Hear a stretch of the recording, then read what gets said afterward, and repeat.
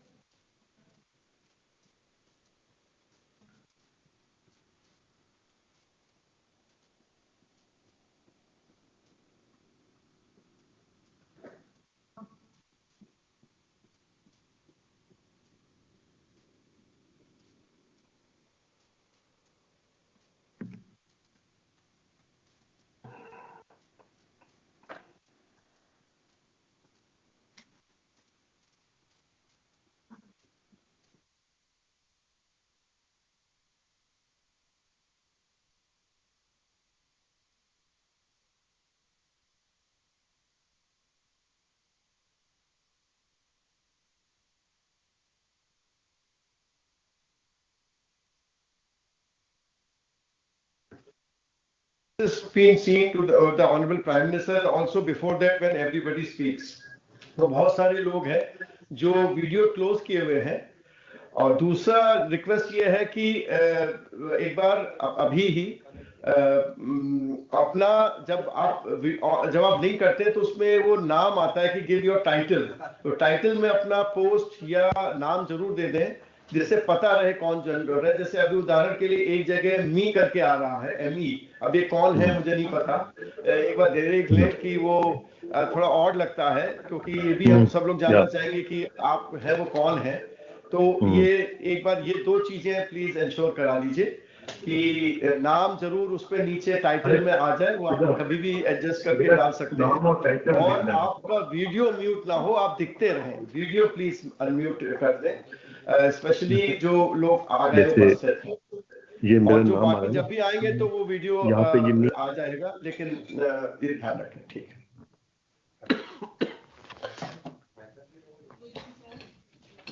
Sir यहाँ कोई technical आदमी बैठेगा तो पीपीटी चलाता है।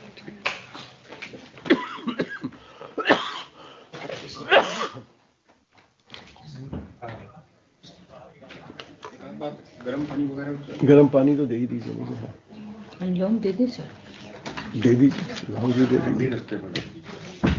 हेलो हेलो, हाँ नमस्कार। हाँ नमस्कार, ठीक ठाक, नमस्कार मिश्रा जी। नमस्कार। नमस्कार। अभी तो म्यूट रहेंगे, आपका 12:30 बजे के बाद से फिर बोलना है आपको जब बुलाएंगे आपको। ठीक, वेट कर रहा था, समाचार आया तो। हाँ, लेकिन आप वीडियो जरूर ऑन रखिएगा जिससे शक्ल दिखती है आपकी।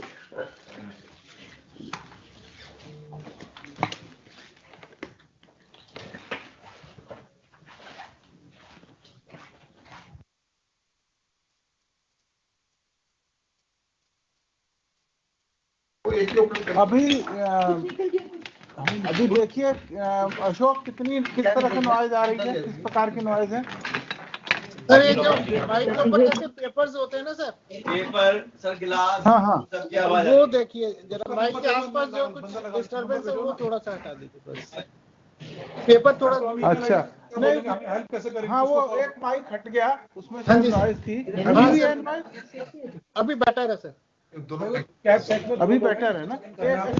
ज्वाइन करना है, क्या इशू आ रहा है भाई? अभी कोई और माइक भी है जहाँ पे भाई तो नंबर 2 में अभी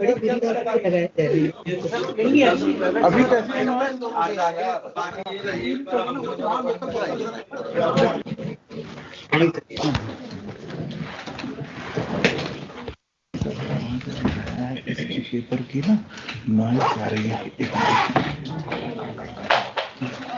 इस पेपर की, तो अभी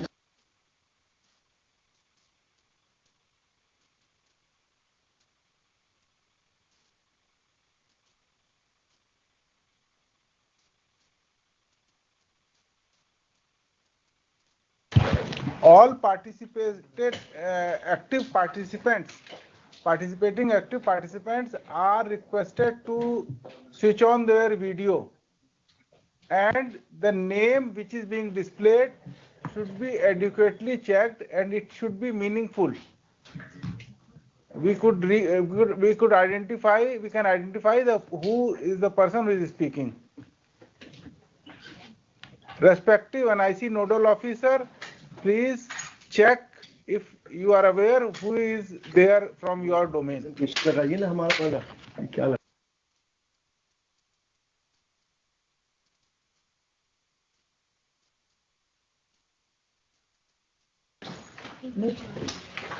यहाँ लगा, इसको लगाइए.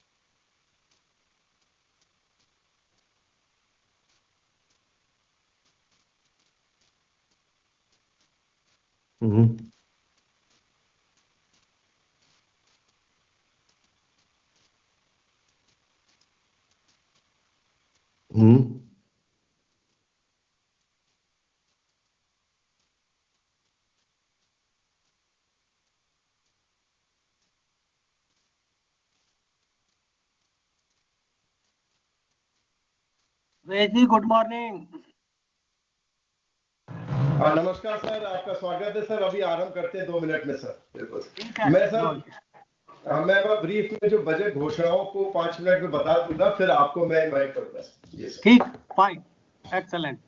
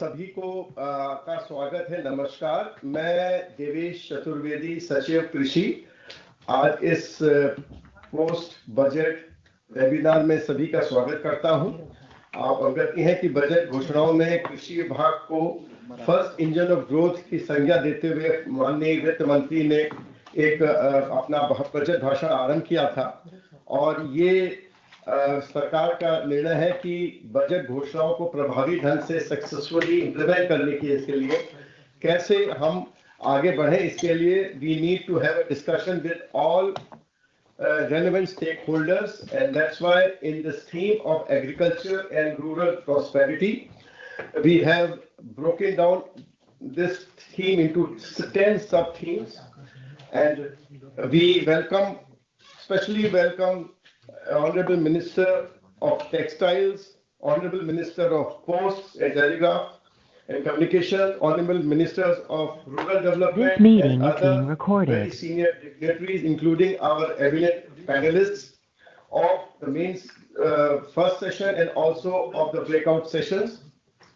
Before I invite the eminent panelists to give their opening and context-setting remarks and views, This meeting is being recorded. I will quickly go through the important budget announcements related to agriculture and rural prosperity sector so that the context is set, and then based on those contexts, the eminent speakers can capture one, two or more of those budget announcements and give their views to enlighten everybody of us.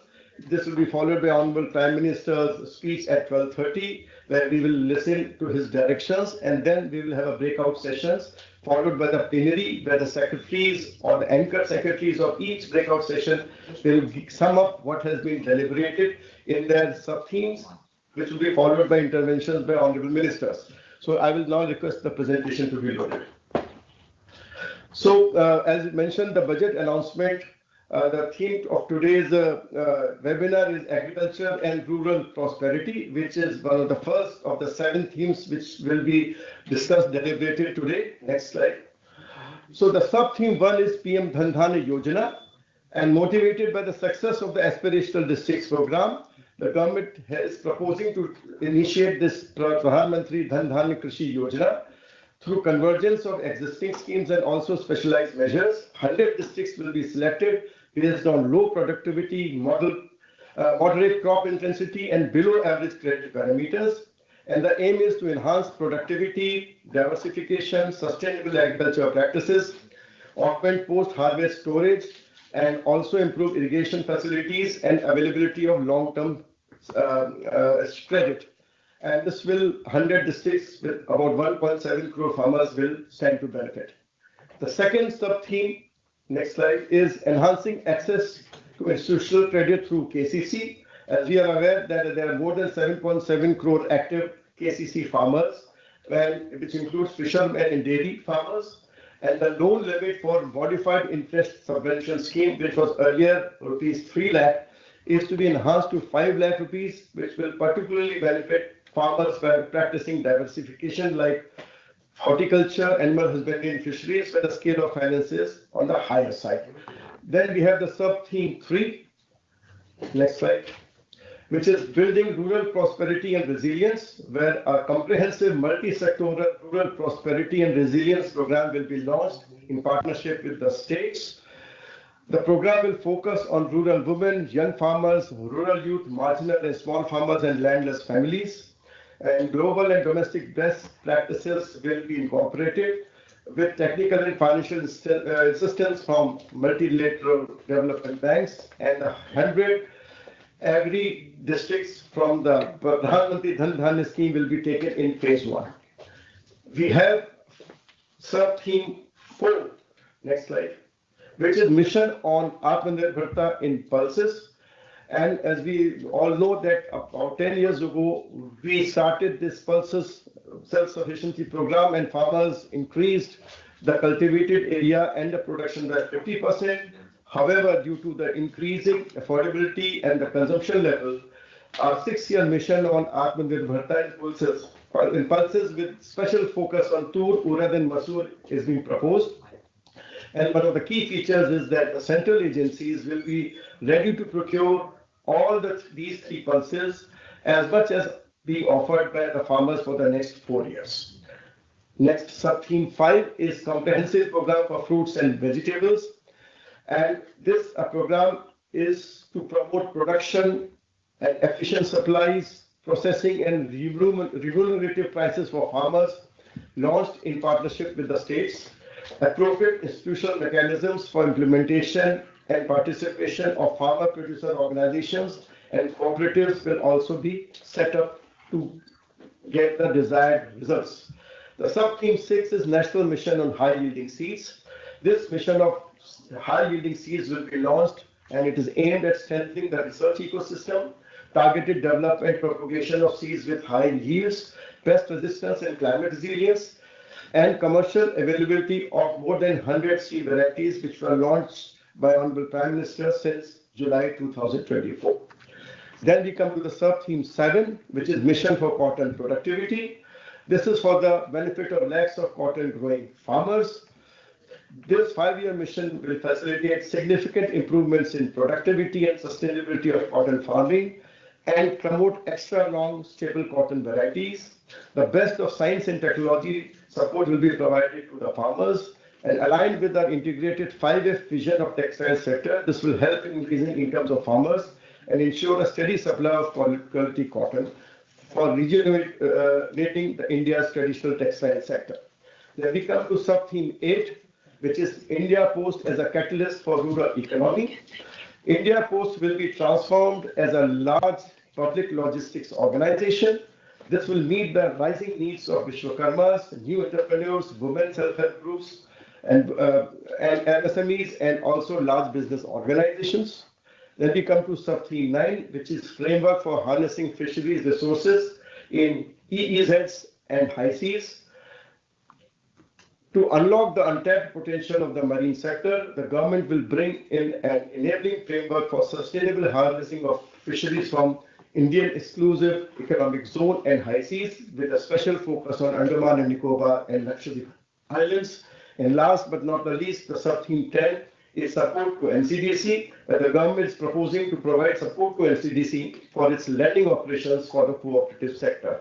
So on these sub-themes, 10 sub-themes, we'll have breakout sessions after Honorable PM's speech, and then we will come out with, which will help the government formulating the strategies after discussion with the stakeholders. Now, without taking much of the time, I will now request one of the first eminent speakers, Professor Ramesh Chandra, member of Niti Aayog, to kindly give his thoughts and views about the overall sector and what is the way forward. Thank you very much. Sir, can you unmute, sir? Can you unmute, please, sir?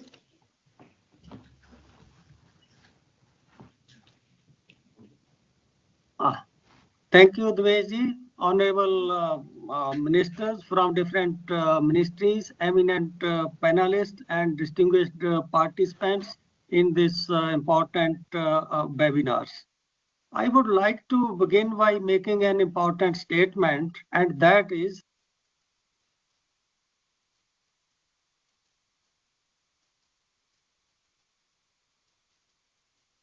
sir, voice is not coming. Voice is just on just now, sir. Can you speak?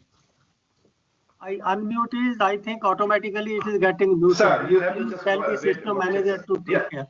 Okay, I will just it again get automatically muted. Sir, now it's okay, sir. Now it's okay. Thank you. Thank you. So I was just saying that last 10 years have been very eventful year for Indian agriculture, and there are 3-4 reasons why I said that these have been very eventful years. The kind of achievements which have been made in last 10 years, the kind of changes which have occurred in case of agriculture sector, they have never happened in the history of Indian agriculture. So let me quickly give you some facts, because of which I feel that these last 10 years from 14 to 24 have been eventful year for Indian agriculture. First, of course, is that growth rate of Indian agriculture at constant price, we have reached the target of 4%. Before that, कोई भी ऐसे 10 वर्ष नहीं थे जब हमें 4% का growth rate 10 वर्ष के लिए मिला. Secondly, the prices received by farmers have grown 30% more than the prices of non-agriculture commodities. That adds to income of the farmer, that between 11, 12 and 24, the real prices of agriculture produce have increased by 30%, which is a direct gain to the income of the farmer. If we combine these two, then you will find that again, first time in the history of Indian agriculture, the growth of farm sector has been as high as the growth of non-farm sector. This is also, I would say, a unique kind of achievements. It is important then go to the second step, that what is composition of growth? Is it that this growth is there everywhere, or it is restricted or confined to some segments? एक important message जो disaggregated analysis से आ रहा है वो ये है कि agriculture के there are 4 segments. One is the segment of field crop, cereal, oil seed, pulses, cotton, sugarcane, etc., for which we give MSP. Second is the horticulture segment, third is the livestock segment, and fourth is the fishery segment.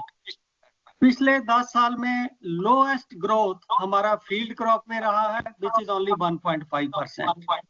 उसके बाद growth rate horticulture का है, which is 4%. फिर live stock का है जो 6 से 7% है, और फिशरी का है जो 9 से 10% का हमारा ग्रोथ रेट रहा है. तो इससे इन्फ्रेंस ये निकलता है कि जो हम डिवर्सिफिकेशन की बहुत देर से बात कर रहे थे, उसके फ्रूट अब पिछले 10 साल में इतने ज्यादा आ गए कि डिवर्सिफाइड सेगमेंट की ग्रोथ ने ही इंडिया की एग्रीकल्चर ग्रोथ को पिछले 10 साल में लीड किया. और मेरे पास एक इंटरेस्टिंग नंबर है आपसे शेयर करने के लिए. जो टोटल ग्रोथ एग्रीकल्चर की पिछले 10 वर्ष में हुई, केवल 15% जो हमारी फील्ड क्रॉप्स हैं उनकी वजह से है. 85% हॉर्टिकल्चर, लाइव स्टॉक और फॉरेस्ट्री की वजह से ये हमारा ग्रोथ आया है. तो इससे फिर एक और सेकंड मैसेज, अब मैं क्विकली मैसेज की ओर जा रहा हूं कि ये जो ग्रोथ रेट रहा डिवर्सिफाइड एग्रीकल्चर का, हॉर्टिकल्चर से, लाइव स्टॉक से, फिशरी से, ये ग्रोथ रेट प्राइस ड्रिवन नहीं है, ये ग्रोथ रेट मार्केट ड्रिवन है. और ये growth rate translation of growth rate in demand है. उसमें डोमेस्टिक डिमांड भी है, उसमें ओवरसीज डिमांड भी है. तो इस डिमांड ने इस ग्रोथ को इस पीरियड में पिछले 10 वर्ष में इस ग्रोथ को ड्राइव किया है. ये भी एक बड़ा इंपॉर्टेंट मैसेज है कि ये जरूरी नहीं है कि हर चीज में हमें एमएसपी देने की जरूरत है तभी अच्छा ग्रोथ आएगा. पिछले 10 वर्ष ने ये दिखा दिया है कि यदि अच्छी मार्केट प्रोवाइड करें और डिमांड उसको सपोर्ट करती है तो बिना उसके भी एक कॉम्पिटिटिव मार्केट से मच बेटर ग्रोथ रेट आ सकता है. तो उस ओर भी ध्यान देने की एक आवश्यकता है. फिर आगे हमने स्टेट लेवल का एनालिसिस किया कि स्टेट लेवल का क्या एक्सपीरियंस रहा. इसमें 2 तरह के पैटर्न आए. एक तो ओवरऑल पैटर्न ये है कि जिन स्टेट्स ने डिवर्सिफाई नहीं किया उनका मोस्टली ग्रोथ रेट 1% से नीचे गया. 3-4 पर तो स्टेट ऐसी हैं जिसका ग्रोथ रेट 0 है, लगभग 0. उसमें पंजाब है, हरियाणा है, केरला है, उत्तराखंड है. उनका 10 साल में कोई ग्रोथ ही नहीं है एग्रीकल्चर का. दूसरी ओर जिन स्टेट्स ने हॉर्टिकल्चर की और डिवर्सिफाई किया लाइफ स्पेशली क्रॉप सेक्टर में, जैसे आंध्र प्रदेश है, मध्य प्रदेश है, उनके ग्रोथ रेट, कर्नाटका है, उनका बहुत अच्छा ग्रोथ रेट रहा. वहां से भी यही मैसेज निकलता है कि ये जो है डिवर्सिफिकेशन ऑफ इंडिया की ग्रोथ को ड्राइव कर रही है.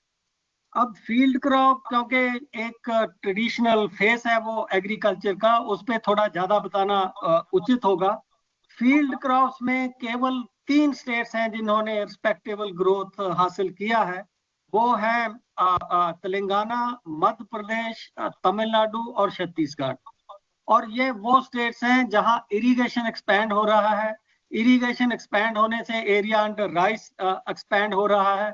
अदर देन दैट यदि हम बाकी स्टेट्स को देखें तो वहां फील्ड क्रॉप का ग्रोथ रेट काफी जो है कम रहा है. तो इससे भी ये मैसेज आता है कि जहां इरिगेशन एक्सपैंड हो रहा है वहां एमएसपी अपना एक बहुत अच्छा रोल प्ले कर रही है. लेकिन जिन स्टेट्स में प्रोडक्टिविटी प्लेट्यू पे पहुंच गई वहां हम जो मर्जी एमएसपी दें, वहां ग्रोथ रेट ऑलमोस्ट 0 है. और यदि वो स्टेट्स और रीजन डिवर्सिफाई नहीं करते तो वहां ग्रोथ रेट जो है वो इंक्रीज नहीं हो सकता. अगला मैसेज जो आया है वो ये है जिस पे ये धन धन्या स्कीम भी आधारित है कि हमारे देश में बहुत से ऐसे किसान हैं, एग्जैक्ट आंकड़ा 45-46% का है, जो ना तो हॉर्टिकल्चर करते हैं ना लाइव स्टॉक ग्रो करते हैं. वो केवल फील्ड क्रॉप ग्रो करते हैं. जाहिर है कि उनकी इनकम में जो ग्रोथ रेट है वो बहुत कम रहा है. हमें उन पे भी फोकस करना है कि जहां प्रोडक्टिविटी बहुत कम है उनको उसे इंक्रीज करने के लिए कहें. और जो हमारी स्कीम है MIDH है या लाइव स्टॉक की है, उनको यूज करें कि जो फार्मर नहीं डिवर्सिफाई कर रहे उनको भी हम डिवर्सिफिकेशन की ओर जो है प्रेरित करें। ये जो डिवर्सिफिकेशन का आंकड़ा है, हमें इसे थोड़ा कंजम्पशन साइड के डेटा से भी देखना चाहिए। जो कंजम्पशन एक्सपेंडिचर का डेटा अब शुरू हुआ है 10 साल के बाद, 22-23 का आया, अब हर वर्ष आएगा, ऐसा गवर्नमेंट ने डिसीजन लिया है। उससे बड़े चौंकाने वाले आंकड़े आगे आ रहे हैं। पिछले 10 वर्ष में प्रति व्यक्ति सीरियल इनटेक 11 किलो से 9 किलो पे चला गया, यानी लगभग 18% की उसमें कमी आई। लेकिन यदि हम हॉर्टिकल्चर फ्रूट और वेजिटेबल को देखें तो वो 5 किलो से बढ़ के 8 किलो 900 ग्राम पे चला गया है, जिसमें 60% की वृद्धि आई है। यदि हम एक्सपेंडिचर को देखें, आज का कंज्यूमर फ्रूट और वेजिटेबल पे सीरियल से 50% ज्यादा एक्सपेंडिचर कर रहा है। उस पे प्रति व्यक्ति 200 था और इस पे जो है हर महीने फ्रूट और वेजिटेबल पे 300 रुपया। कहने का मतलब यह है कि हमें अपने एग्रीकल्चर को बेसिक फूड सिक्योरिटी सुनिश्चित करने के बाद राइस और व्हीट की, ये जितना ज्यादा हो सके उसको डिवर्सिफिकेशन की ओर ले जाना है, क्योंकि डिमांड साइड के आंकड़े उधर शिफ्ट हो रहे हैं और ये ग्रोथ के बहुत बड़े जो है ड्राइवर है। एक और जो इसमें आया वो थोड़ा इससे नहीं है, पर एग्रीकल्चर पे एम्फेसिस क्यों जरूरी है, रूरल प्रॉस्पेरिटी, ओवरऑल ग्रोथ। यदि इंडिया को विकसित भारत का गोल हासिल करना है तो एग्रीकल्चर का ग्रोथ रेट हमें 4% से 5% पर लेकर जाना है, तब संभावनाएं हमें विकसित भारत का 7.5-8% का गोल हासिल करने की बहुत जो है अच्छी संभावनाएं बन जाती हैं।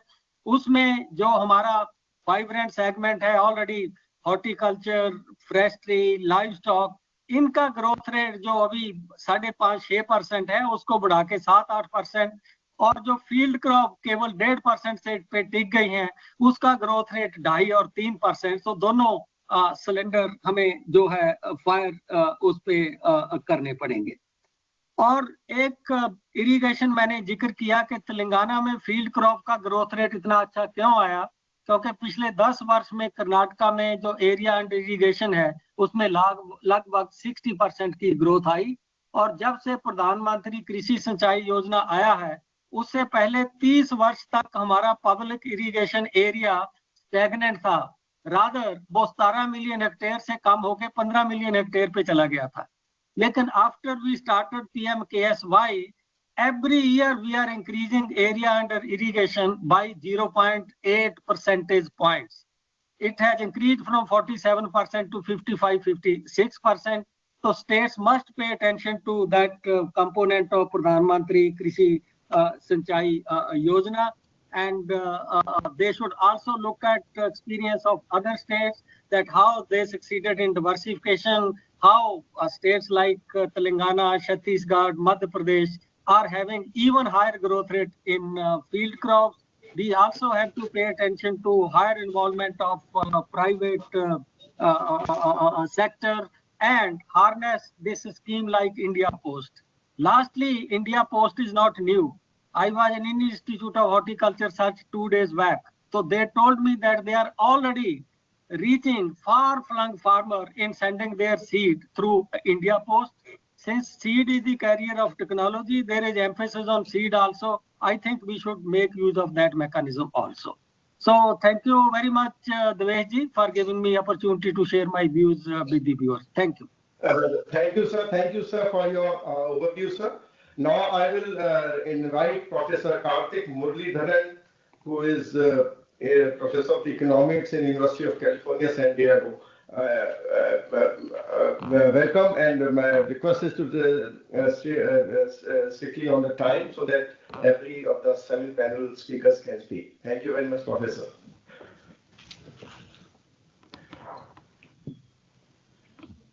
Sir, you can unmute to start, sir. I've just shared my slides. Are you able to see the slides? Yeah, we can see. Yes. Sir, just keep that for the time. Thank you, sir. Okay, perfect. So thank you so much. So, what I'm going to do is, I think there are three big goals here, right? Which is improving productivity per worker, right? Obviously, we care about total output, but we also care about output per worker in both ag and non-ag.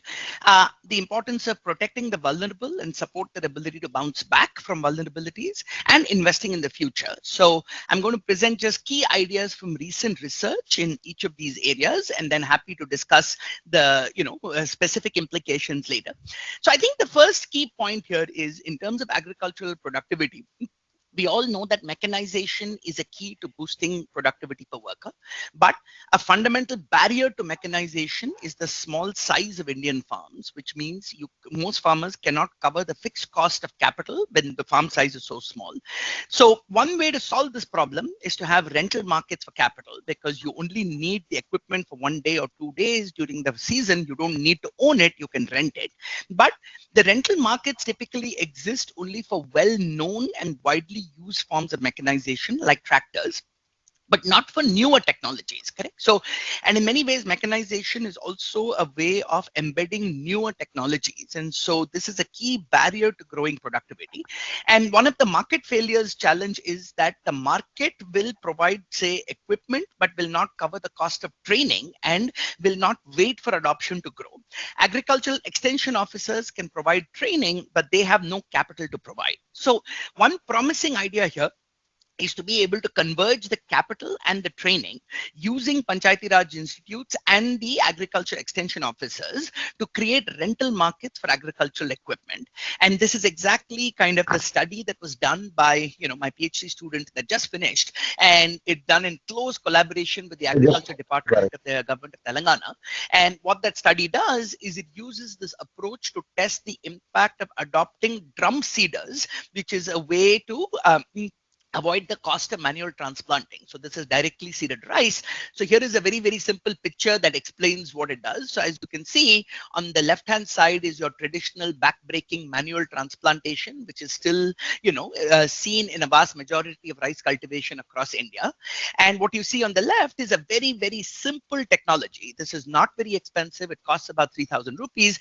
And the basic idea is that because you put the seeds inside this drum seeder and roll it across the field, it kind of gets you the equal spacing of where the rice seed is dropped, which means it dramatically reduces the labor cost needed for transplantation, and it estimates to save about 20%.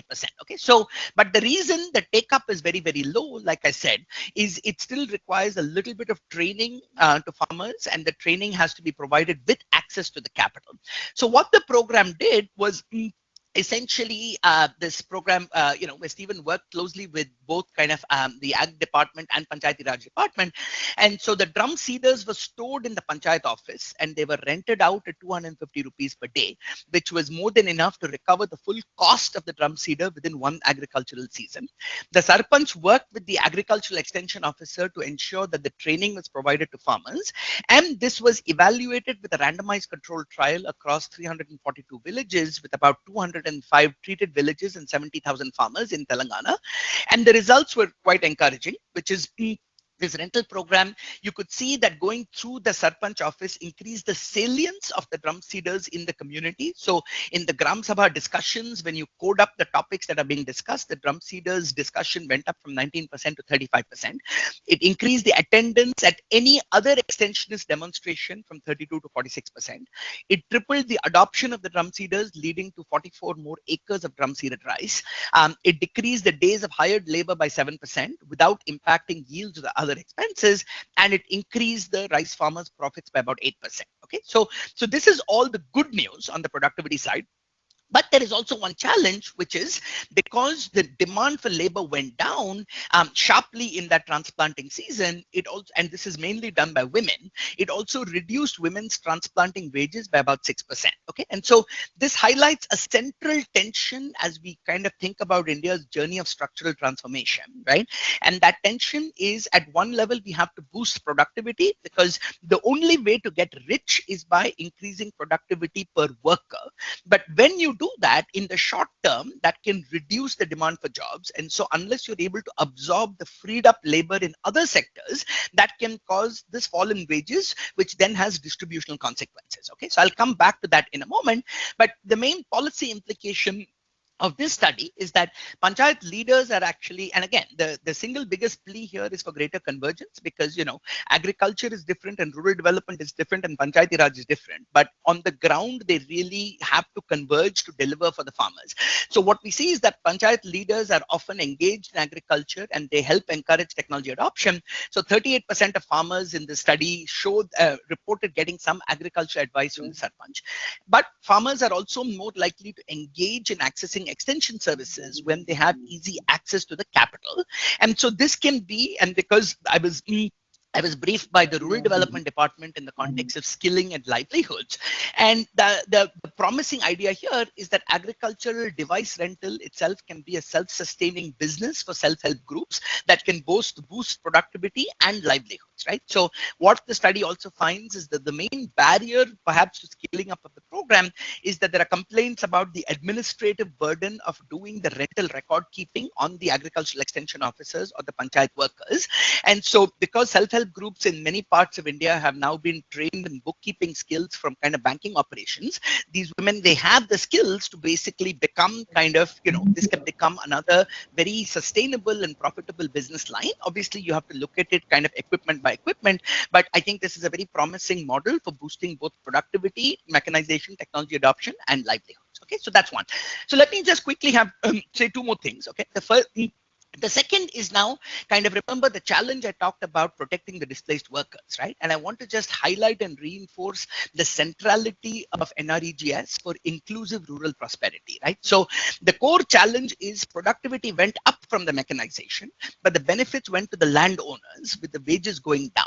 And that is both an ethical and a political challenge. So we need to increase productivity, but we have to protect workers during the transition.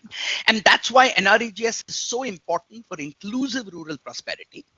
And so several studies, including a recent paper of mine published in Econometrica, which is based on the largest randomized controlled trial over across 20 million farmers of improving the, of workers, of improving the effectiveness of NREGA. And what we find is that a well-implemented NREGS with timely and reliable payments is good for both equity and efficiency, right? So it's good for equity, this everybody knows, because it targets the most vulnerable through the work requirements. But the subtle point here, and this is one of the most important points to realize from all of this research, is that it benefits not only those who are working on NREGS, right? Like we have very robust evidence that it boosts the rural market wages for all workers, okay? And so given one of our major challenges in some ways is a bit of stagnation in rural wages, in real rural wages over time, this becomes incredibly important as a way of protecting the vulnerable and kind of boosting wages for all workers and not just to work on NREGS, okay? But it is critical for the implementation to be credible, because unless the wages are paid on time, you don't get these effects.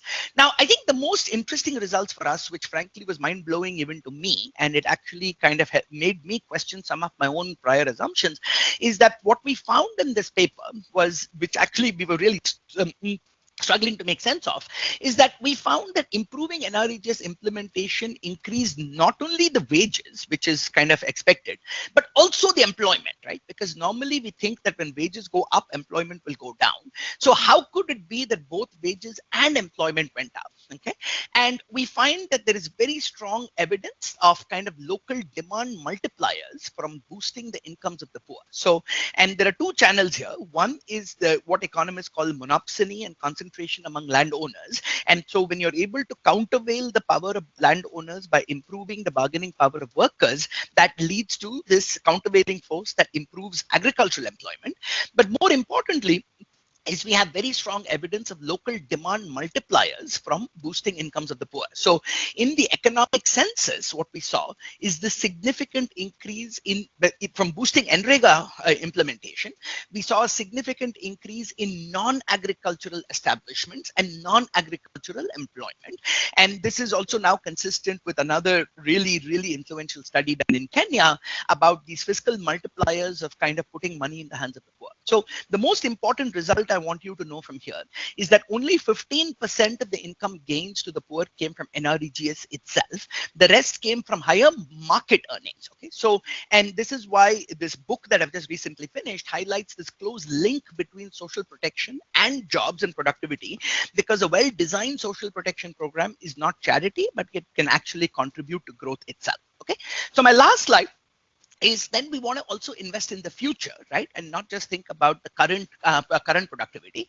And one of the greatest challenges to India's kind of long-term inclusive prosperity is weak human development, whether it's malnutrition or whether it's learning outcomes. Okay, so we all know the problem. The problem is that we need evidence-based ideas that are both effective and cost-effective, given the fiscal constraints that we're operating under. And the good news is that we have one such very highly promising idea. And this is again the result of a large-scale randomized controlled trial that I did with co-authors, this time in partnership with the government of Tamil Nadu. And these are all JPAL partnerships, right? Who are on the call. And so here we evaluated the impact of several approaches to improving early childhood development in the ICDS. We kind of, we put an extra worker, we provided kind of a glass of milk in the morning, we increased the wages of the existing worker. And what we found was that by far the most effective idea was to hire an extra worker on a half-day shift, just 4 hours a day, focused on preschool education. And what we found is that because this poor Anganwadi worker, she's been described as like the Ma Durga of our early childhood system, because she's juggling so many roles between preschool education, maternal counseling and visitation, nutrition education, record keeping, maintaining various inventories. So what we found is that putting that extra half-time staff member led to a doubling of instructional time, a substantial increase in learning outcomes, and one of the most kind of meaningful reduction in stunting and malnutrition that I have seen in this space.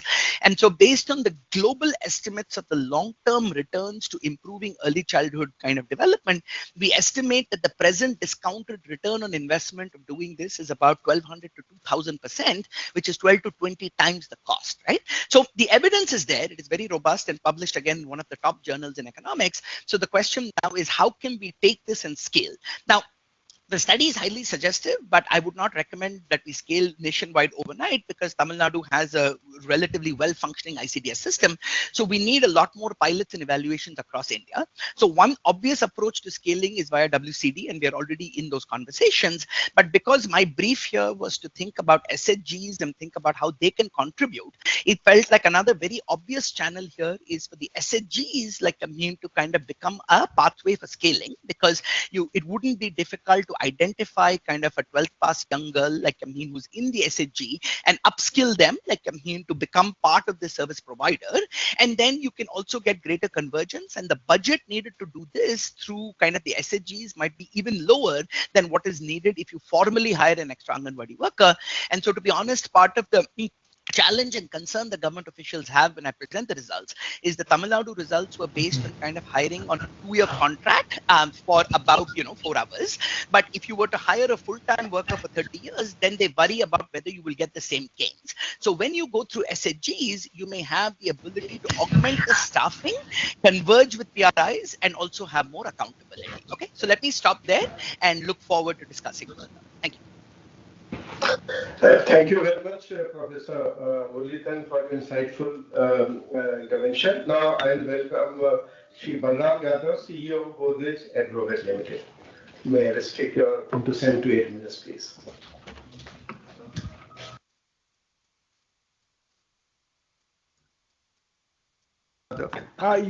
Shri Balram Yadav, may I please unmute your mic. Please unmute and start. Sorry. Yeah, can you hear me now? Please continue. Yes. मेरा नाम बलराम सिंह यादव है, मैं गोदरेज एग्रोवेट का MD हूँ. हमारी company largest producer of animal feed है, cattle, poultry, aqua में largest process chicken player है. दूध के अंदर साउथ इंडिया में प्रेजेंट है. ऑयल पाम प्लांटेशन में हम नंबर 1 हैं और टॉप 10 कंपनीज में एग्रीकेमिकल में हैं. जैसा हम सुन चुके हैं कि लाइव स्टॉक सेक्टर का बड़ा फास्ट ग्रोथ है. I want to give you a relative idea of how we have grown from 2000 to 2023. Population has grown by 51%, food grain by 67%, fruits and vegetables by 134%, milk by 185%, eggs by 272%, chicken more than 1000%, 2000 to 2024 we are 10x of chicken production in this country. इन सब चीजों में बहुत sharpness आई है।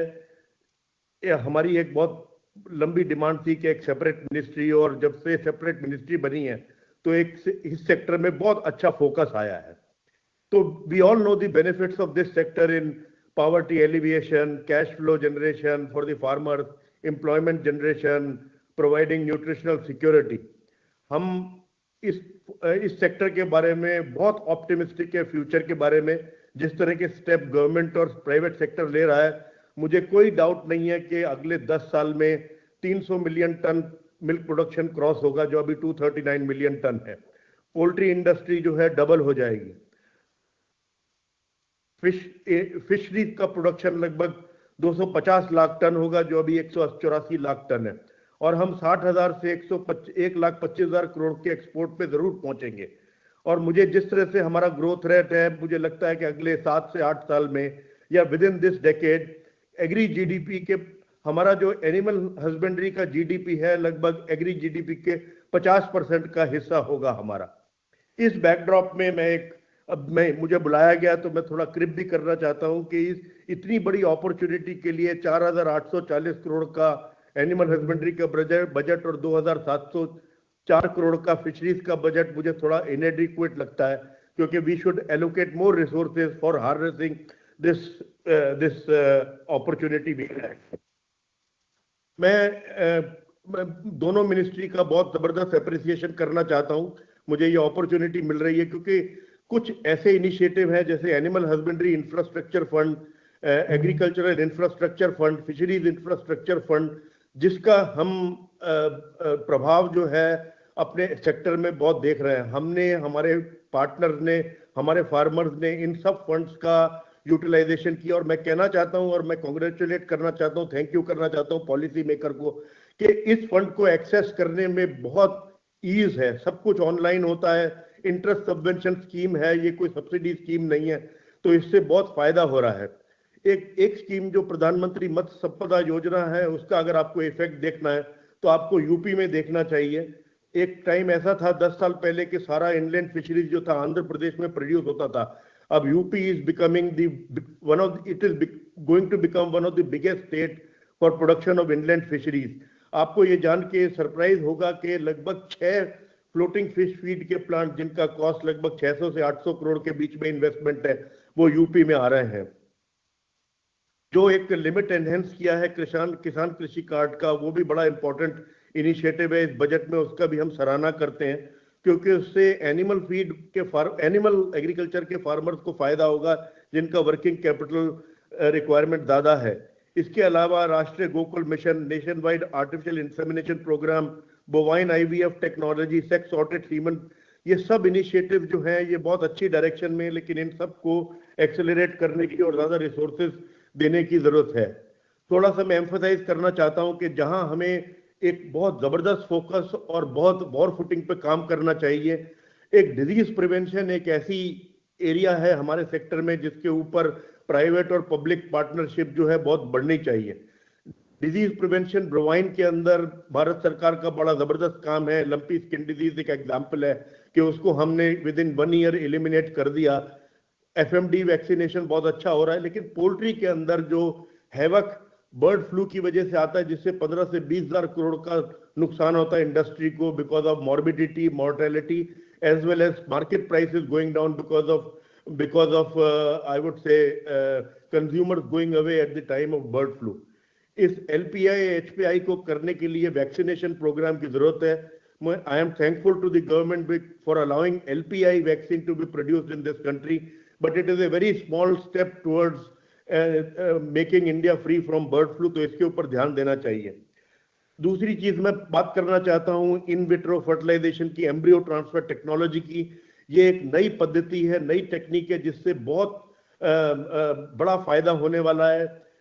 Embryo transfer technology से जो artificial insemination में 4-5 साल में जो काम होता है वो 1 साल में अचीव होता है, क्योंकि जो आप एक अच्छा एम्ब्रियो दे सकते हैं। मैंने देखा है कि जो काव है वो 1500 लीटर दूध देती है, जो सरोगेट काव है, उसकी बेटी जो है 8,000 लीटर दूध देती है, तो एक जनरेशन में इतना बड़ा अचीवमेंट होता है।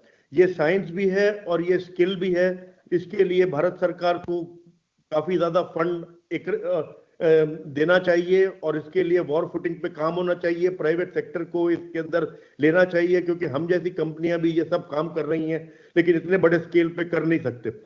आपने देखा होगा कि बहुत सारे एनिमल आजकल फार्मर छोड़ देते हैं क्योंकि वो अफोर्ड नहीं कर सकते। उसमें ये भी कमी होगी, क्योंकि we need less number of animals to produce more and more milk.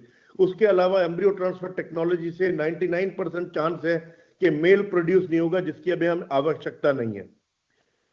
India के पास लगभग जीसीसी कंट्री में $6 बिलियन चिकन इंपोर्ट की अपॉर्चुनिटी है।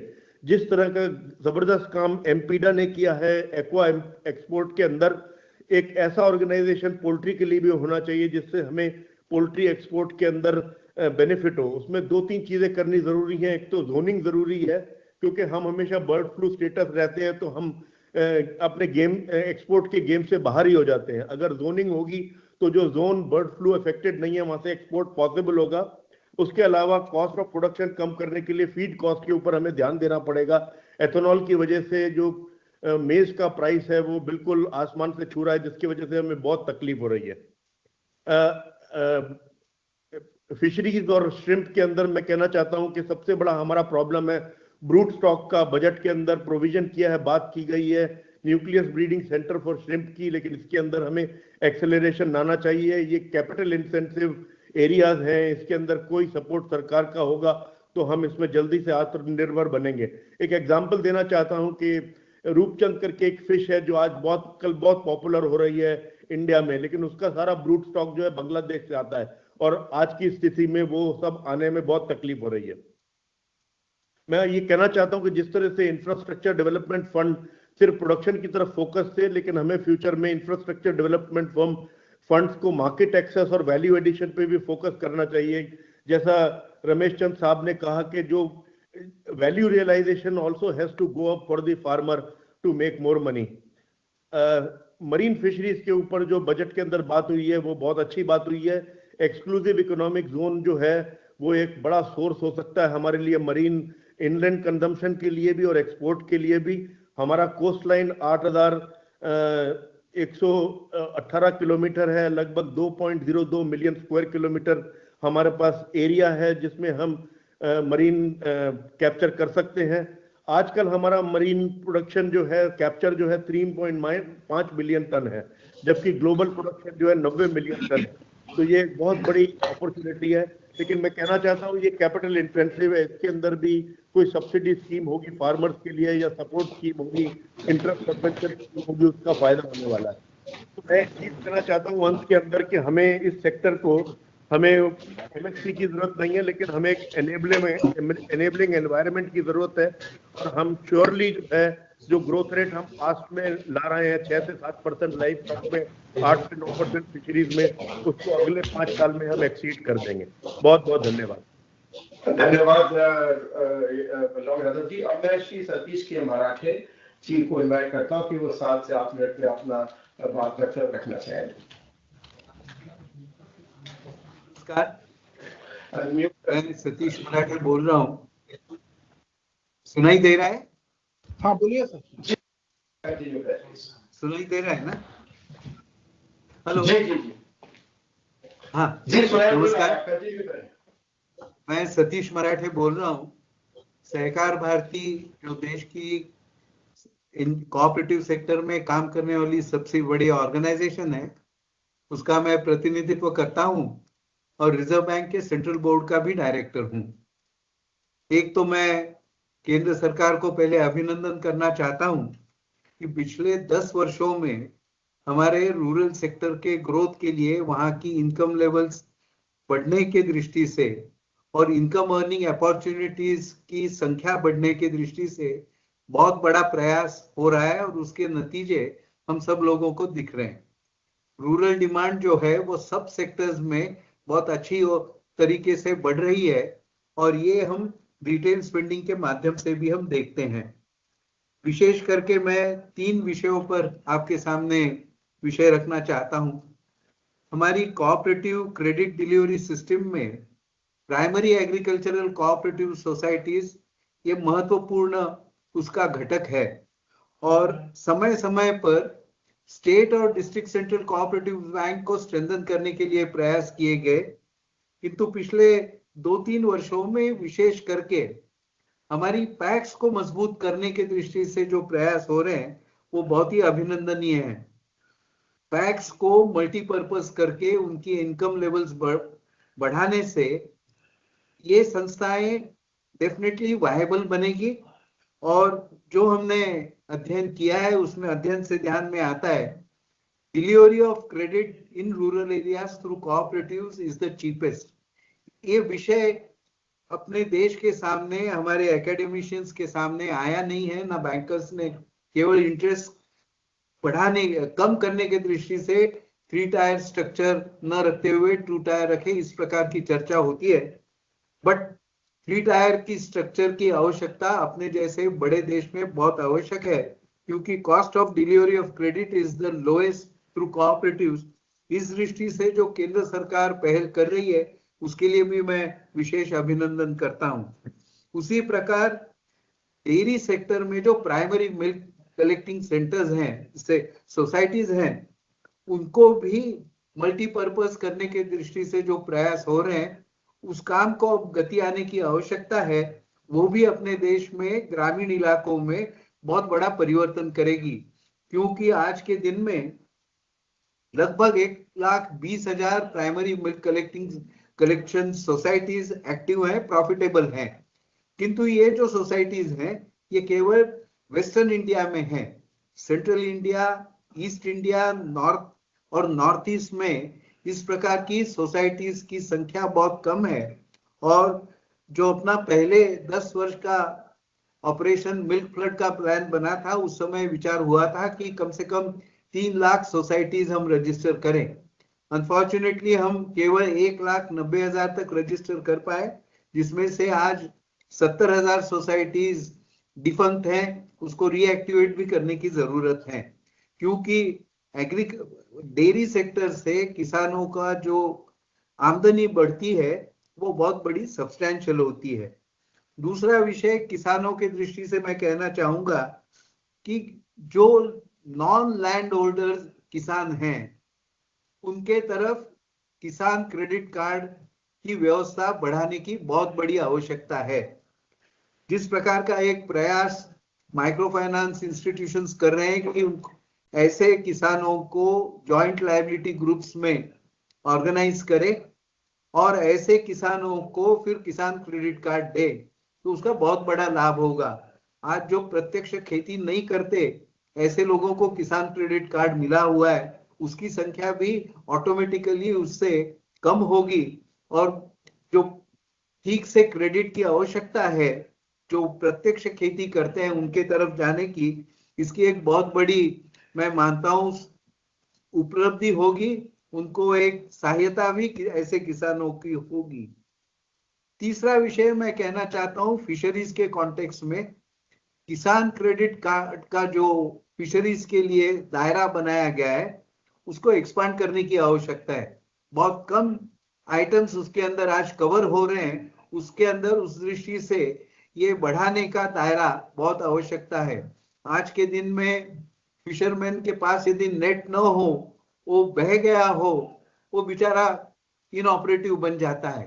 तो एक लिमिटेड अमाउंट क्यों न हो किसान के लिए, किसान क्रेडिट कार्ड में वो परचेज करने के लिए भी योजना बनाने की बहुत बड़ी आवश्यकता है।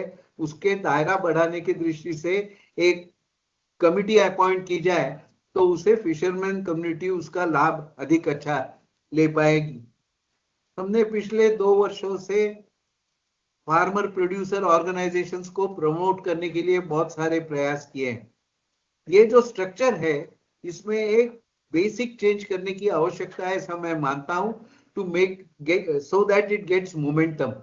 आज जितने भी बने हैं उसे बहुत मोमेंटम सरकारी सहायता होते हुए भी, हैंड होल्डिंग सपोर्ट होते हुए भी we are not getting the results. और इसका कारण है कि जो स्कीम है उसको रिव्यू करना। और दूसरी आवश्यकता आज के दिन में है, जो फूड प्रोसेसिंग के तरफ हमने जो विशेष ध्यान दिया है उस ध्यान को अधिक करते समय क्या ये एफपीओ की एक्टिविटी 2 टायर स्ट्रक्चर में हम निर्माण करें? जिस प्रकार डेयरी सेक्टर के यहाँ प्राइमरी मिल्क कलेक्शन सोसाइटीज होती है, उसी प्रकार प्राइमरी एग्रो प्रोसेसिंग की व्यवस्था हम करते हैं, तो मैं मानता हूं कि एग्रो प्रोसेसिंग इंडस्ट्री में बहुत बड़ी व्यवस्था हो सकती है। District central cooperative banks, state cooperative banks, NABARD, urban cooperative banks और बहुत सारी जो क्रेडिट सोसाइटी शहरी और semi urban, semi rural sector और रूरल सेक्टर में काम करती हैं, उनको आज के दिन में नए प्रोडक्ट्स बनाने की बहुत बड़ी आवश्यकता है। मैं एनसीडीसी से कुछ वर्षों तक डायरेक्टर के रूप में जुड़ा था और मेरा ध्यान में ऐसा आता है कि NCDC being one of the best mediums for transferring credit line to cooperative sector, उसके रिसोर्सेस बहुत बढ़ाने की आवश्यकता है। और आज के दिन में केंद्र सरकार की विशेष कंसंट्रेशन फोकस ग्रोथ एरिया है, डेयरी है, फिशरीज है, बैंक्स हैं, तो इन 3 सेक्टर्स के लिए डेडिकेटेड फंड के रूप में उनके पास फंड्स की निर्माण करने की आवश्यकता है। आज मार्केट बोरोइंग करके वो ज्यादा करके कोऑपरेटिव्स को लेंड करते हैं, उसके कारण उनके रेट ऑफ इंटरेस्ट ज्यादा है, वो कॉम्पिटिटिव बनाने की आवश्यकता है। इस दृष्टि से लाइंस ऑफ क्रेडिट एनसीडीसी को बढ़े और वो 3 एरियाज में फोकस अटेंशन दे। ऐसे करने से ग्रामीण इलाकों में कृषि क्षेत्र में हम बहुत बड़ा कंट्रीब्यूशन कर पाएंगे। ऐसा एक रफ अनुमान है कि हर साल लगभग 2.5 लाख करोड़ रुपया कोऑपरेटिव सेक्टर के माध्यम से ग्रामीण इलाकों में डिसबर्स होता है। यदि ये संख्या हमारी पैक्स की, डेयरी की, फिशरीज की यदि बढ़ती है, तो मैं मानता हूं आने वाले 2-3 साल में ये अमाउंट 5 से 7 लाख करोड़ तक ग्रामीण इलाकों में बढ़ सकती है और उसका बहुत बड़ा इम्पैक्ट, पॉजिटिव इम्पैक्ट हमारे जीडीपी ग्रोथ के ऊपर हो सकता है। इस दृष्टि से भी आने वाले दिनों में हम विशेष ध्यान देकर काम करें, ऐसा मैं आह्वान करते हुए मेरा निवेदन पूर्ण करता हूं। धन्यवाद, नमस्कार।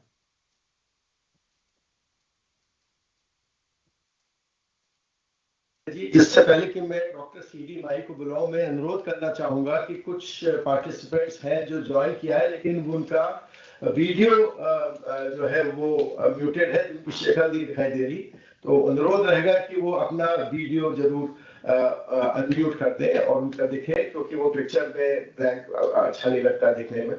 मैं डॉक्टर सीडी माई जो कॉटन साइंटिस्ट है प्रख्यात, उनको मैं निवेदन करूंगा कि मैं अपनी बात कहना चाहें। मैं like to share his views. Thank you very much.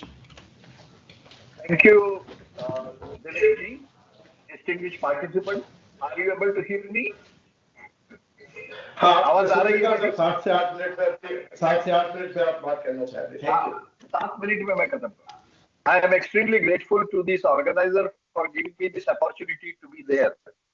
Let me say that all the science community, cotton science community and farmers of this country have been very extremely grateful to Government of India for introducing the technology mission for cotton productivity.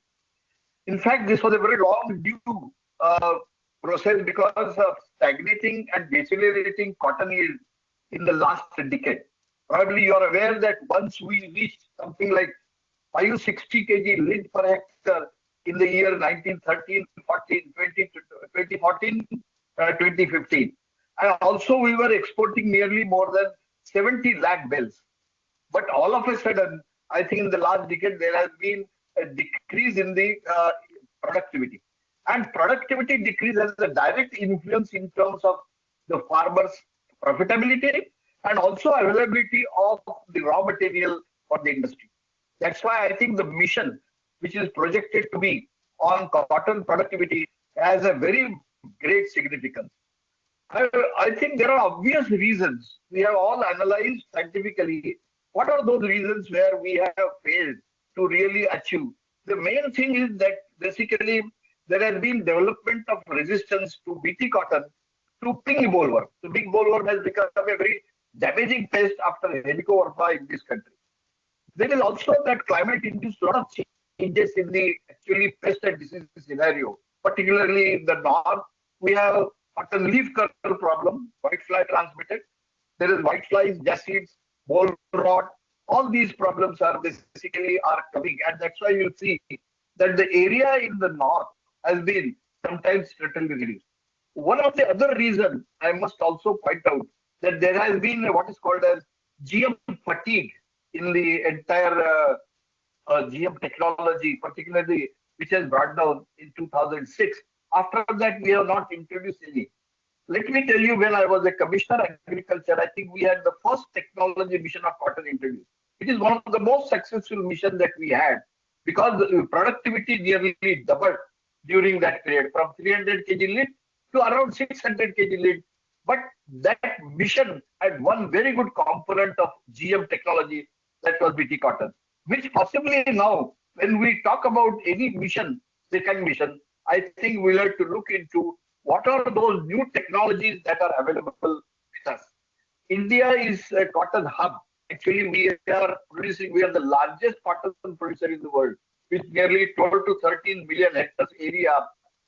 But the average productivity of this country is something like only some 450 kg lead per hectare, which is far less than the world average of 770.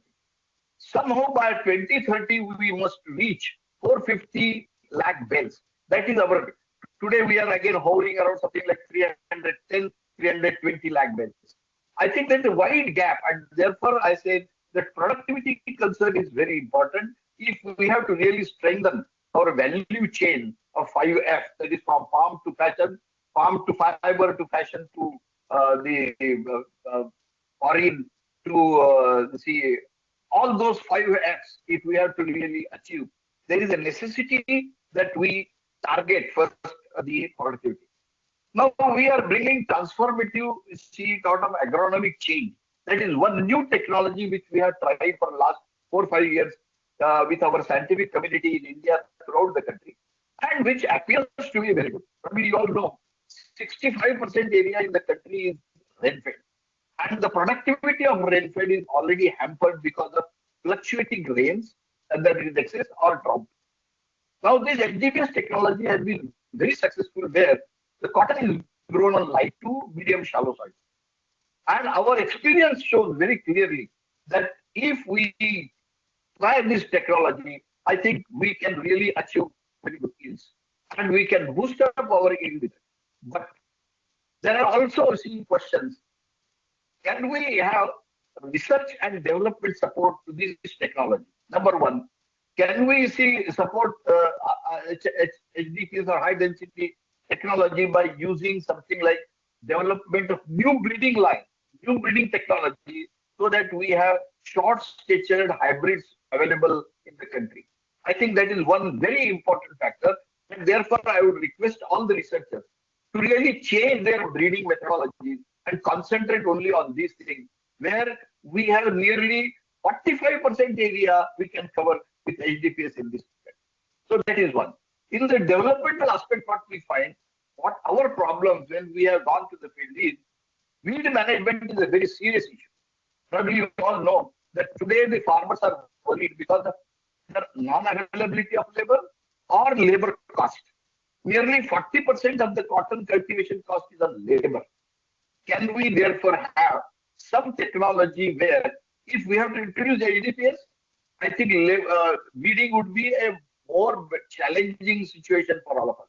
And therefore, the already known technology, what we call it as BG2 RRF, can that be introduced along with HDPS? I think that will boost our productivity substantially. Similarly, I find that we have missed management in cotton, particularly if we can bring large area drip cotton, drip irrigation. The cotton productivity is nearly doubled. This is our experience in Vidarbha region, where we have large area of cotton, where we find that the moment you give drip irrigation and controlled irrigation, the cotton productivity is almost maybe 800 to 1000 kg per hectare. I think this, with this experience of 4 or 5 years, we know what are those areas where we can achieve. Similarly, can we do something which is of what we call it as the coverage of the soil and other things by using some of those polythene sheets and other things. So there are lots of other opportunities where we can really improve the productivity of cotton in this country. And as I said, that by 2030, if we can target something like 450 lakh bales, naturally, some of those issues which are very important, that is management of thinkable worm, use of irrigation water, use of proper nutrition management, I think we will be able to succeed this. And I'm sure that the breeders have already taken up the issue of developing HGPS product variety. The other issue in HGPS, which probably has been missed in, can we also develop varieties which will be amenable to defoliation? Today, we have a lot of HGPS varieties, but defoliation has been a problem. That's why mechanization cannot be introduced. And all those issues will have to come forward. So we have now, I think, with the breakout session, there will be a lot of other people which are discussing. I thought of introducing what is happening today.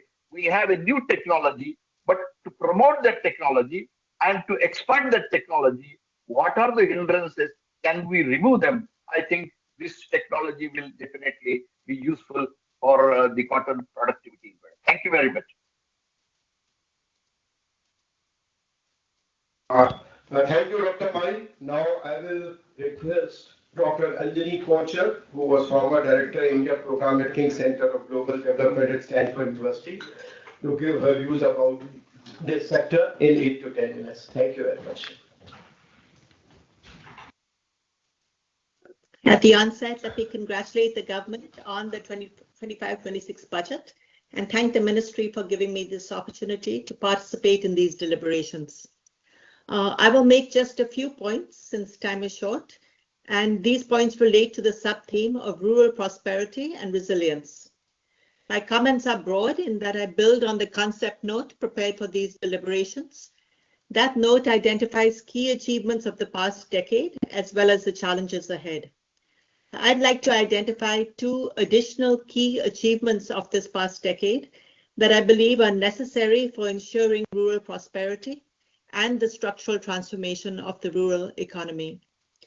The first is an economic factor, the growth of local markets. A recent survey conducted by researchers from CIE and Wiki Livelihoods for an evaluation of NRLM reveals their importance.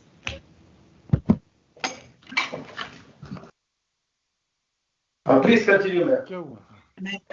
Okay. Not surprisingly, the survey found that the majority of rural households, over 60%, rely on local markets for their purchases of food products, including processed food grains, vegetables, and fruits. But more strikingly, approximately 40% of households also purchase clothing and non-food items from village markets. While the concept note and budget rightly stress the importance of accessing more remunerative urban and global markets for agricultural products, the development of rural enterprises is most affected by the size or market potential of the local market. Income growth increases the demand for non-agricultural goods and services. Whether this increased demand is sufficient to foster the marketization of goods and services that were previously produced within the home depends on the size of the market. This in turn reflects levels of per capita income, but it also reflects average village population size and the number of villages that combine to form a local market. It is local market size that enables the growth of rural enterprises such as tailoring shops, beauty parlors, restaurants, local tutors, taxi drivers, and the growth of a local construction sector that meets the demand for home improvements and construction. Perhaps most importantly, it is the growth of local markets that enables significant improvements in female labor force participation rates. An immediate takeaway of what I've just said is that government investments in rural connectivity and infrastructure are critical, not just because they lower the costs of accessing urban markets, but because they connect adjoining villages increasing the size of local markets. Investments in other social goods and welfare programs, including NREGA, Prime Minister's Awas Yojana, and programs for sanitation and water supply have the same effect. They enable the growth of local markets, and this magnifies their direct returns. But these social investments also amplify the returns to investments in credit, agricultural productivity, and other livelihood initiatives. This is a point that Karthik Muralidharan had earlier made. I will elaborate on it later and explain exactly why this effect exists. Our evaluation of NRLM supports this hypothesis of the spillover effects from social investments, revealing that the impact of livelihood-enhancing initiatives on household income and consumption increases with the size or the purchasing power of the local market. We measured local market power by the quality of local housing, thereby tying the performance of livelihood initiatives to government support for social programs. Taken together, our research supports the whole of government approach of this year's budget and its emphasis on a coordinated push. It is important to recognize, however, that this coordination may not happen organically. It needs to be institutionalized.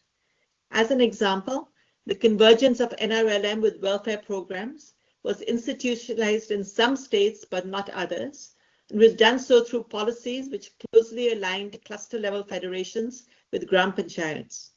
It is in these states where the process was institutionalized that convergence policies have had their greatest impact.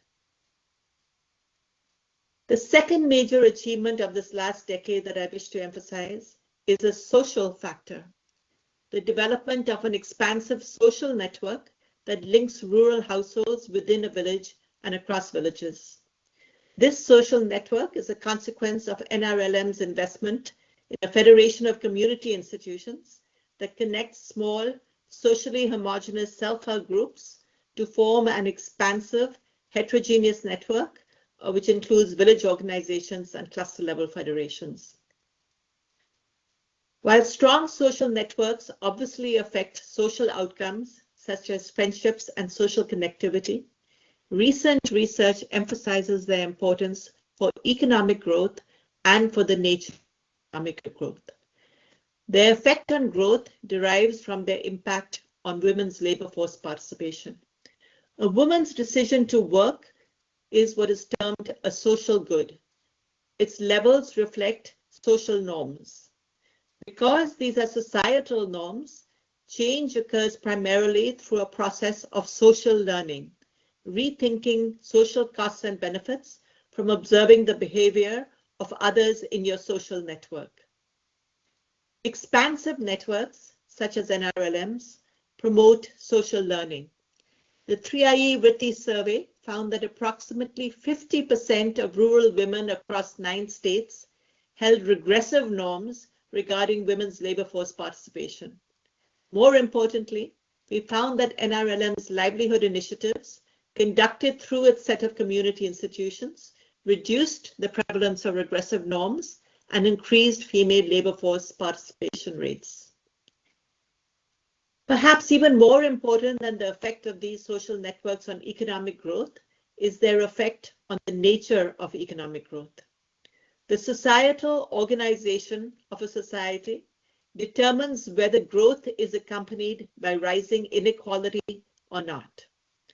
Ample evidence from the US and other countries relates rising inequality in these countries to the segregation of the social networks of the rich and the poor.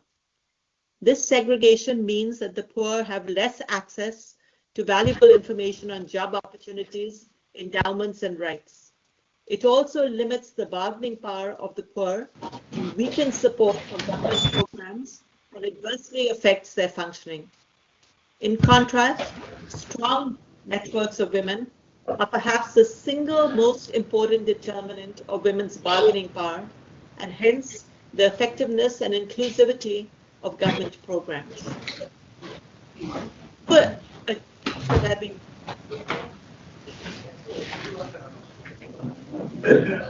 Madam, affects the development of local markets, hence the structural transformation of the local economy in two ways. Like First, NRLM social networks help explain the effect of programs like NREGA and investments in water, sanitation, and other social goods on local markets. This is the impact that Professor Muralidharan had mentioned. NREGA's impact reflects the direct benefits it confers on participating households, but also the indirect benefits on non-beneficiaries through its effect on rural wages, just as he had said. But this effect exists for women only when they work. If they're not working, these indirect effects obviously are completely absent. Similarly, the growth impact of social investments in housing, water, and sanitation are magnified in economies, but the time saving that they introduce enable increases in women's labor force participation. Strong social networks and the social learning they foster make such changes possible. Second, the equity impact of social networks spurs the development of existing research suggests that growing rural incomes are most likely to promote local markets when income growth is broad-based. In contrast, an unequal distribution of income may favor the products of urban markets. This limits the growth of the local economy, inhibiting the development of local enterprises and female labor force participation rates. In closing, I hope I've convinced you of the importance of local markets and social networks for ensuring the success of rural enterprises and the transformation of the rural economy. The policy implication that follow is the need to nurture and strengthen these two key achievements. Thank you. Thank you, ma'am. Thank you, ma'am. And now I would request the last of the speaker in this session, Dr. Subrata Ayyappan, who is an expert in fisheries, to give his thoughts and views in next 8 to 10 minutes, because then we will prepare for the Honorable Prime Minister's speech. Thank you very much, Dr. Ayyappan. Thank you very much, sir. Sabhi ko namaskar. Esteemed Honorable Ministers, esteemed chairs, anchors, colleagues, delegates to the webinar, good morning and greetings. At the outset, I'd like to thank the Government of India for this opportunity. We are at momentous times in Indian agriculture and food production systems, whether it's terrestrial or aquatic. On one hand, we have climate change and the pandemics and stresses going on. On the other hand, continuous responses and strategies being built. With agriculture, food, nutrition, health, environment, and employment continuum being focused, the present Indian budget for 25-26 assumes great significance both for addressing the concerns in the country and also meeting the targets of the Sustainable Development Goals 2030, just 5 years from now. Specific areas of pulses, vegetables and fruits, high-yielding seeds, cotton productivity highlighted, and fisheries is an area that has come to the center stage. Three earlier speakers, eminent panelists, also spoke about fish, fisheries, and fishers. I'll take a minute on with regard to research backstopping for crop systems. As regards pulses, it is notable that there has been a 50% increase in pulse cultivated area in the last decade. For further application, over 410 climate resilient pulse varieties are available from the National Agricultural Research System, that is the Indian Council of Agricultural Research. The mission could undertake large-scale demonstrations, diversification, and intercropping. India is the second largest producer of horticultural crops, vegetables, and fruits to the tune of 353 million metric tons annually. The mission aims at complete process from production to post-harvest with enhanced institutional mechanisms in the form of FPOs and cooperatives.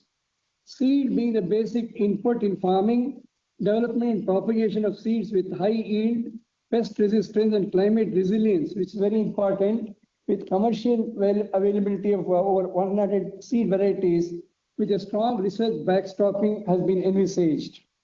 As regards fish, the theme I'm to speak now, India is a 18 million ton fish country today. Fish figures prominently in Indian agriculture with an average annual growth rate of over 9%, highest among the domains in the sector.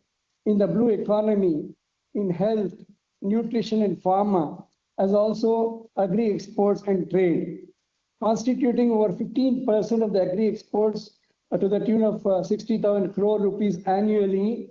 85% of the fish production is serving the domestic consumers with an annual per capita consumption of 8.9 kilograms. In the last decade, as was also mentioned by the Honorable Member of the Niti Aayog, there has been an 82% increase in total fish production, 114% in inland fisheries and aquaculture production, and 100% in exports. With a target of 24 million tons, that is 240 lakh tons of fish annually by 2030, and exports of over 1 lakh crore rupees, formation of the Department of Fisheries at the center, large schemes of Blue Revolution, Fisheries and Aquaculture Infrastructure Development Fund, Pradhan Mantri Matsya Sampada Yojana, Pradhan Mantri Matsya Krishi Samriddhi Sahayojana are the major steps at accelerating growth and achieving the goals. The present focus is on sustainable fisheries and safety of the fishermen in the seas, with quality fish for the consumers. In efforts at greening the blue growth, the budget has set a tone for looking to the seas with new horizons in Indian fisheries. With a vast coastline of over 11,099 kilometers along 9 states and 4 union territories, the exclusive economic zone, that is 200 nautical miles from the coast, the blue waters are virtually beckoning us to invest and innovate for unexplored opportunities for food, entrepreneurship, employment, and exports. With nearly 38 lakh fishermen and 2.4 lakh fishing crafts, the present annual marine fish production is about 4.4 million tons or 44 lakh tons. That is 4.6% of the global captured fish, and the country stands at 6th position with regard to marine fish production in the world. With most of the fish stocks in the seas evaluated as healthy, the potential yield estimates from the seas are over 53 lakh tons annually. Also, there are non-conventional fisheries resources. If properly harvested and utilized, we can go up to 71 lakh tons of fish per year.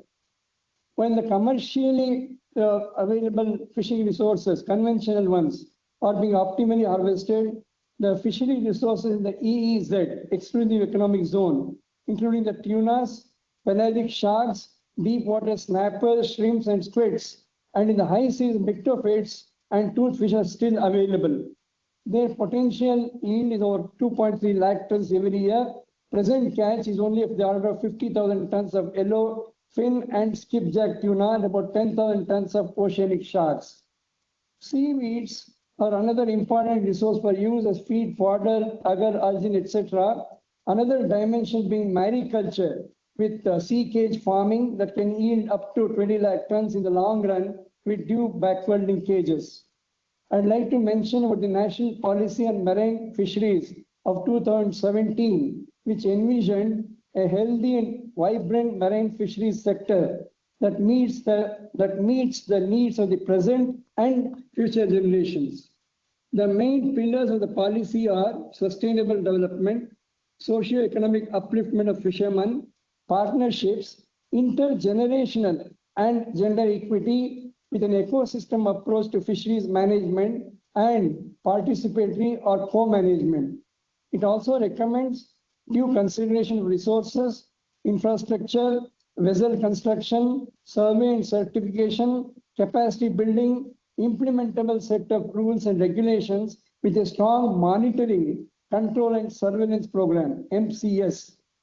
The present budget announcement in fisheries pertains to harnessing fishery resources in the EEZ of India and high seas as a focused approach to unlock the potentials of EEZ as also important area beyond national jurisdiction.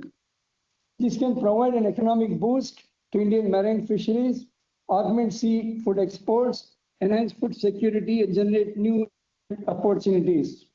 I would like to compliment the Department of Fisheries, Government of India, and the fisheries institutes of the Indian Council of Agricultural Research for chartering new paths.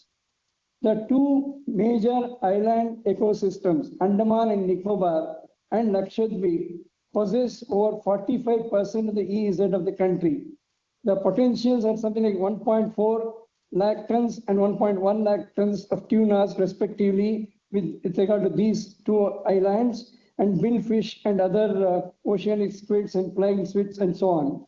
But the harvest needs different approaches, as the gears mainly deployed presently are only long lines and gill nets. So the issues are with regard to connectivity, realization in terms of value, they being rather low value, risk management for a long stays in the seas, onboard preservation and storage facilities, and distant market linkages. Since we are also a partner in international bodies such as Indian Ocean Tuna Commission for the Conservation of Antarctic Marine Living Resources, South Indian Ocean Fisheries Agreement, and so on. The approach is to enable fishing in the high seas in the framework of the regional marine fisheries organizations.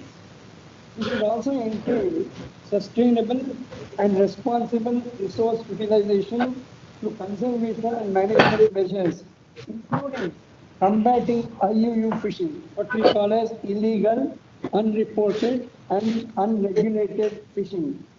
Hence, the sustainability has to be ensured through very appropriate measures in terms of global standards, harnessed within the levels of maximum sustainable yields with fleet and gear optimization, area and specific fisheries management plans, and due biodiversity conservation measures.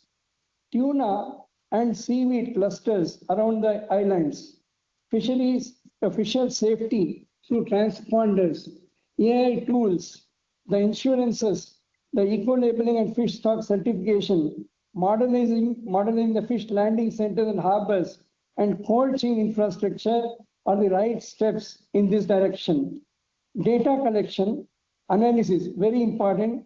Identifying groups of fishermen. We already have fishermen with the fishing activity running through the families. They are already skilled. So it's important to identify such groups along the coast and equip them for a greater seaworthiness, long stays in the seas for 20 to 25 days, and train them in a new gear operation. So these will be very important, along with fishing vessel modernization and communication facilities. Then further value addition is what is important when we talk of harvest from the deep seas and the high seas. This will be very important as a long-term strategy. We will have new experiences as we go along. As I said, these are uncharted paths, though we have had some experiences, some lessons learned, and we will have these experiences would be very valuable as we embark on this journey. They would make the venture robust and remunerative for sustainable fisheries management. I close with my tributes to the Government of India, to the present budget announcement, to the ministries, Department of Fisheries, Government of India, the ICR and all the related agencies, and millions of fishers who are there out in the coastal waters, in the deep seas. And for this transformation change, I must mention, the last decade has been a real opportunity transformation change in fisheries and aquaculture in the country. And presently we're in a very exciting phase of Indian fisheries. Once again, thank you very much for this opportunity. Namaskar. Thank you very much. We are at the end of this first inaugural session, and the Honorable Prime Minister will be joining me very shortly. I take this opportunity to welcome our Honorable Agriculture Minister, Shri Shivraj Singh Chauhan Ji, Honorable Minister of Fisheries, Animal Husbandry and Dairying, Shri Rajiv Ranjan Singh Ji, Shri Chirag Paswan Ji, Honorable Minister of Food Processing Industries, Shri Jyotiraditya M. Scindia, Honorable Minister of Communication and Post, Honorable Giriraj Singh, Honorable Minister of Textiles, Honorable Bhagirath Chaudhary Ji and Ramnath Thakur Ji, Honorable Minister of State for Agriculture and Farmer Welfare, Professor S.P. Singh Baghel, Honorable Minister of State of Fisheries and Animal Husbandry, Shri George Kurian, Honorable Minister of Fisheries and Animal Husbandry, Shri Kamlesh Paswan Ji and Shri Dr. Chandrasekhar Prem Masani, Honorable Minister of State for Rural Development, and Shri Ramneet Singh Ji Bittu, Honorable Minister of State for Food Processing Industry, Shri Krishan Pal Gujjar, Honorable Minister of Cooperation, and Shri Muralidhar Mohol, Honorable Minister of Cooperation, who are part of this session were joined, and they will also be part of this webinar. And my request again is that may please, there are few of the participants who are still in video off mode or video mute mode. It is requested that the video may be put on the screen, because everybody, including the Honorable Prime Minister, will be watching this screen. And there are few of the participants. My request again is to put on the video so that they are visible on the screen when everybody participates, and when Honorable Prime Minister also participates. Thank you very much. We'll wait for his joining. Thank you.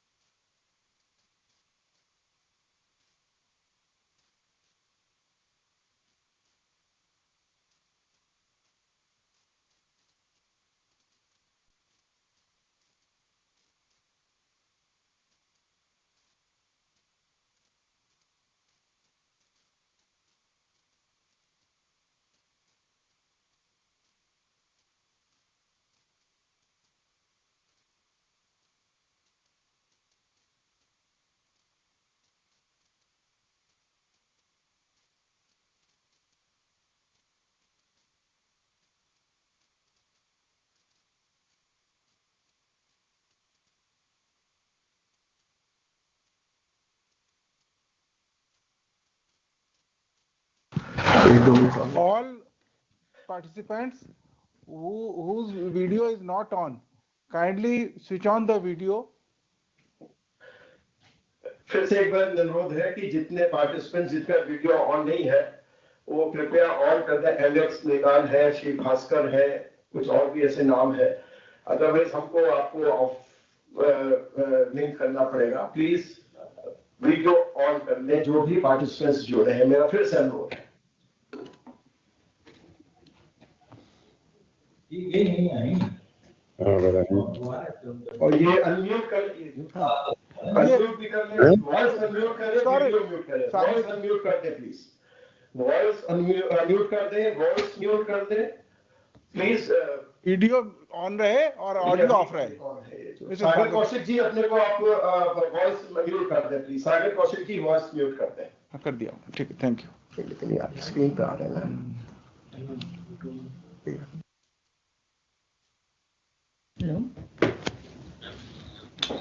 ना इनको।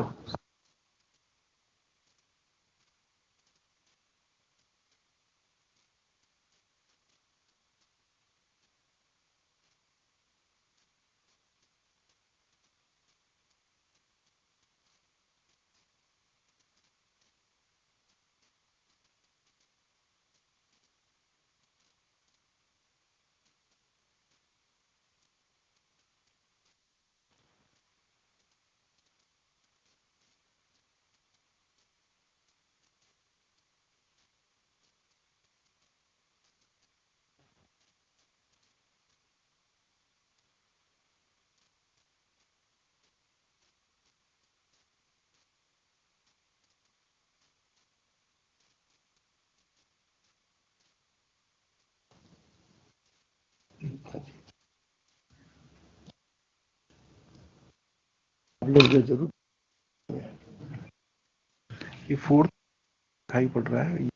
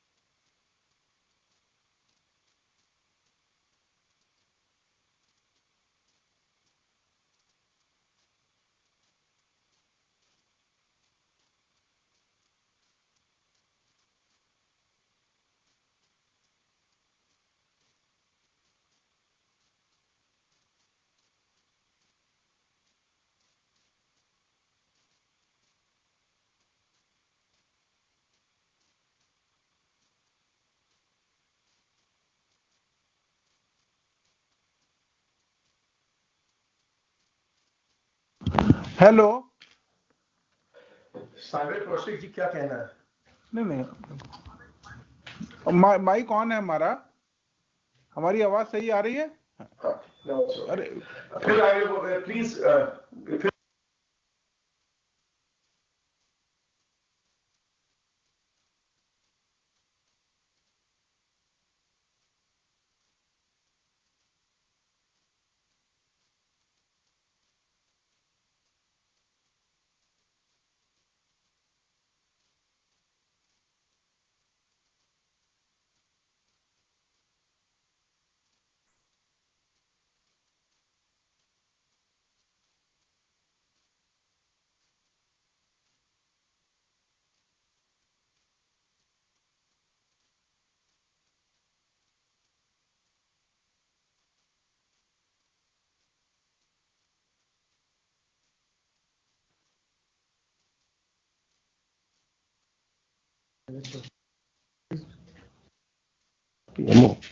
जी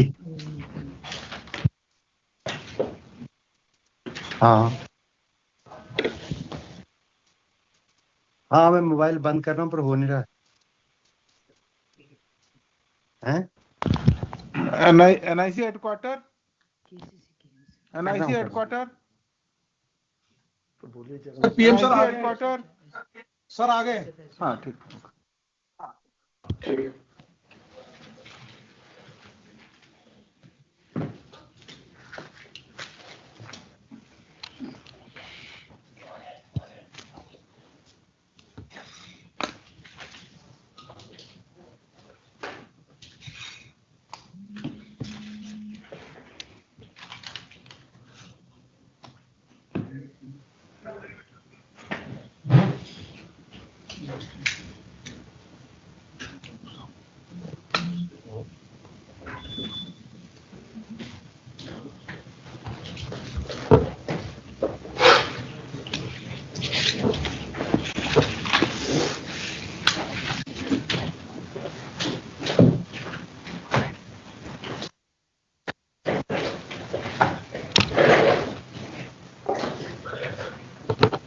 माननीय प्रधानमंत्री जी को नमस्कार। Budget घोषणाओं के पश्चात आयोजित होने वाली post budget stakeholders consultation webinar की श्रृंखला की पहली कड़ी में आपका हार्दिक स्वागत है। यह webinar agriculture and rural prosperity के विषय पर आयोजित किया जा रहा है। वेबिनार का मुख्य उद्देश्य सेक्टर से संबंधित विभिन्न हितधारकों के साथ विचार विमर्श तथा मंथन कर घोषणाओं के सफल क्रियान्वयन हेतु रणनीति को अंतिम रूप देना है। मैं वेबकास्ट तथा यूट्यूब चैनल से जुड़े सभी हितधारकों की तरफ से आपका आभार व्यक्त करता हूं कि आपने अपने व्यस्ततम कार्यक्रम से इस वेबिनार को समय दिया।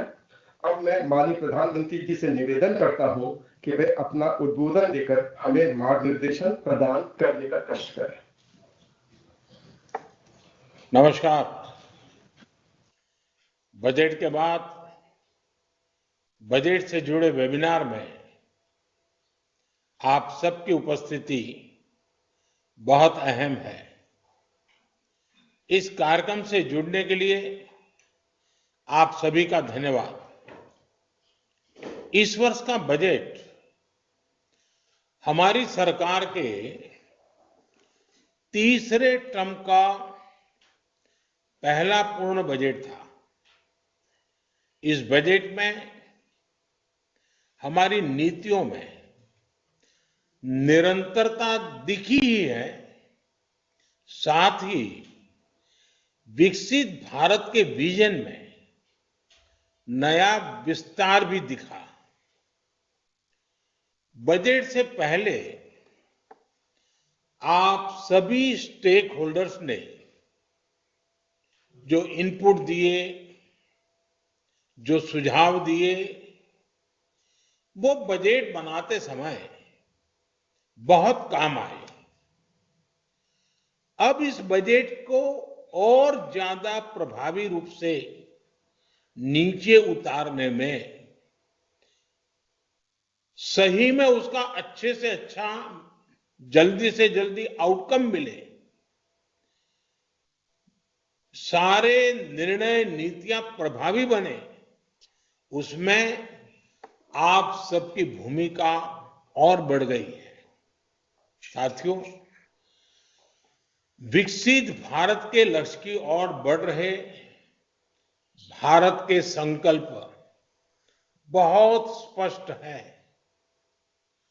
हम सभी मिलकर एक ऐसे भारत के निर्माण में जुटे हैं जहां किसान समृद्ध हो, किसान सशक्त हो।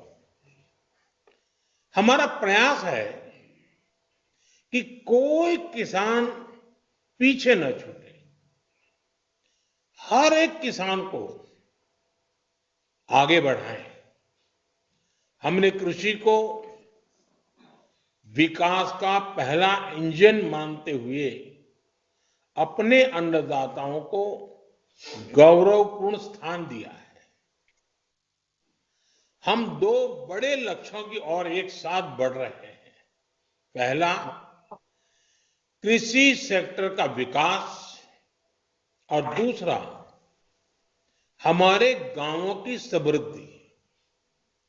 साथियों, पीएम किसान सम्मान निधि योजना 6 साल पहले लागू की गई थी।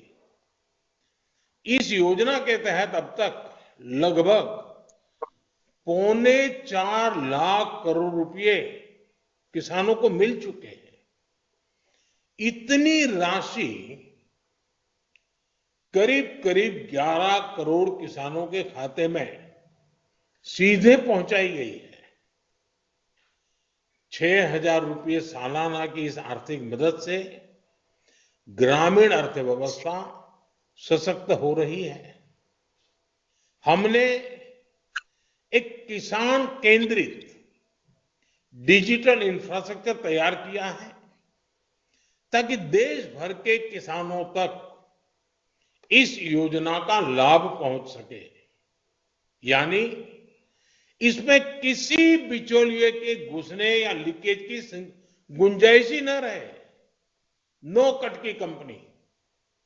ये इस बात का उदाहरण है कि अगर आप जैसे एक्सपर्ट और विजनरी लोग, अगर उनका सहयोग होता है तो योजना जल्द से जल्द सफल होती है और ज्यादा अच्छा परिणाम देती है। आपके योगदान से किसी भी योजना को पूरी मजबूती और पारदर्शिता के साथ धरातल पर उतारा जा सकता है। मैं इसके लिए आप सबके सहयोग की और हमेशा सक्रिय सहयोग देने के लिए आपकी सराहना करना चाहूंगा।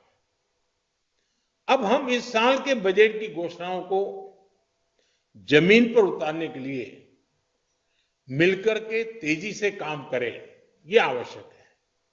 इसमें भी आपका सहयोग पहले की भांति तो मिलेगा ही, लेकिन और ज्यादा मिले, और व्यापक मिले, हर सेक्टर में मिले। साथियों, आप जानते हैं आज भारत का कृषि उत्पादन रिकॉर्ड स्तर पर है। 10-11 साल पहले जो कृषि उत्पादन 265 मिलियन टन के करीब था, वो अब बढ़कर 330 मिलियन टन से ज्यादा हो गया है। इसी तरह बागवानी में जुड़ा उत्पादन बढ़कर 350 मिलियन टन से ज्यादा हो गया है। ये हमारी सरकार के बीज से बाजार तक की अप्रोच का परिणाम है। कृषि सुधार, किसानों का सशक्तिकरण और मजबूत वैल्यू चेन ने इसे संभव बनाया है। अब हमें देश के एग्रीकल्चर पोटेंशियल का पूरा इस्तेमाल करके और भी बड़े टारगेट तय पाने तक पहुंचना है। इसी दिशा में हमने बजट में पीएम धन धान्य कृषि योजना का ऐलान किया है। ये मेरे लिए अत्यंत महत्वपूर्ण योजना है। इसके तहत देश के 100 सबसे कम कृषि उत्पादकता वाले जिले, लो प्रोडक्टिविटी वाले जिलों के विकास पर फोकस किया जाएगा। आप सबने विकास के कई पैरामीटर पर एस्पिरेशनल डिस्ट्रिक्ट कार्यक्रम से मिले नतीजों को देखा है। इन जिलों को कोलैबोरेशन, गवर्नेंस और हेल्थी कंपटीशन का और कन्वर्जेंस का बहुत फायदा मिल रहा है। मैं चाहूंगा कि आप सभी ऐसे जिलों से मिले परिणामों का अध्ययन करें और उसकी लर्निंग से सीखते हुए पीएम धनधान्य कृषि योजना को इन 100 जिलों में बहुत तेज गति से आगे बढ़ाएं।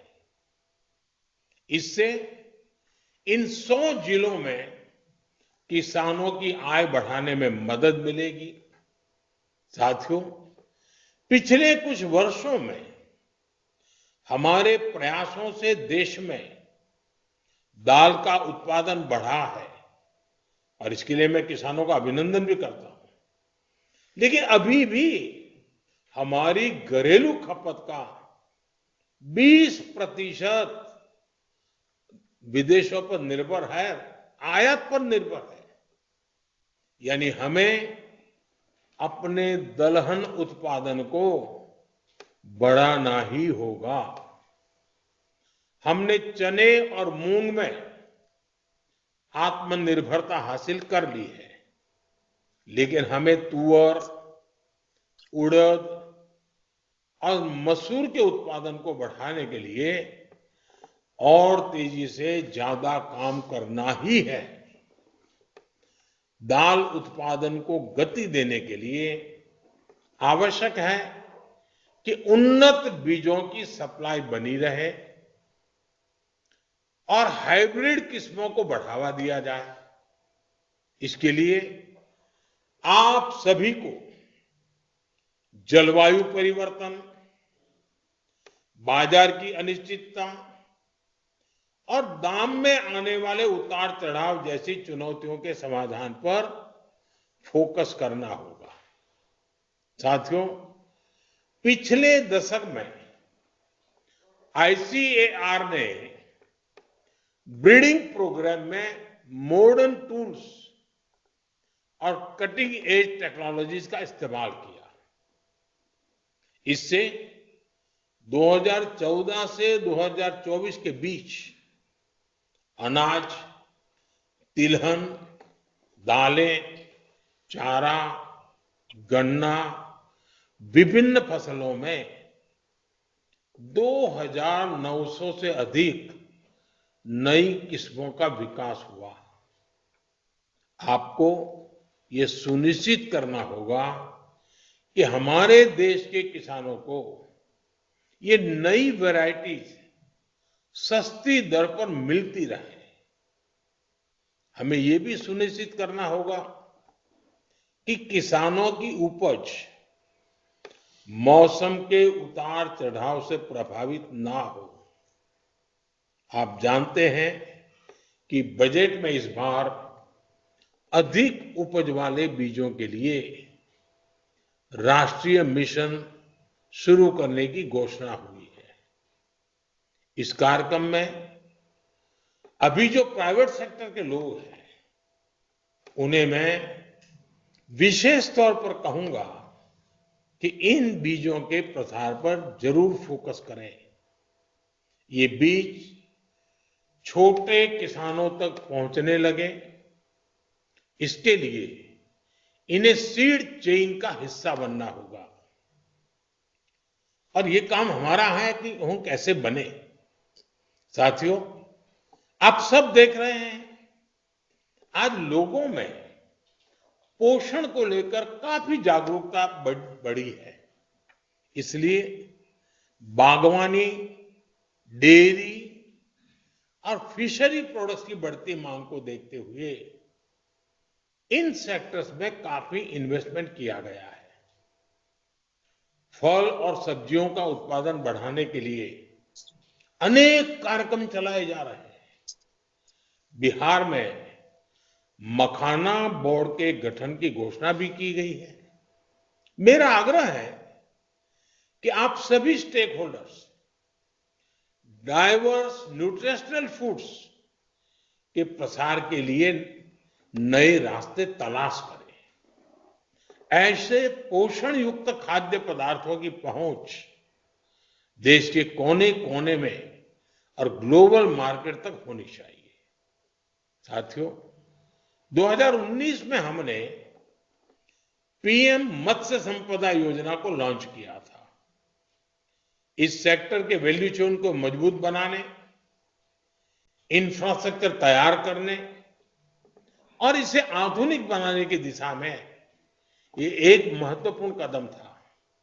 इससे मछली पालन के क्षेत्र में प्रोडक्शन, प्रोडक्टिविटी और पोस्ट हार्वेस्ट मैनेजमेंट बेहतर करने में मदद मिली।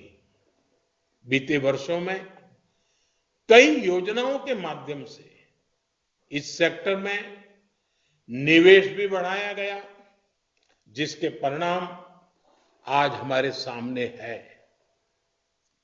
आज फिश प्रोडक्शन 2 गुना हो चुका है। हमारा निर्यात भी 2 गुना हो चुका है।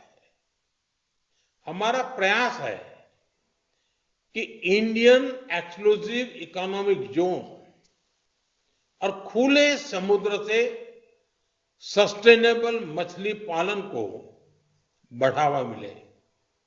इसके लिए एक कार्य योजना तैयार की जाएगी।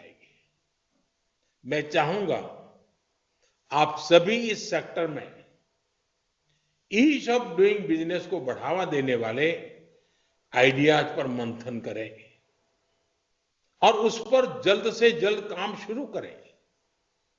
इसके साथ ही हमें अपने पारंपरिक मछुआरे साथियों के हितों की रक्षा भी सुनिश्चित करनी होगी। साथियों, हमारी सरकार ग्रामीण अर्थव्यवस्था को समृद्ध बनाने के लिए प्रतिबद्ध है। पीएम आवास योजना ग्रामीण, इसके तहत करोड़ों गरीबों को घर दिया जा रहा है। स्वामित्व योजना से संपत्ति मालिकों को रिकॉर्ड ऑफ राइट्स मिला है। हमने सेल्फ हेल्प ग्रुप की आर्थिक ताकत बढ़ाई है, उनको मदद बढ़ाई है। प्रधानमंत्री ग्राम सड़क योजना से छोटे किसानों और कारोबारियों को फायदा हुआ है। हमने 3 करोड़ लखपति दीदी बनाने का लक्ष्य रखा है। हमारे प्रयासों से 1.25 करोड़ से ज्यादा बहनें लखपति दीदी बन चुकी है। इस बजट में ग्रामीण समृद्धि और विकास के कार्यक्रमों के ऐलान से रोजगार के अनेक नए अवसरों की संभावना बनी है। स्किलिंग और टेक्नोलॉजी में निवेश से नए मौके बन रहे हैं। आप सभी इन विषयों पर जरूर चर्चा करें कि कैसे अभी चल रही योजनाओं को और प्रभावी बनाया जाए। इस दिशा में आपके सुझाव और योगदान, इससे सकारात्मक परिणाम जरूर मिलेंगे। हम सभी की सक्रिय भागीदारी से ही गांव सशक्त होंगे, ग्रामीण परिवार सशक्त होंगे और मुझे विश्वास है कि ये वेबिनार सच्चे अर्थ में जल्द से जल्द, कम से कम समय में अच्छे से अच्छे ढंग से बजट को क्रियान्वित करने का, और वो भी आप सबके सहयोग और सुझाव से करने का। अब ऐसा ना हो कि इस वेबिनार में बजट नया बनाने की चर्चा हो। अब ये बजट बन चुका है, अभी योजना आ चुकी है। अब हमारा सारा फोकस एक्शन पर होना चाहिए। एक्शन के अंदर कठिनाइयां क्या है, कमियां क्या है, किस प्रकार के बदलाव की जरूरत है, उस पर जरूर हम ध्यान दें, तब तो जाकर के वेबिनार परिणामकारी होगा।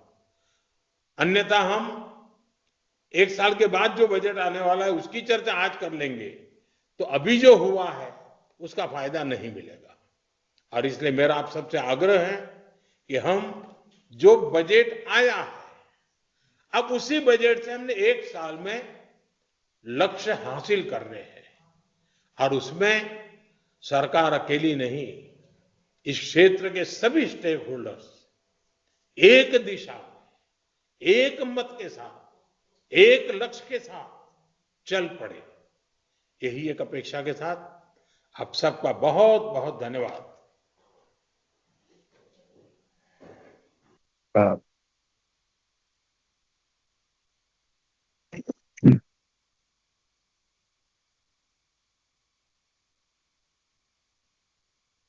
जी के स्पीच के बाद समाप्त होता है और हम लोग के अब ब्रेकआउट सेशंस तत्काल आरंभ हो जाएंगे after taking a brief lunch. हमने इसको 1:30 पे आरंभ किया था तो ये आधे घंटे का समय है कि आप जल्दी से अपना अगर कोई जल्दी से लंच जो भी उपलब्ध हो करते, अगर पहले भी शुरू करना चाहे तो आप 15 मिनट पहले भी आरंभ कर सकते हैं। और जैसा कि माननीय प्रधानमंत्री जी ने कहा है कि उसमें जो स्टेक होल्डर्स जो आइडेंटिफाइड है बोलने के वो अपना उस उद्देश्य से कि इसी बजट को कैसे हम बेहतर बनाए, उसको कैसे हम मार्च तक ही नीतियां प्रख्यापित कर दें और उसका इम्प्लीमेंटेशन आरंभ कर दें, उस पर आपसे साथ मंथन और चर्चा होगी। ये भी अनुरोध है कि जो लोग इंटरवेंशनिस्ट की तरह या पैनलिस्ट की तरह बोलने का जिनको अवसर नहीं मिल पाया है क्योंकि 2-2.5 घंटे में सब लोग नहीं बोल सकते थे, तो मेरा नोडल सब थीम्स के नोडल अधिकारियों से अनुरोध रहेगा कि वह अपना एक ईमेल एड्रेस जरूर सभी पैनलिस्ट और सभी अपने कार्यक्रम में पहले ही आप जरूर दे दें, जिससे वो ईमेल से अपने अपने सुझाव आपको अगले 1-2 दिन में दे सकें जो लोग बोल नहीं पाए इसमें और लेकिन वो सुझाव देना चाहते हैं, क्योंकि हजारों लोग इस वेबिनार से जुड़े हैं, जैसे हमें सूचना मिली है, कुछ वेबसाइट से जुड़े हैं, कुछ यूट्यूब से जुड़े हैं और उनके मन में भी कुछ सुझाव होगा तो वो आप एक ईमेल अपने नोडल में किसी का दे देंगे, 1 या 2 दे देंगे, उस पर सुझाव आएंगे उनको भी आप इंक्लूड कर लेंगे अपने फाइनलाइजेशन करने में जो भी थीम रहेगी। इसके साथ ही मैं आप सबका विशेष रूप से जो पैनलिस्ट साथ जिन्होंने अपनी बात रखी उनका मैं बहुत आभार व्यक्त करता हूं और शुभकामना देता हूं कि इस माननीय प्रधानमंत्री जी की अपेक्षा के अनुरूप हमारे अगले ब्रेकआउट सेक्शंस अब आरंभ होंगे। 3:30 बजे हम एक बार फिर मिलेंगे जिसमें हम जो लीड सेक्रेटरीज हैं, 10 जो एंकर सेक्रेटरीज हैं, वो जो मंथन हुआ है उसमें क्या सार निकला है वो प्रस्तुत करेंगे और फिर आवश्यकता अनुसार माननीय कृषि मंत्री जी और बाकी जो हमारे केंद्रीय मंत्री हैं वो अपने बात रखेंगे, जिससे कि हम इस जो हमारे एंकर सेक्रेटरीज और नोडल ऑफिसर्स हैं फिर रिपोर्ट बना के हम कैबिनेट सेक्रेटरी और DEA department of economic affairs को शीघ्र अतिशीघ्र समय अनुसार भेज सकें और अपना कार्य भी तत्काल आरंभ कर सकें। बहुत बहुत धन्यवाद।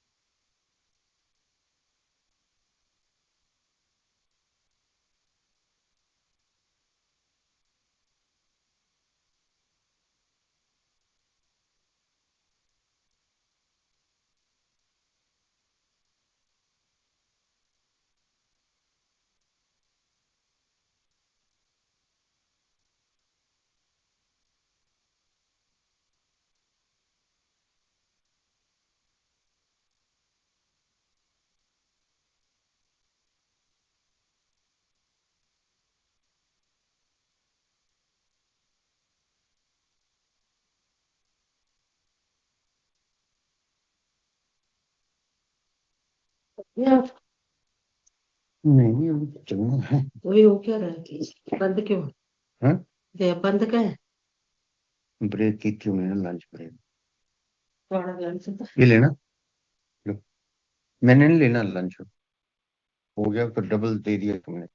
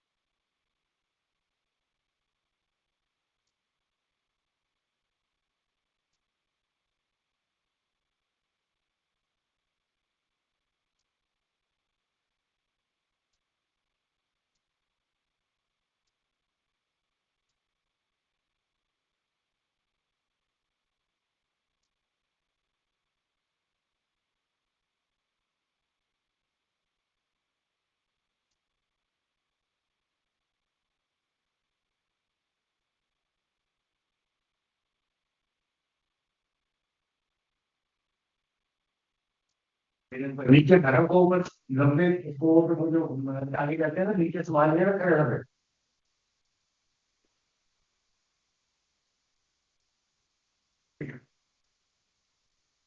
मेरे किसी भी जगह नहीं है, तेरे 10 जगह है, मेरे 2 जगह है। तुमने सब भरे हुए दोनों कमरों में।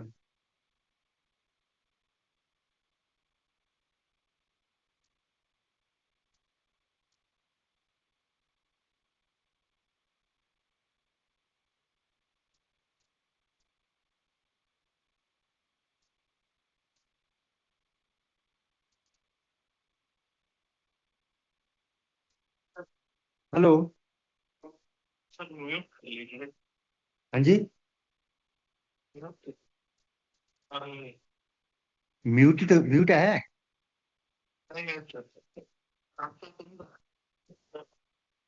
तो मैं तो अच्छा, तो यहाँ तो म्यूट ही लिखा आ रहा है।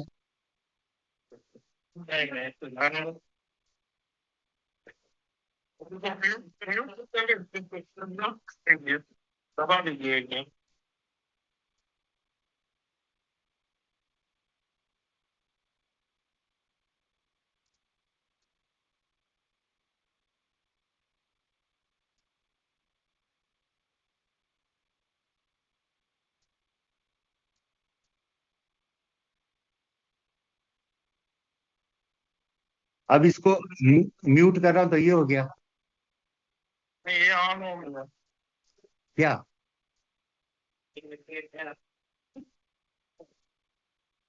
यही समझ नहीं आ रहा तो हो क्या रहा। नहीं, यहाँ तो म्यूट आ रहा लिखा हुआ, अब इसको म्यूट म्यूट को दबा।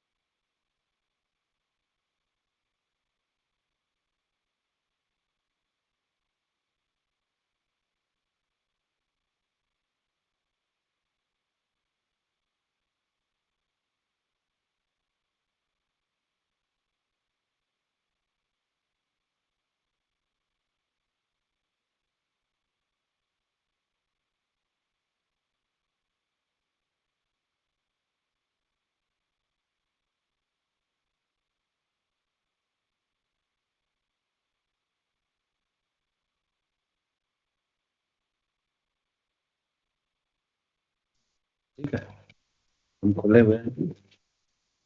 बुला ले भाई, सबको बुला ले। हाँ, मैंने कर दिया मैंने। So, good afternoon. Am I audible?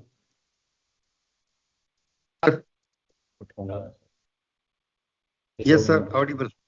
Oh, thank you, Doctor. So now I think we can start the session. So first of all, I welcome all the participants here. We have our Additional Secretary and DARE and Secretary ICR, Shri Sanjay Garg ji, our most respected Professor R.B. Singh Sahab, Dr. A.K. Singh ji, Dr. P.K. Singh ji. देखना भाई, The क्या हुआ? चला गया यार ना, वहां तो है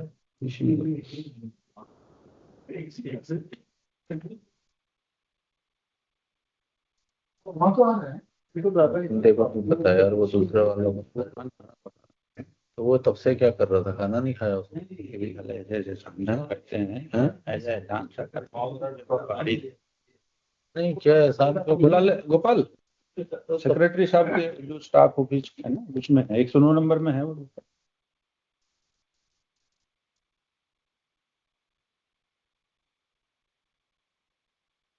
पहले खाना खाया नहीं?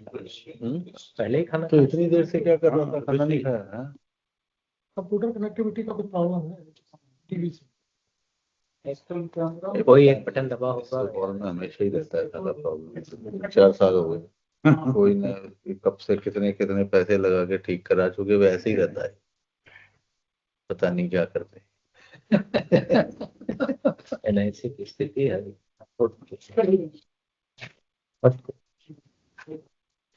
अच्छा हुआ कि हम यहाँ आ गए, घर पर तो और भी नहीं हो पाता। इसीलिए तो हमने कहा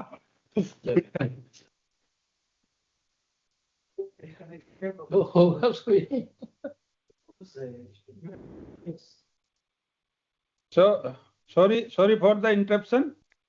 And amongst our panelists, Dr. Pritam Kalia, Dr. Prasanna Saab, Dr. Keswalu Saab, Ajay Rana ji, Manoj Phalak ji, and our farmer colleagues Ravichandran ji, Kamal Singh Chauhan ji, and our colleague from Murdoch University, Dr. Rajiv Varsne, Director Kajri, Dr. O.P. Yadav, Gulab Singh Lodhi ji, Kulwant ji, Paresh Verma ji, Sharad Khurana ji, Vikas Chaudhary and Suresh Kumar.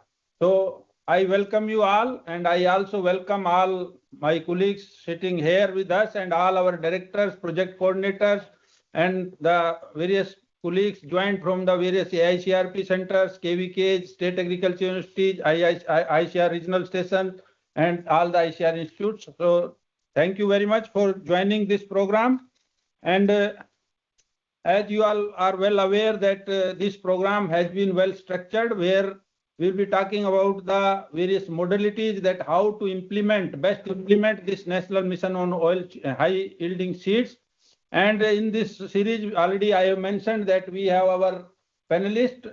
Total 17 panelists are there. 9 will be speaking in brief, and then rest of them, they will be asking some questions or will be advising what has been discussed there. So with these words, I welcome you all once again, and I think we'll be having a very fruitful discussion so that this program can be made as a historical program for achieving the food and nutritional security of the country in times to come. Thank you very much. And now I will request our Honorable Additional Secretary DARE and Secretary ICR, Shri Sanjay Garg for his welcome opening remarks. Sir, please. Good afternoon, everyone. First of all, I welcome all of you experts and speakers present here today in this post-budget seminar on national mission on hybrid high-yielding seeds. As you must have already heard the Honorable Prime Minister just before lunch, and in the budget 25-26, the government has announced several measures for increasing the agricultural growth of the country and to make the country as a Viksit Bharat, by 2047. And one of the programs announced under this overarching framework of Viksit Bharat is National Mission on High Yielding Seeds. Now, let me begin with that this mission of making India as a developed nation or a Viksit Bharat by 2047 will require more than 7% growth for the next 25 years. As you all know that by 2047, our country's population will grow to more than 1.6 billion and the total food grains requirement is estimated to increase to about 520 million tons, which is presently around 330 million tons. Now, we have achieved several improvements in the production and productivity of the food grain, cereals, and various crops. However, in our productivity levels are still lower than the global average, though there are some pockets in the country, in some states where the productivity levels are high in many crops, but on an average, country's productivity in most of the crops is below the global average. Now, with these productivity levels, and as the area under cultivation is not likely to increase significantly in the coming years, as you know, urbanization is going on, a lot of pressure on the land and so many things, so many other public utilities are to be developed on the land. So there's a pressure on land, and there is not likely to be a significant increase in the area under cultivation. And at the same time, we have to increase our production. So the only way to increase our production with the same mass of land is to increase the yield or the productivity. For that, with this objective, this National Mission on High Yielding Seeds has been announced by the government in the Union Budget. Particularly, the problem or the issue is more in the area of pulses and oil seeds and some selected crops where where we are still importing these commodities from other countries and we are depending on other countries. Therefore, the objective of this webinar today is to discuss what modalities, what mechanisms, what infrastructure, what kind of ecosystem, what kind of schemes are to be included under this mission so that our objective is achieved. As you know, as Honorable Prime Minister said, that we are not going to discuss here what new things are required in the next year or next coming years, because that has already been announced in the budget.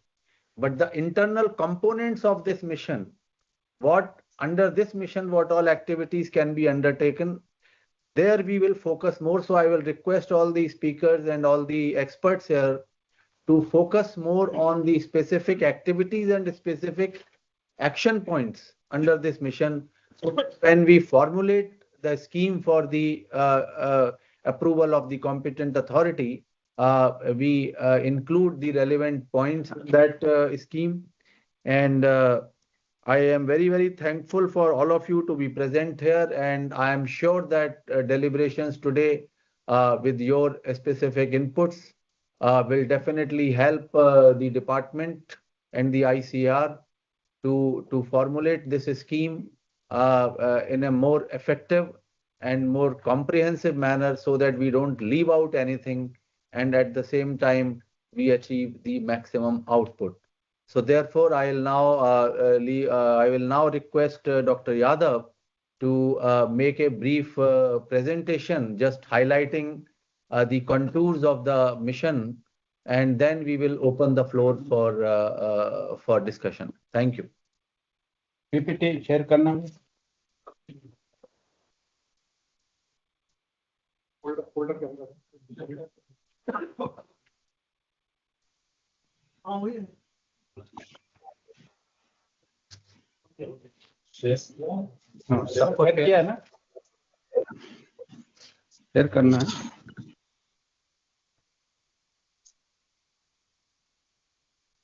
So is the slides, are the slides visible? Yes, sir. Okay, sir.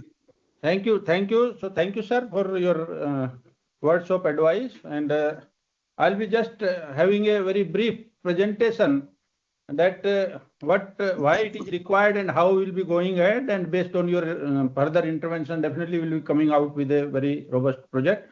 So as you all are well aware that after independence, we have achieved our targets for the food and nutritional security. And if we talk of the food grains, we have 6.5 times higher production when we compare to 1950-51.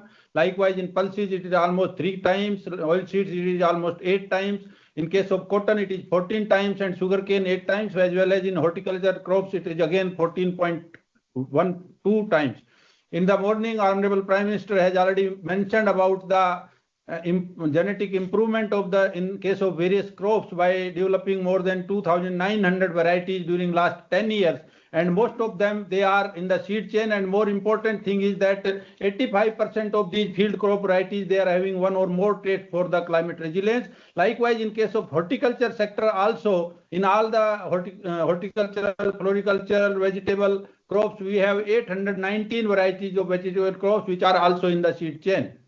If we see the present scenario that we are today with 1.42 billion population in the country, and the projected population when we talk of the Viksit Bharat, it will be around 1.62 billion. And the food demand also, Honorable Secretary Sir has also mentioned that in each community, if you see, so we have a huge gap in terms of the projected food demand during the 2047. So in that direction, definitely, particularly oilseed and pulses, he has mentioned that in case of pulses, we have to go almost 100% enhancement from 25 million tons now to 50 tons. Likewise, in case of oilseeds, again, we are 39.8 million tons today. So we have to go to the target of 82 million tons. In food grains, again, there is a huge gap in all the commodities if you see. And on the other hand, you see the climate change. Yesterday, last 1 week, we are seeing the high temperature rise. And then again, there was in the northwestern plain zone, heavy rains were there. The hailstorm was there. So this type of situation is happening every time, you are all well aware. Then the shrinking arable lands because of the urbanization, industrialization, and other things, and water resources again. Emerging biotic pests, all of you are well connected with the research, and this is happening time and again, and new insect pests are coming. The drought, high temperature, cold, waterlogging, salinity, these are now very regular phenomena which are making problem to the total production in the all food grain as well as horticulture commodities, and the various global conflicts, you see the Russia case and other cases, so that is also a big problem for the future food and nutritional security. And in this direction, if we see that we cannot increase the area, but the only scope is to enhance the productivity. So today, if we see, I have put only 4 crops in case of maize. Our average productivity is somewhere 3,400 kg per hectare. The best productivity is in case of West Bengal, which is 7,200 quintals per hectare. The global productivity is 5,879, whereas in Spain it is 12,800 kg per hectare. So we have, I think, the scope here to enhance the potential of the crops, the productivity of the crop through the genetic enhancement. Likewise, in case of soybean, we are much below than the national average, just 40%. And if we talk of the Brazil, so we are, I think, just 33% in case of the soybean. Likewise, in case of mustard, our average is somewhere 1,471. Rajasthan is highest producer, whereas the global average is around 2,000 kg per hectare. In Germany, it is almost 4,000 kg per hectare. Cotton's case, we are still seeing that our cotton production is 455 million tons, whereas in Australia, the 445 kg per hectare, whereas in case of Australia, it is 2,270 kg per hectare. So there are ample scope through this type of programs which we are discussing today to, I think, fill this gap in the times to come. we see that in case of oil seeds, you see that we are importing almost 57% of our total edible oil requirements with 15.9 billion US dollars.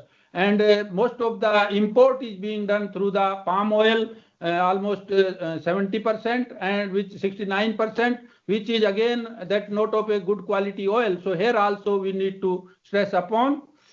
In the budget declaration, it has been realized that the agriculture research and development and technology dissemination has a significant role in addressing the current and future challenges in the agriculture food production, and that is essentially required for fulfilling the aspiration of Viksit Bharat. Based on that, Honorable Finance Minister has announced the launching of National Mission on High Yielding Seeds during the budget announcement 25-26 on 1st of February 2025, and it aims on strengthening the research ecosystem, the first component.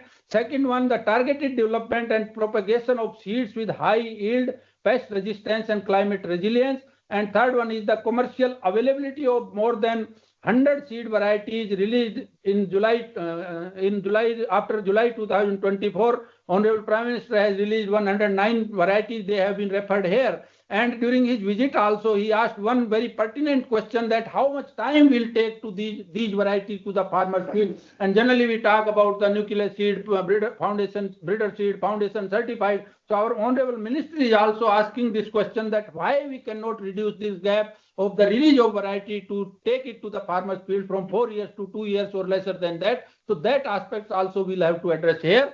The Honorable Prime Minister on 11th August, he released a total 119 varieties of 61 crops, including 34 of the field crops and 29 of the horticulture crops. So the third aim is regarding these varieties, which our Honorable Prime Minister has also mentioned. So here, through this particular mission, I think we need to focus on strengthening the infrastructure for the cutting edge research. So that will be one of the, I think, focused area, development of the state-of-art facilities, including the phenotyping and speed breeding facilities, DH facilities, high throughput platforms, and precise phenotyping and genotyping system, rapid generation advancement, and quarantine facilities for the import of important exotic germplasm of oilseed and pulses. Enhancement of genetic gains, as we have seen in that slide, that we have still so much of the scope to enhance the genetic gains by using these technologies, and productivity on par with the global average. As we have seen that we are somewhere 30%, somewhere 50% of the global average. So we have a lot of scope, and through this scope and through this scheme, definitely we'll try to fill the gap between our national average and the global average, and in some cases to the best productivity in the best of the countries. The proposed activities under this program is, first is the establishment of regional service labs for genotyping, phenotyping, speed breeding, and DH facilities. Rather than scattering in the different institutes, we need to establish some regional hubs for these facilities, like one in case of oilseeds, one in case of pulses, one in horticulture, one can be in Delhi at IRI. So that type of provision we'll have to make. Development of high-yielding varieties, hybrids with the improved quality and climate resilience, which is again the second aim of this program, and creating state-of-art infrastructure for seed production and testing to expedite the seed and planting materials availability of new varieties to the farmers in minimum time of their release, which is one of the points, number 3 of the aim of this program. Outcome of this program will be, in each crop, the benchmark of 10% will be fixed for yield enhancement for the different traits, including the yield for the varieties and hybrids which we are developing, and will be focusing on the hybrids, where earlier we have one CRP on hybrid technology, but there is a limited scope under that program. Definitely we'll be bringing some more crops under this, some more objectives under this, under the hybrid seed production, hybrid technology development. Establishment of the regional center of excellence, as I mentioned, for research, and strengthening the research and development infrastructure, seed production and supply network, and popularization of hybrids and the varieties which have already been released, so that the farmers are well aware about that, and they can be demanded by the farmers, and they can reach to the farmers to fill up this gap which we are talking about. So this was all in brief about what we will be discussing on, and I think our colleague Dr. Prasanna, he has been very closely involved with many of these activities during his CC center, and Dr. Rajiv is also there, Dr. Rajiv Varsni. So both of them, they not only the Indian experience, they have the international experience also, and our colleagues from the private sector, they are also, I think, very highly qualified and experienced. So definitely their points will be improving the total scheme outlay, which will be going to further develop. Thank you very much.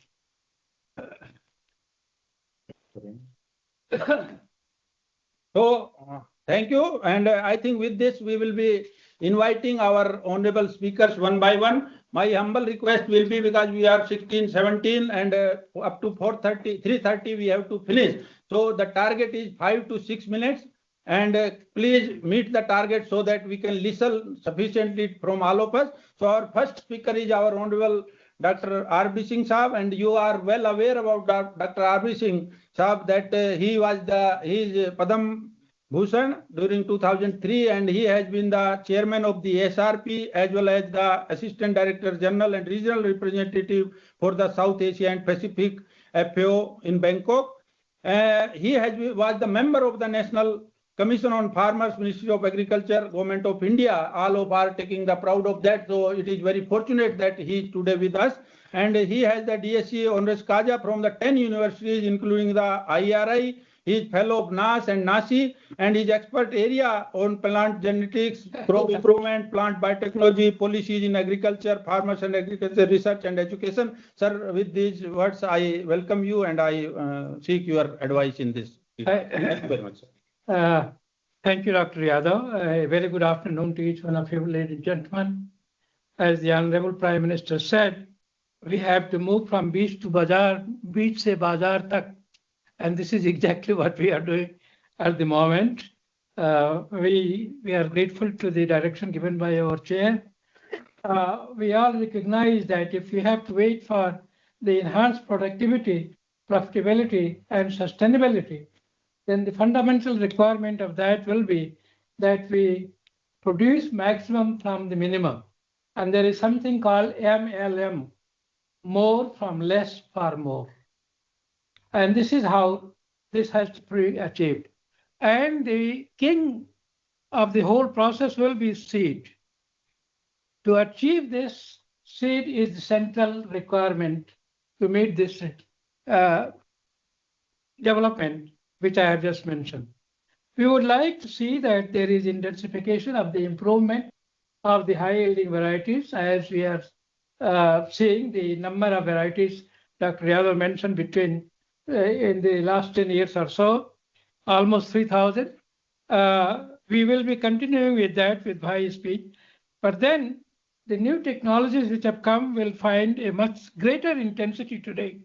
That is the biotechnological, particularly the gene editing. And for that, the infrastructural development will be very, very important for phenotyping and genotyping. Improving the quality of seeds which are being marketed through a quality assurance message. And the quality assurance has to be brought through quality technology. And that technologies are available. I'm not going to detail it, but then the quality improvement of seed is a very important aspect in itself rather than the quality breeding. So I will emphasize that part. The third thing is there are several regulatory measures which come for the distribution and transfer of seed from the breeder plot to the farmer's field. Several factors are involved in that. But then to do that, the Seed Act 1966 was created. Also, the Seed Bill was there, but these have gone old. We have to make changes in those Seed Acts and Seed Bills. And that must come through as quickly as possible. Unless those procedures are laid out properly, we will not be able to move through in the right direction. The three objectives of this budget proposal have already been clarified by Dr. Yadav. That is the strengthening the research ecosystem, transfer and the development of these 100 seed varieties released since July 2024 and so on, He has mentioned about that. I just want to mention that here onward, the focus will be more on climate resilience. And this will be very important because it offers multiple benefits, which include reduced reliance on irrigation, tolerance to adverse weather conditions, their higher nutrients use efficiency, lower crop losses, increased productivity, and ultimately it helps in boosting farmers' income. Prime Minister mentioned about that, and farmers' income is most important, which is centric to the development process. We must also see the impact of the mission, which will be enhanced productivity, economic growth, sustainability enhancement, and global competitiveness increase. Now, thus, we see that seeds should not be taken just as a commodity, but seeds must be. Now, that agent for change to come in, we have to have some specific targets also. If we go for optimizing the production of the different quantity of seed, the highest importance should be given today to the oilseed crops and the pulses. Of course, followed by rice, maize, of course, cotton, and I have mentioned in pulses also, we have to make selections, and pigeon peas should get the #1 priority for heterosis breeding or hybrid development, and in oilseeds, rapeseed mustard, where there is a tremendous possibility of this goes. So, as Mr. Chairman, as we decide, what should be the pathway to really make the advantage of this? This, I think, will be the pathway to go about by. There should be a strong partnership between the public and private sector, and this is very important today, and this is not happening. If we should be able to do this to happen, then the total work on Rajiv Varsane is there. I'm sure he will be talking about the total genomics and genetic engineering and genetically modified organisms and the varietal developments through that process, which will come, including the way of sharing the benefits, regulatory measures, which are involved in allowing the biotechnology to work, and best of the biotech products to be shared. The regulatory measures are missing. I think we must make it sure that the regulatory measures are in place and they are operative. They are in place, but they are not operative. Now, therefore, we are missing in developing something outstanding, but not able to take it to the farmer's field, which I think is again very important. Therefore, the seed bill, the seed acts, and the seed rules, along with the regulatory aspects, all have to be in proper place, including the costing of the seed. What should be the cost of the seed, depending on, as we fix the seed, the MSP for so and so, is there any way that we can also think of costing the seed produced? Otherwise, the smallholder farmer is not benefiting. To benefit the smallholder farmer, costing the seed will be very, very important. I would also like to see that there is a tremendous enhancement in our efforts for heterosis breeding. This is not happening, and we should be able to give advantage to the haplotypes, the double haploids, and the apomictic systems. Apomixis for F1 is seed of hybrids is the best way to go about. But today the private sector is not interested in it because apomictic seed is not that every year regeneration and so on. Therefore, you have to educate people. So you have to educate people that this is the way to go about with this, so the private sector also comes into play. Finally, I feel one or two major points. Adoption of digitalization in the seed system is very important, which must be data-driven for adopting the quality seeds. So digitalization, artificial intelligence, analytics will play a very important role in technology transfer and acceptance. We should be able to expand the ongoing consortia research platform, in which we should be the hybrid consortia research platform, in which the new crops should be added, and this is not happening. We must be able to take new crops in the consortia for hybrids, and heterosis will be exploited through that process. We must be able to see that 90% of the seeds of notified field crops and 50% of the vegetables under the ambit of certified seeds by 2030 are really realized. So I fixed a target by 2030. If this much is realized, 90% of seeds notified in major field crops and up to 50% in vegetable crops. Mind you, potato is a very major crop of this country. One of the most important crop in the world for India is this. And for that purpose, whether the true seed in potato is a distinct possibility or not, it has never been thought of. Aeroponics and hydroponics, these are all very important. The facilities for those are required to allow this to happen. And to ensure that when we allow this to happen, make it sure that biodiversity is not lost, and therefore the PPV, FP rules have to be changed to accommodate the conservation of biodiversity with the farmers' field gene banks and so on, so commodity and community gene banks, so that they are conserved. The biodiversity should not be lost with the advancement of varieties. Now, this is again a very important challenge which must be played, which must be allowed to play a significant role. Finally, I will close by saying, since seed variety research requires high investment and its success depends on the speed of development, incentivize the private sector research and technology development, and enhance the synergy of science social responsibility. So if science fixes a priority, then that priority should match with the corporate social responsibility, so that we can have the science of discovery and science of delivery both synergized. This is not happening. We have to synergize science of discovery and science of delivery. And if this is done, I can assure you that the seed produce will be green, and we will move towards evergreen revolution.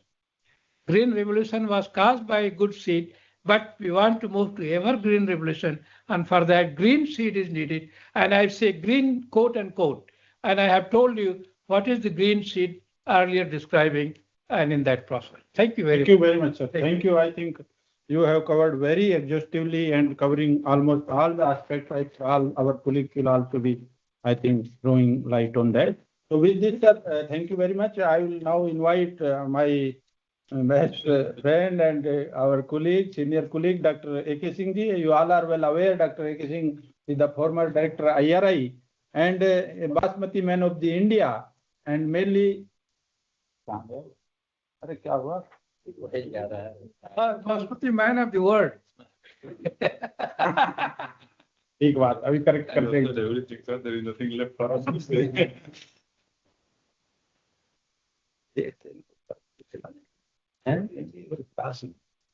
ऐसे चल नहीं रहा है. ऐसे तो चल रहा है.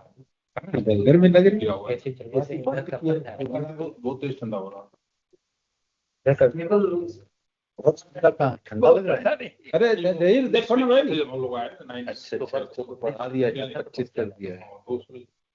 क्या हो रहा है यार, ये कनेक्ट क्यों नहीं हो रहा है?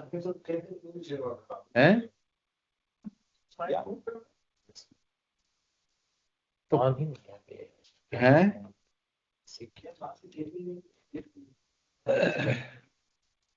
उसको जहीर को भी बुला लो ना. आ चुका होगा, गरम गरम हो जाता है कुछ ऐसा. ना ना चलता है. उधर connection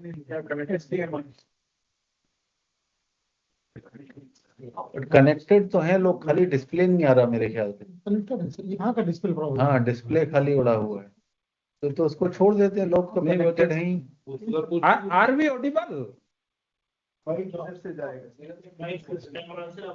Yadav, you are all audible. We are able to hear you. अच्छा, तो can we go ahead? Our screen is having some problem. Yes, we can. So now I'll request Dr. A.K. Singh ji, as I mentioned that यहाँ पे है. we know that he is the global Basmati leader, and with his efforts, I think the varieties developed by him today are earning more than 48,000 crores of foreign exchange currently out of the total 50,000 crores which India is exporting. He is the awardee of ICR Bharat Ratna C. Subramaniam Award, the Best Teacher Award, Rafi Ahmed Kidwai Award, and so many other outstanding research awards. He is also fellow of all the 3 national academies, that is NAS, NASI and INSA. With these words, I will request Dr. A.K. Singh to share his views. Sir, please. Thank you, Dr. Yadav. I think most of the points have been very well taken, covered by Professor R.V. Singh. a few very focused points I would like to refer here.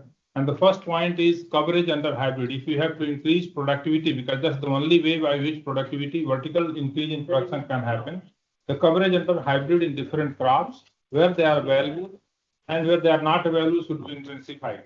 If I take example of rice, it has taken 35 years of research since 1989 to cover only 5 million hectare area under rice hybrids out of 44 million hectare. Can we fix a target that by Viksit Bharat target 2047, we can have hybrid rice area to at least 15 million hectare? China has got 50% of total rice area under hybrids, and this is one way we can increase productivity directly by additional 10 million tons.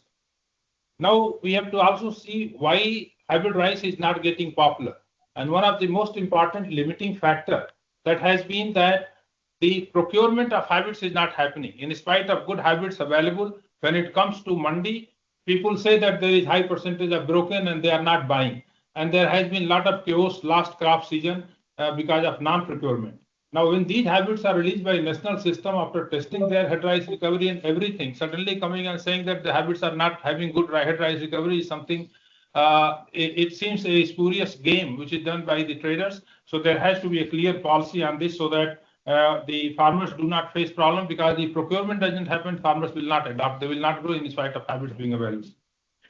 The second point is that research intensification of hybrids in mustard and pigeon pea wheat. A lot of advancement happening in the private sector. So I think these three crops are very potential crop. And as Professor R.V. Singh said, apomixis should be separate allocation from this budget to do research on apomixis so that cost of hybrids is economized and it becomes accessible. The second point is bridging the yield gaps, as it was shown by Dr. Yadav. There is regional disparity, there is national disparity and global disparity as far as yield gaps are concerned. And to bridge these yield gaps, I think we have to access novel genetic resources. Best of the best varieties which are available anywhere in the globe, they should be accessed. For example, soybean productivity, world highest is 4,500 kg per hectare, but India average is 1,200 kg per hectare. So there is huge potential if we are able to access some novel genetic resources from there and then make available quality seeds and use that in the breeding program. Third point, I would like to say that this is a collective responsibility of public and private sector. Private sector is not coming forward for making any investment in non-hybrid crops. Only in hybrid crops, and that too for potential productive areas, investment is happening. In non-hybrid crops, particularly oilseeds, pulses, rice, wheat, rice, there is limited efforts. Rice and wheat, these crops are key to food security of the country, and there has to be increased investment by private sector in these crops. But private sector is looking for protection of their intellectual property in an effective way. And I think there is a need to revisit the rules under the Protection of Plant Varieties and Farmer Rights Authority so that the IP is protected. And if IP is protected, even pure line varieties will be developed by private sector, they will come and commercialize. So this is where I think we need to do some intervention. Next point is policy on biofortified crops. About 150 biofortified crop varieties have been developed in different crops, but unless their production is incentivized by farmers, the farmer is not going to grow simply because it is biofortified, has high nutrition, unless he gets additional benefit. Cost of production is the basis for fixing the minimum support price. Minimum support price doesn't take into account the nutrition that the crop carries. And therefore, for biofortified varieties, the additional nutrition that they provide should form the basis for fixing the prices. And therefore, there is incentive for farmers to grow these varieties. Then, of course, investment and development of genomic resources, genome editing tools, genomic selection, speed breeding, double haploid, these things have been mentioned. But most importantly, I like to say कि कल माननीय प्रधानमंत्री जी ने अपने संबोधन में राष्ट्रीय विज्ञान दिवस के अवसर पर कहा था कि विकसित भारत के विकास के लिए साइंस और टेक्नोलॉजी को लेवरेज करना बहुत जरूरी है। और सबसे ज्यादा साइंस और टेक्नोलॉजी को लेवरेज करने की जरूरत अगर कहीं है तो कृषि के क्षेत्र में है। हम लोग अभी भी स्ट्रगल कर रहे हैं, वैज्ञानिकों के मन में संदेह है, शंका है कि जीनोम एडिटिंग में SDN3 टेक्नोलॉजी का क्या होगा, ट्रांसजेनिक टेक्नोलॉजी का क्या होगा, इसके ऊपर एक क्लियर पॉलिसी बनकर के आनी चाहिए। और जब तक हम साइंस एंड टेक्नोलॉजी को लेवरेज नहीं कर पाएंगे तब तक और नए जो ब्रेक थ्रू होने वाले हैं वो नहीं हो पाएंगे। इन्हीं बातों के साथ मैं अपनी बात समाप्त करता हूँ। वो दो धन्यवाद। Thank you, sir. Thank you very much. I think compensating the time. Thank you. So now our third speaker is Dr. Pritam Kalia. Dr. Kalia has connected. Sir, are you connected, Dr. Kalia sir? Yes, yes. Thank you, sir. Thank you. I think you will have to be here for some 4 or 5 minutes more. The repair is being done. So Dr. Kalia has been the former head division of vegetable sciences, and he has been a very outstanding scientist, particularly in the area of vegetable crops improvement, where he contributed a huge number of varieties of different crops for the resistance breeding, biofortified varieties, molecular breeding techniques, and even transgenics also. He developed total 33 varieties of vegetables and is the fellow of National Academy of Agricultural Sciences and has so many Horticulture Science Award, and sir was also conferred with the Rafi Ahmed Kidwari Award of the Indian Council of Agriculture Research, sir. Sir, with these words, I request your views on this aspect, sir. Thank you, sir. Thank you, Dr. Yadav. Am I audible? Yes, sir. Yes, sir. Yes, sir. Yeah, okay. Thank you. Good afternoon, everybody. It's indeed a pleasure to be on this forum and speak my views, especially as Prime Minister has also mentioned that last year the horticulture production has crossed 350 million tons, 353 million tons in specific, and this year first estimate has been more than 360 million metric tons. So that is a positive sign that the production is increasing and consumption is also increasing, as from various sectors it has been highlighted. And we know that vegetables, being inherently rich in various vitamins and minerals, antioxidants, and various medicinal properties they have in. So it is important that to boost the productivity of these crops will enhance livelihood security, nutritional security, reduce malnutrition, etc.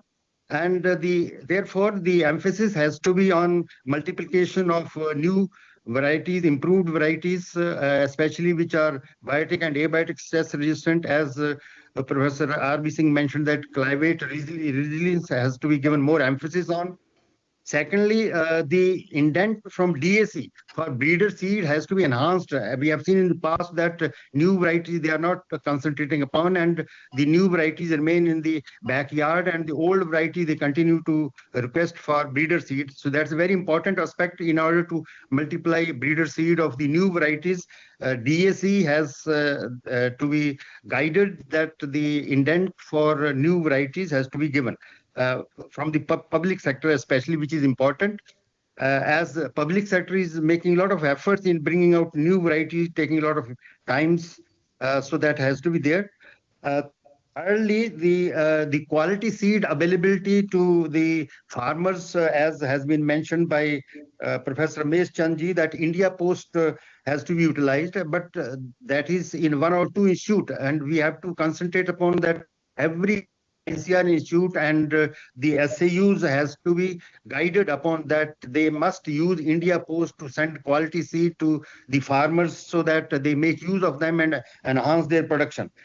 Then quality seed production program enhancing with the farmers intervention is very important. The FPOs has been mentioned, and also that the production of quality seed on the public sector state government farms. There are a lot of state government farms throughout the country which remains vacant, and their utilization from quality seed production point of view has to be emphasized upon, and the government has to take initiative that such facilities should be used for positivity, and the farmers need to be benefited, and also that when we make use of farmers from that point of view through buyback schemes, so that farmers are ensured that their seed would be lifted and they will get remuneration for the effort they are putting in.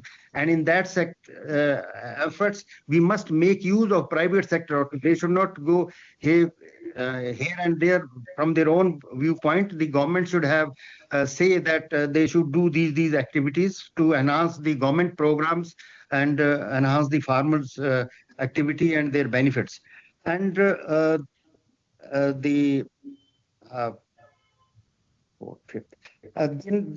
has also been mentioned that there are small farms in the country, and the larger crops cannot be taken. So the vegetable crops has here the niche areas because they need small areas to give more production. So we must, and 4 to 5 crops can be taken in a year. So the small farmers should be guided. They should go for vegetable crops, and enhance their production and productivity, and also make rich, nutrient-rich vegetables available to the consumers for their use in various recipes. And then another important aspect is that the generation of biofortified nutraceutical antioxidant-rich future varieties suitable for industrial development, fresh market consumers consumption, contract farming, reducing wastage of the produce, which is more than a requirement than it goes here and there, then benefiting farmers, income doubling farmers program, and enhancing nutritional security, reducing malnutrition problems. So that is very important, that we know that production is there, but the quality production of the crop with the quality seed production is very aspect, so that the entire produce, whatever is required in the fresh market should go there, and the rest should be utilized in the industrial for extraction of those important compounds for which the varieties have been developed. This is a very important area and futuristic program.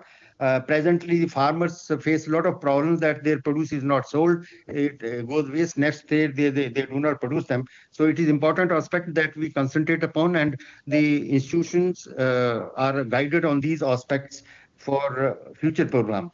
Then the judicious utilization of germplasm resources for development of future varieties is important aspect. Especially there are 6-8 groups in vegetable crops and spices, solanaceous and malvaceous, cruciferous, cucurbitaceous, legume vegetables, leafy and salad vegetables, root and bulb crops, potato and tropical tubers, and mekana, which was mentioned by the Honorable Prime Minister, aquatic vegetables, and amongst the tropical tubers, cassava, sweet potato, colocasia, morphovalis, these are, and spices and seed spices. So these are the important groups where we need to make use of diverse germplasm resources judiciously to develop trait-specific future varieties so that they can be utilized for the purpose they have been developed.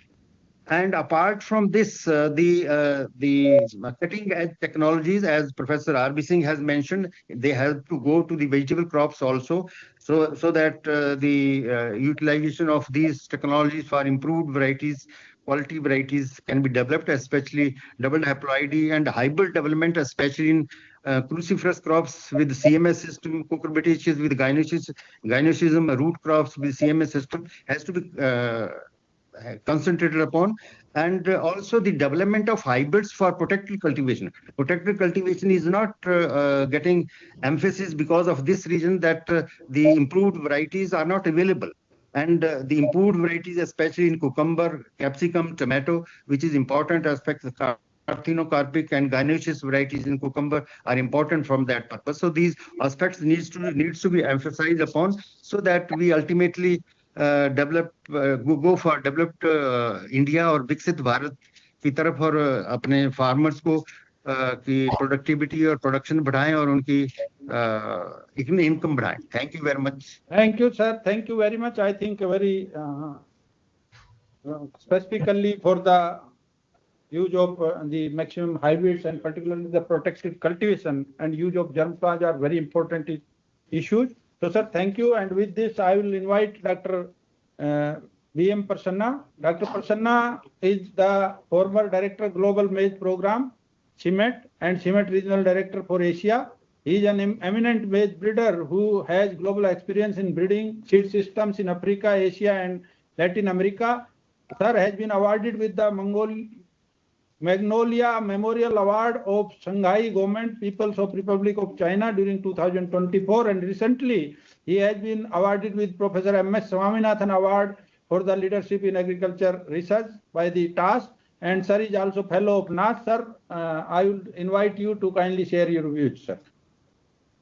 Thank you very much, Dr. Yadava, and my pranams to our Guruji, Professor R.B. Singh. Yeah, can you hear me? I am unmuted. Can you hear me? Yes, yes. I can hear. I don't know, but others. Audible. I think there is some. Yeah. I am unmuted. You can hear me? Sir, unmute karo, sir. No, it is unmuted. It is unmute. We can hear you, Dr. Prasanna. So am I audible? We can hear Yes, you are audible.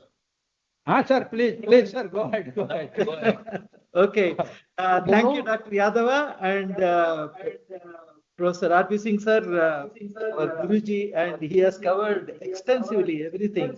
But I would like to reiterate a few major traits that are of utmost importance. This is indeed a fantastic opportunity for revitalizing the crop breeding programs in India.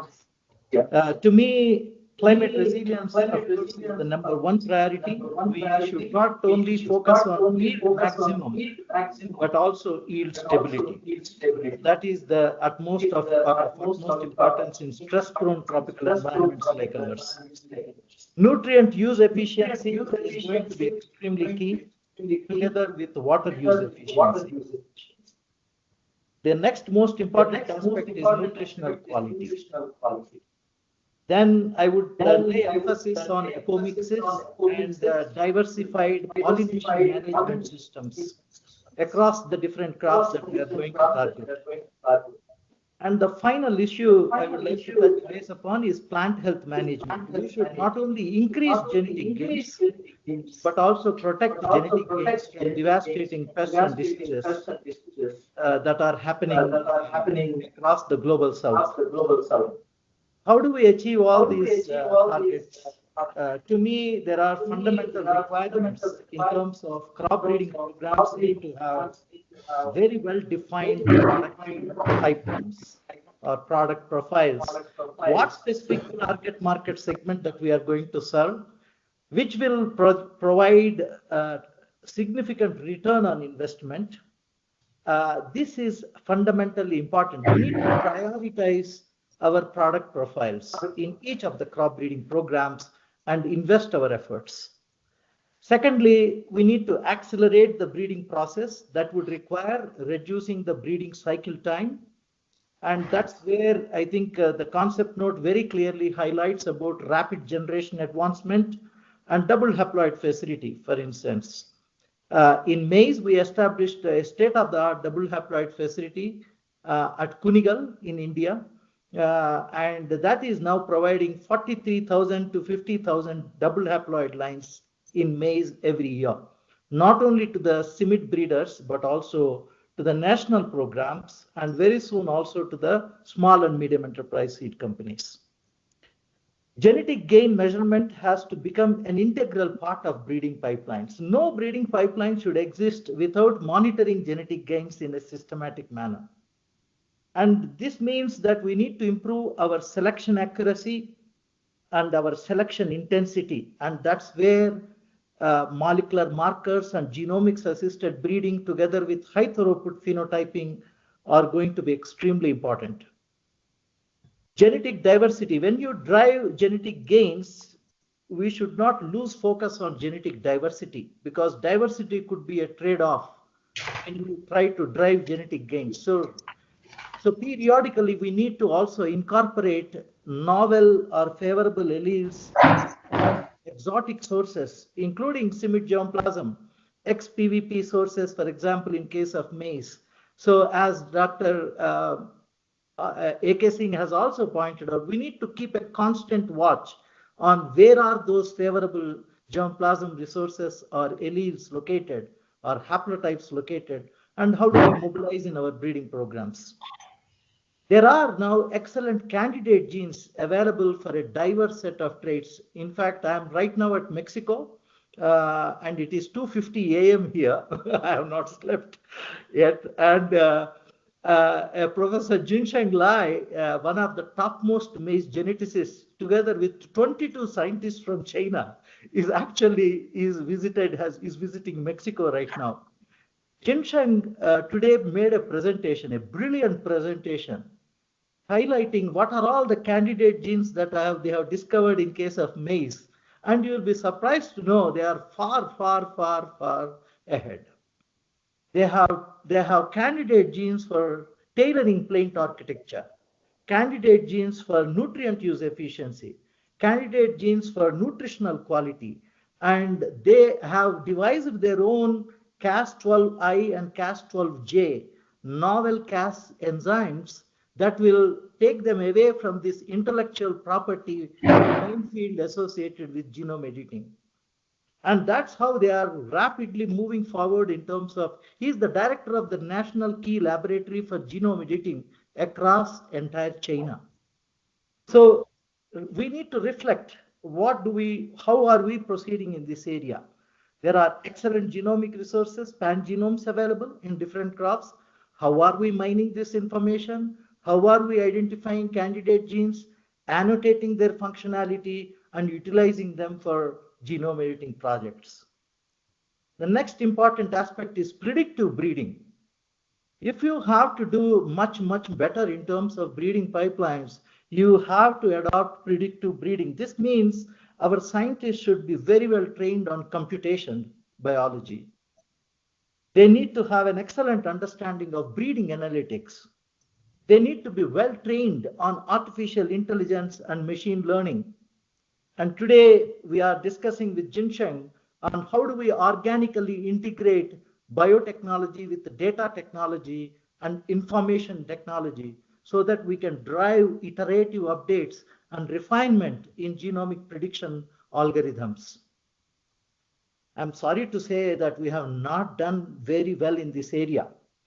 We have to go a long way in terms of utilizing these novel predictive analytic tools and technologies in our crop breeding structures. Digitalization, Dr. R.B. Singh is much ahead. He is a visionary. In fact, what I wrote here as a point, he already touched. Digitalization is key, whether it is in breeding, whether it is in seed systems. We need to automate, mechanize our breeding operations. We need to digitalize our data, make it institutional, so that even 20 years from now, when there is a new scientist or a geneticist coming into our crop breeding program, he or she should have access to this decades of data and therefore use it as a foundation to do predictive breeding. Seed systems research is extremely important. We need to, in crops like maize, especially when we are talking about hybrids, many hybrids fail because of seed producibility.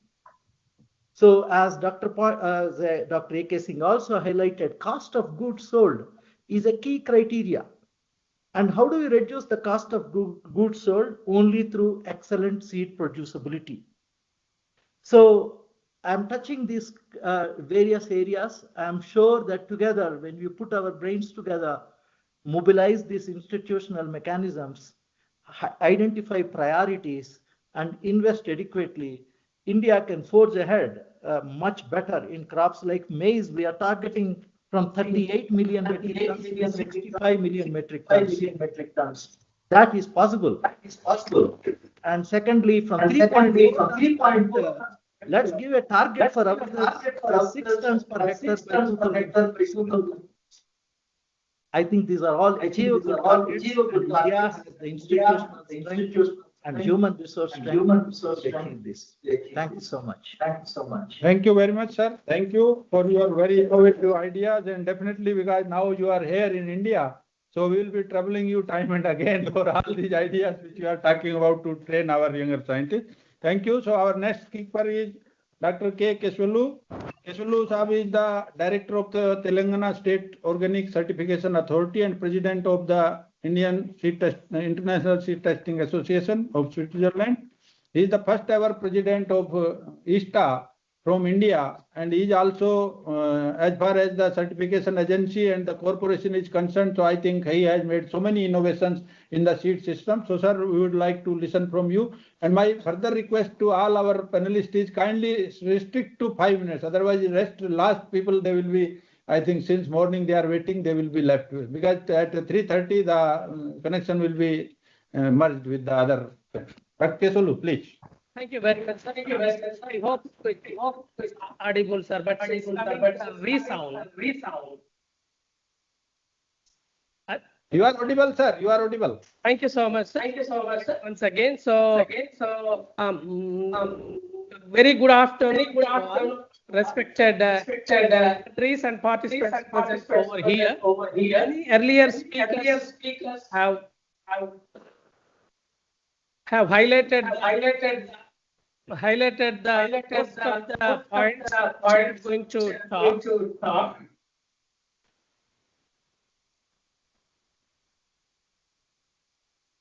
Okay. So I'm going to talk. So being a part of this significant event on the national mission of high yielding seeds is truly honor for me. And then, so when we just see the India's agriculture landscape, the climate change challenge, earlier many speakers already said the government of India 2025 budget initiatives on high yielding seeds is a really commendable. Of course, the India made remarkable progress in agriculture innovation under the leadership of ICR, which already talked about, and released with several high yielding varieties, as our Honorable Prime Minister mentioned this afternoon. So these have significantly boosted our production and exceeds the 330 million, which is great. However, so we need to just in this connection, I would like to extend our sincere gratitude to the Ministry of Agriculture, Government of India for their unwavering support in all the areas from the development of varieties until it reaches to the farmers. So when we look at this under this situation, the primary question so we face today is how we have to, and then how do we meet these growing demands with several constraints which we have talked since morning. So in this context, the high yielding seeds are crucial for improving the agriculture production and ultimately boosting farmers' income. And then keeping in this in view, so the supply of high quality seeds are extensive, and then it requires an extensive strategic planned actions. And also seed supply chain using innovative technologies. So such efforts really it necessitates a strategy and then actions. Need to be in collaboration mode. Maybe it can be with a public or could be with the private player or sometimes both together. But in most of the time, we both work independently and we will try to get the more benefits and then more quality seed, which may not be, I'm not sure. So how we are successful at the down the level with the farmers. So another critical aspect of when I look at this, the mission is we could see that the strengthening of the seed supply chain, so which is great, and then which is one of the topics for the strengthening the diverse seed systems, and also the effective quality assurances, which has a long been some bottlenecks for our Indian agriculture. When we look at the entire seed value chain, from seed development, seed systems, and until the delivery to the farmers, seeds to become more efficient for enhancing their crop yields at the farms. But we always try to improve the high yielding varieties and try to see all the resilient varieties, of course, which is good, biofortified varieties, resilient varieties, and then high yielding varieties to suit the various environments. So here, and then we need to focus on the post-harvest seed value and then seed quality assurances. We need to focus on this. So in light of these facts, the launch of National Mission of High Yielding Seeds aiming to enhance food security and by focusing strategic research, infrastructure, strengthening of infrastructure facilities, center of excellencies, and also ensuring the availability of quality seeds to the farmers. It's really a commendable step for the next 5 years. So it provides a roadmap for the fostering a resilient seed system, as mentioned earlier speakers. So that is not only the place better seeds in the hands of our farmers, but also addresses the challenges of our current food security. Dr. and also conclude for the करिए future sir, conclude generations करिए as कोई well. highlighting point In Dr. the present Kesulu. global context, another the most important, perhaps many of us know, the seed health and plant pathology, phytosanitary and biosecurity are crucial. So there is a need to develop a comprehensive seed health framework for ensuring the supply of quality seeds to the farmers. So this not only to supply of the quality, this will strengthen our nation's capabilities and capacities on par with our developed nations. Another important aspect here is that already many have talked about it, especially Dr. Preetham. He was mentioning about the involvement of the private sector. I'd like to submit here that the public-private partnership is highly effective Kindly in terms of conclude, development of otherwise we will not varieties, able to in cover. terms of seed production, and in terms of the quality issues, and for enhancing the production distribution in line with the many developed countries, and also it helps us to enhance our seed trade, the international seed trade. So the private sector contributes, of course, we know the capital and the technology and innovative breeding solutions as well. So while the public sector are more, we are strong. Of course, we have the ICR system and also the SAU system. However, we are supporting policies and also the quality control assurances. So we can build a resilient and inclusive seed supply chain for all the farmers, and then we need to extend our collaborations with the private as well. So in order to reduce the seeds cost, as well as the post-harvest seed losses, and nowadays when we go to the markets and the farmers are not able to buy the seeds, there is for a farmer, 10 rupees is also higher. Kesulu sahab. He is not listening or what? अरे रोको भाई Therefore, there is also a need to focus on post-harvest technology. So now I'll request Dr. Ajay Rana. Ajay Rana Sahab is the CEO and MD of Savanna Seed. He is a seasoned agriculture industry executive with more than 32 years of professional experience. And he has served many international committees of American Seed Association, board members of Vice Chairman, Federation of Seed Industry. So Dr. Rana, now the floor is yours for 5 minutes. But he is still speaking. Rana Sahab, आप शुरू करिए. Volume बढ़ाओ.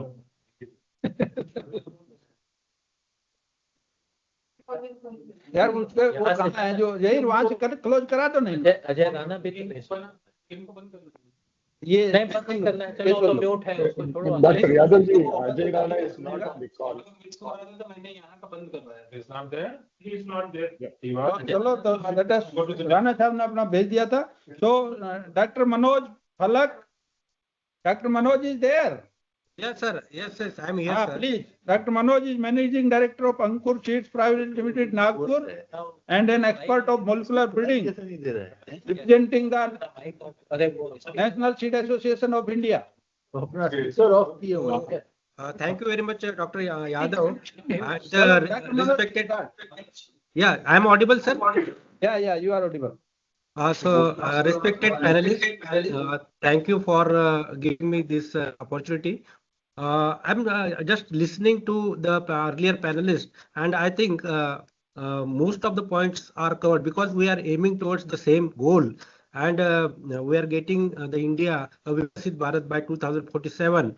So I think most of the points has already been covered, which I would like to say what I in my mind. I would like to take attention of Government of India towards means double haploid technology is one of the important thing which we should concentrate more. And because there are two types of crops, one crop they are leading a small seed rate, means either 1 or 2 kg seed rate per acre, and another type of crops they are giving a very high seed rate. I request from this panel to this empowered panel that we should have some arrangement to market the designed YEP2 for the high seed rate crops. That is one point I wanted to say. Another thing is we should revisit our PPVFRA law, because unless and until there is a protection to the intellectual property developed by the private sector, the there will not be good investment from the private sector. That is another point I would say. The strategies for SDN1 and SDN2 genome editing should be very clear, and the India should heavily invest on this type of technologies through public-private partnership. I think this is going to be a future for India. Sir, I would like to take advantage of this forum, and I would like to say कि sir हमने India में पहली बार cowpea और beans में, जो कि लेगुमिनसी crops है, इसमें मैंने जेनेटिक मेस्टेलिटी सिस्टम बनाया, और from last 4 years it has been successfully commercialized in India. And I would like to, it's very happy to tell you, sir, Indian farmers are really getting benefit out of this. And I think our Prime Minister's vision for doubling the farmer income, at least in these crops, I have done it, sir. It's a tremendous benefits to the farmers, right? And farmers are getting very good benefit out of that. ये point इसका ये है कि crop कोई भी हो, minor हो, major हो, तो heterosis is the very important thing, and we can utilize heterosis in any form. That might be because plasticity of genome is very important, and that plasticity comes by heterosis. So designed YEP2s, apomixes, then minor crops, utilizing minor crops for heterosis like Shri and Ragi, or whatever other possibilities we should explore.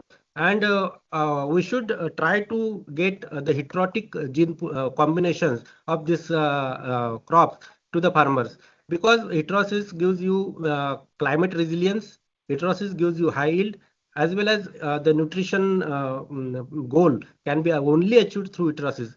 Another point, just very important from breeding point of view, is the hotspot breeding in India should be very well strengthened by the public system, because we, as a private partner, we need the trait specific genotypes, which are they are very well defined. Okay, you take this particular line, you will get this trait, and this has been tested at this many locations, and a public private partnership will work like that. So these are the few points I would like to highlight. And taking the success of this minor crops, actually cowpea and beans, Indian beans, the farmers are not worried about the seed cost. They are worried about their profit.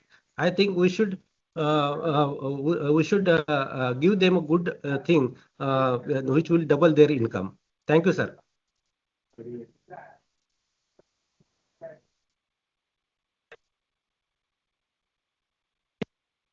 Important points you have raised, and definitely will be taking care of these points. Thank you very much for being with us.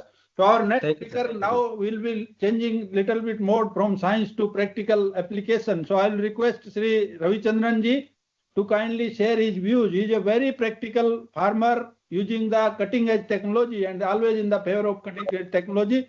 So Ravichandran ji, 5 minutes, please. Yeah. Good afternoon, everyone. Oh, again, echo. I don't know. Okay.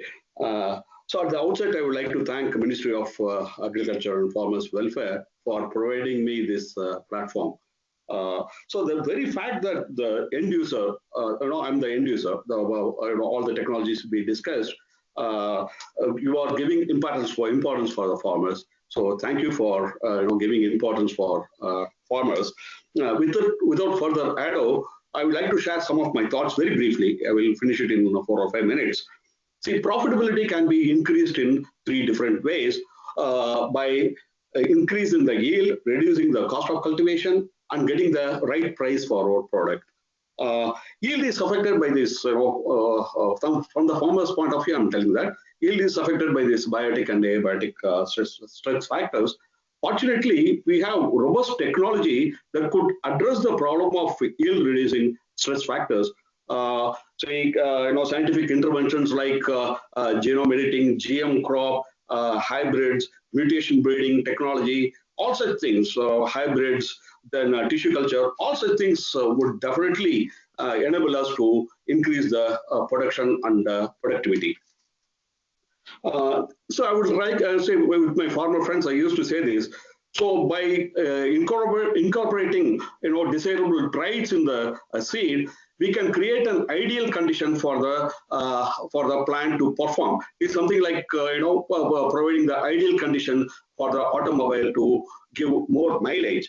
So I have been growing cotton, BT cotton, since 2003, and I have been growing cotton since 1986. I have seen both. So how pink bollworm, all kind of bollworms affected us, and now after the introduction of BT cotton, after growing BT cotton, my productivity, so at micro level, it has increased tremendously. And I'm proud to say that because I could buy a flat in Chennai also by growing this BT cotton. So with a single crop, namely cotton, with the single trait of bollworm resistance, I'm able to, we have made tremendous progress in cotton production and productivity. We are competing with some of the global leaders in as far as cotton is concerned.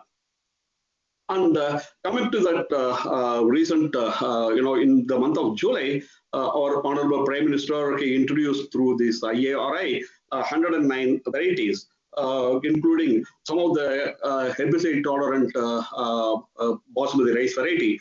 So, I wrote to him that we would like to, in southern India, we don't grow this basmati. I wrote to him, and fortunately, Tamil Nadu Agriculture University, they provided me with this herbicide-tolerant rice variety. It is OPV, non-basmati rice variety, CO51. They gave me 400 grams of seed, and I could, the result is too good to be true. So I never, I never spent any labor to pull out the weed. See, normally we stagnate the field with about 10 centimeters of water to suppress weed.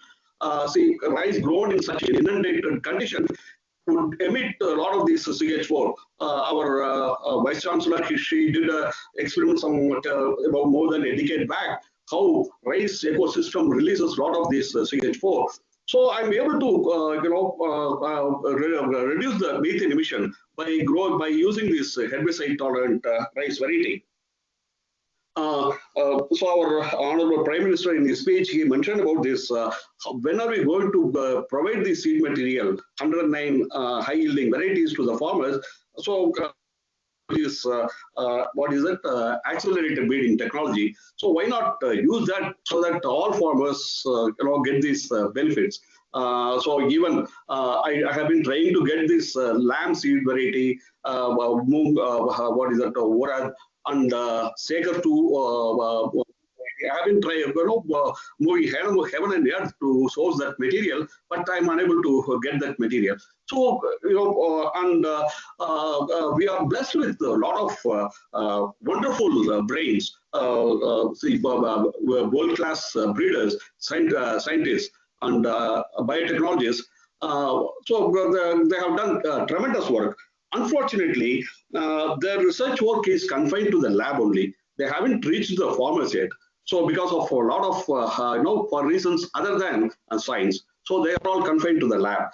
So see, when it is confined to the lab, it has only academic interest. But unless it reaches the farmer, so all your hard work would not benefit the farmers. So this is one submission I would like to make. There are, for instance, BT brinjal. It was approved by GEAC. Our neighboring state, neighboring country, Bangladesh, those farmers are lucky enough to grow this BT brinjal. Then GM mustard. They have been importing a lot of this canola. We have been consuming the GM canola and the GM soya, but our farmers, we are denied of the opportunity of growing this GM mustard and the GM soya and so on. And again, pink bollworm menace. Someone mentioned about this pink bollworm. Some of the private industry, they have developed pink bollworm resistant variety. These are not still in the cold storage. We are not able to access that technology. Yeah. Ravichandran ji, now conclude, Okay. sir. Conclude. Rest will be, I think, not be able to say even single word. Please. Yeah. Okay. See, there is a huge gap between the lab and the land. It has to be bridged. Unless it is done, again, as I said, I would like to quote this Dr. Norman Borlaug's word, take it to the farmers. So take the technology to the farmers. Unless the technology are put into use, all your hard work and the efforts, all the scientific advancements, wouldn't benefit the farmers. And everything agriculture. Unfortunately, agriculture still continues to be in the waiting list. So, in order to achieve this Viksit Bharat, we need new technology, and all such technology should be made available. So, with this, I conclude my speech. Thank you very much. Jai Hind. Thank you, Ravichandran ji, for your, I think, very nice ideas. Generally, you discuss and share also. Thank you very much for being with us. So now our next speaker is Shri Kamal Singh Chauhan ji. Kamal Singh ji, I think, has left. So now I'll go to our friend Dr. Rajiv Vasne.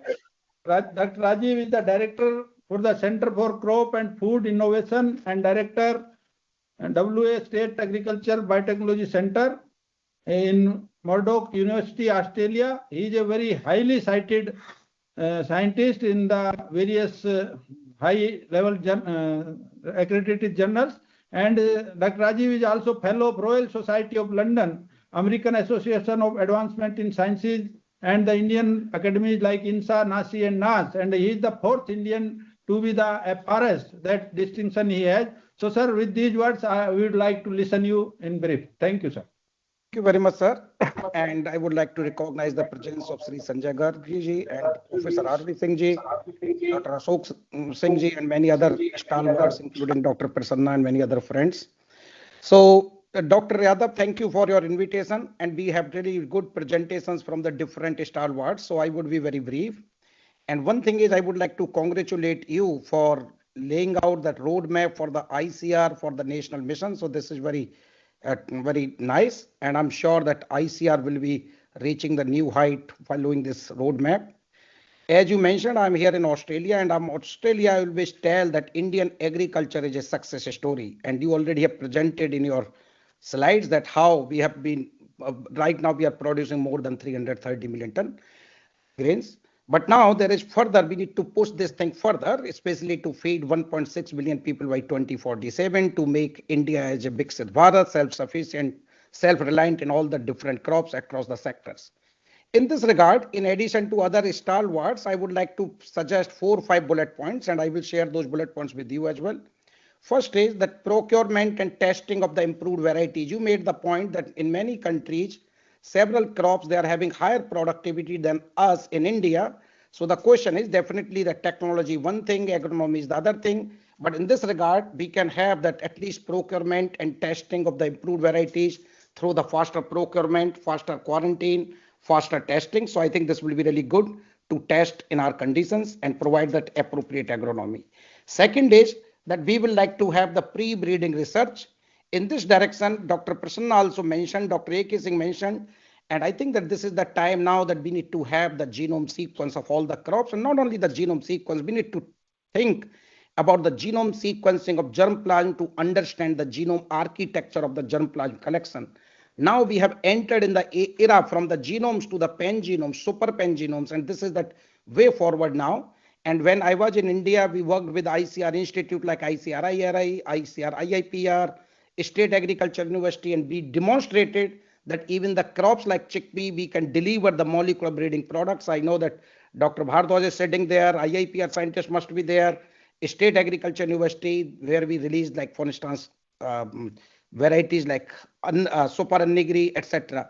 So this is already has been demonstrated, but now we need to take to the next generation. So what we need to do, We need to have the germplasm sequencing. We need to do the field-based phenotyping of germplasm collection in the field so that we know that what kind of new alleles we are having in the germplasm, but they are missing in our varieties.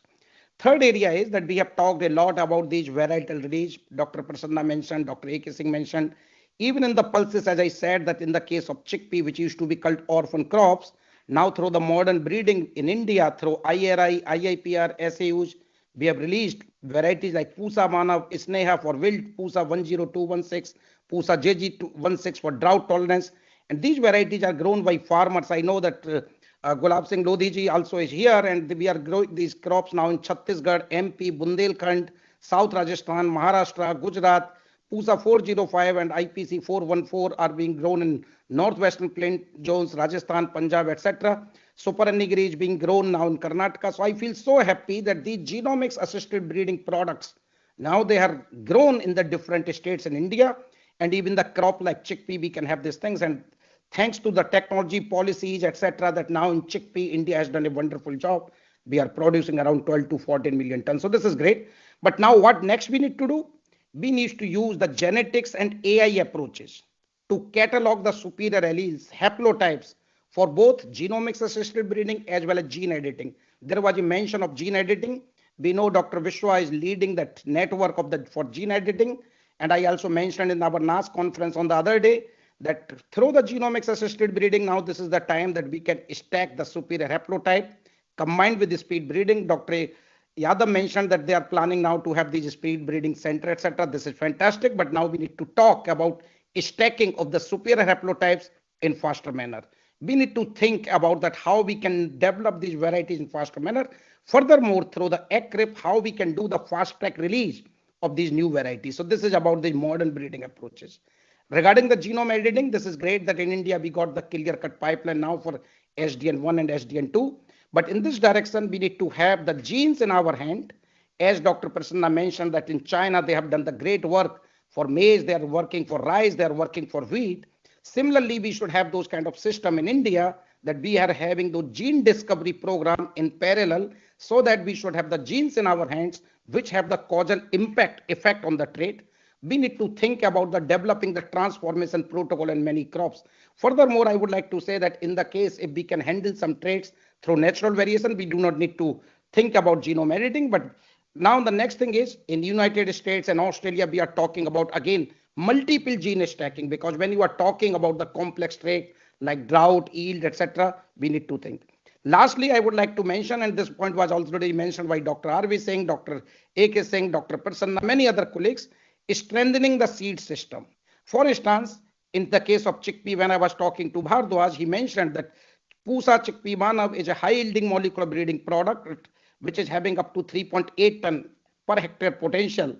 And we already got, in terms of the second year of the release of the variety, 320 quintal breeder seed demand. What this indicates that we have a demand. Now we need to cater this demand. We need to have, and I think for this kind of work, we need to really provide some sources, some strategy in this direction. So it will be great to have the support for such varieties.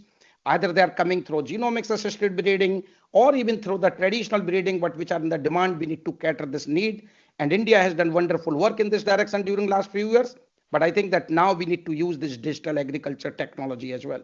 Lastly, I think that Indian research scientists, they are great. They are having really huge potential. They are doing great work.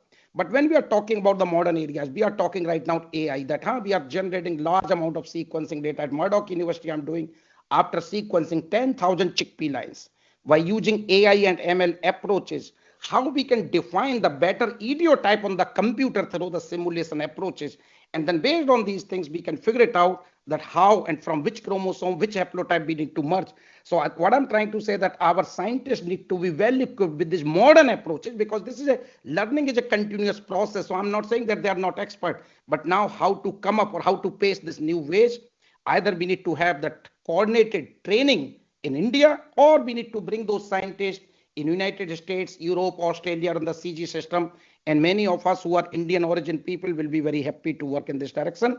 So thank you very much, sir, for providing this opportunity. I really enjoyed this. Thank you, sir. I think very innovative ideas and the work which you are doing, and your work in chickpea, particularly pulses and chickpea, is well known, the varieties which you have mentioned. So I think in the times to come, they will be covering the maximum area in the country. Thank you for being with us, taking all the troubles. So now our next speaker is Dr. O.P. Yadav. Dr. O.P. Yadav is the Director of the Central Arid Zone Research Institute, Jodhpur. He is the expert of crop breeding, drought tolerance, seed production, management of the natural resources. Dr. Yadav is Fellow of INSA, NASI and NAS, and he is honored with the Rafi Ahmed Kidwai Award. And he has been very instrumental, particularly for the arid zone. So, sir, now I'll request you for sharing your views. Dr. O.P. Yadav.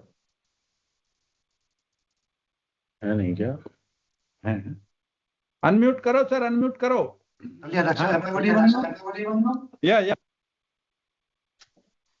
Dr. Devendra, am I audible? Audible. Okay. Go ahead, sir, go ahead. Okay, thank you very much, Secretary, ICR, and all very distinguished audience. In fact, I was listening to some of the global experts at international level, and they have made all those points that are really to be implemented to make Viksit Bharat, and particularly when the Prime Minister said very clearly that we should look at the budget recommendation this time into action plan, which means what we should do in this financial year so that we can develop a very resilient system of the seed supply. Sir, I will start with one statement from Dr. Ramesh Chand.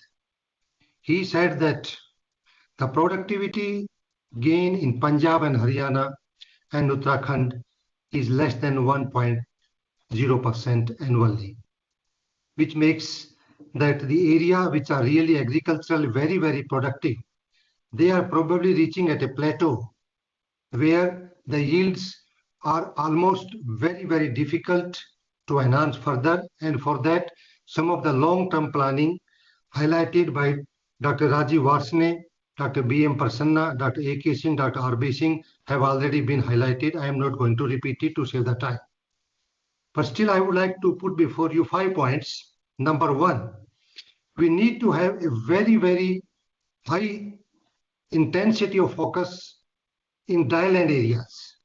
These are the areas which have been largely ignored in the past, and they basically represent one area, one particularly production ecosystem where there's a tremendous opportunity to further enhance the productivity at much higher level than what it is being in the agriculturally saturated area, number one.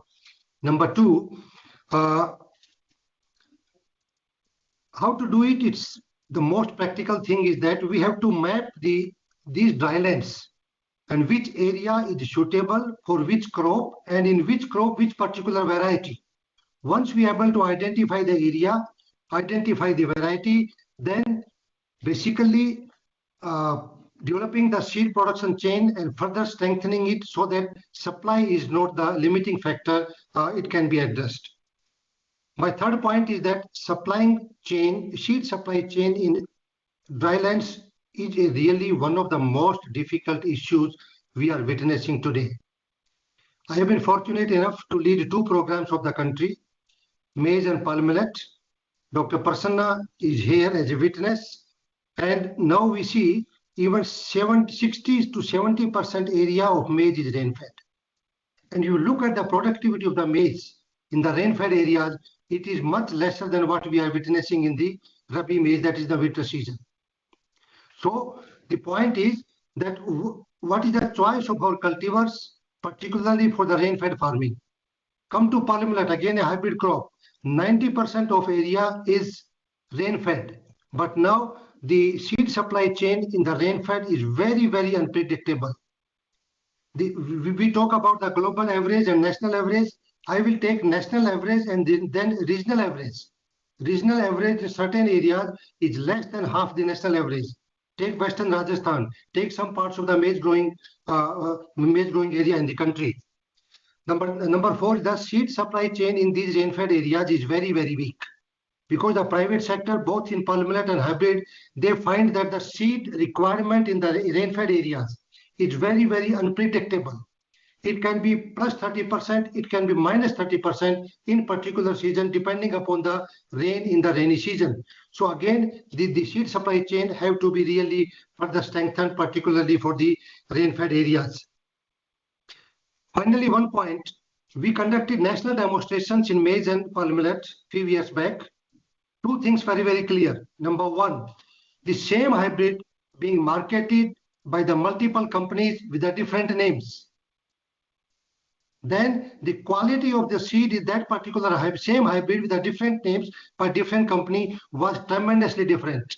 So another point that I want to highlight from this platform, that the seed quality is the basic issue. And my final point is that in some of the areas in rain-fed farming, the hybrid or the improved variety adoption is less than 20 to 25%, even in palm millet and maize. Scientifically, it should not be less than 100% because it is hybrid.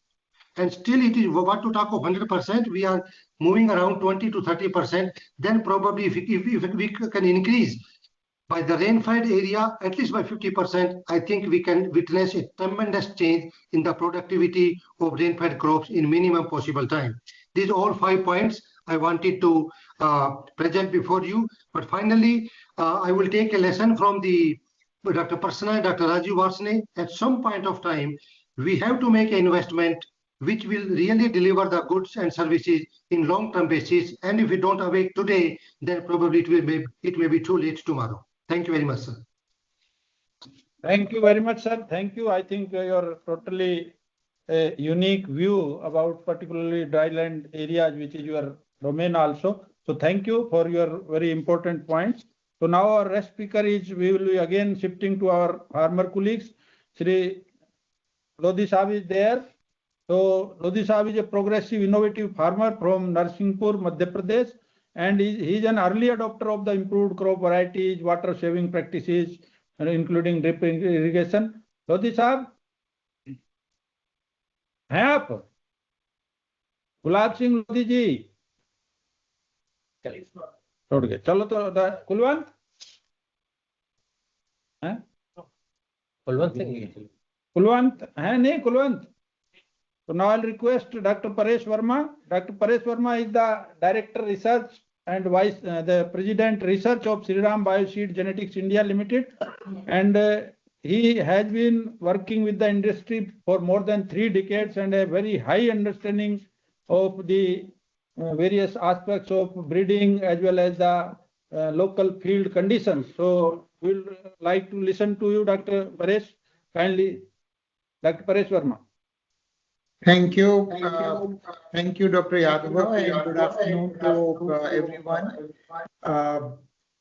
Now, sir, one of the key objectives of this mission on high-yielding seed, in my understanding, is also to use this initiative for increasing productivity in those 100 districts which have lowest productivity currently, using high-yielding varieties or large-scale adoption of the high-yielding varieties which are already available today.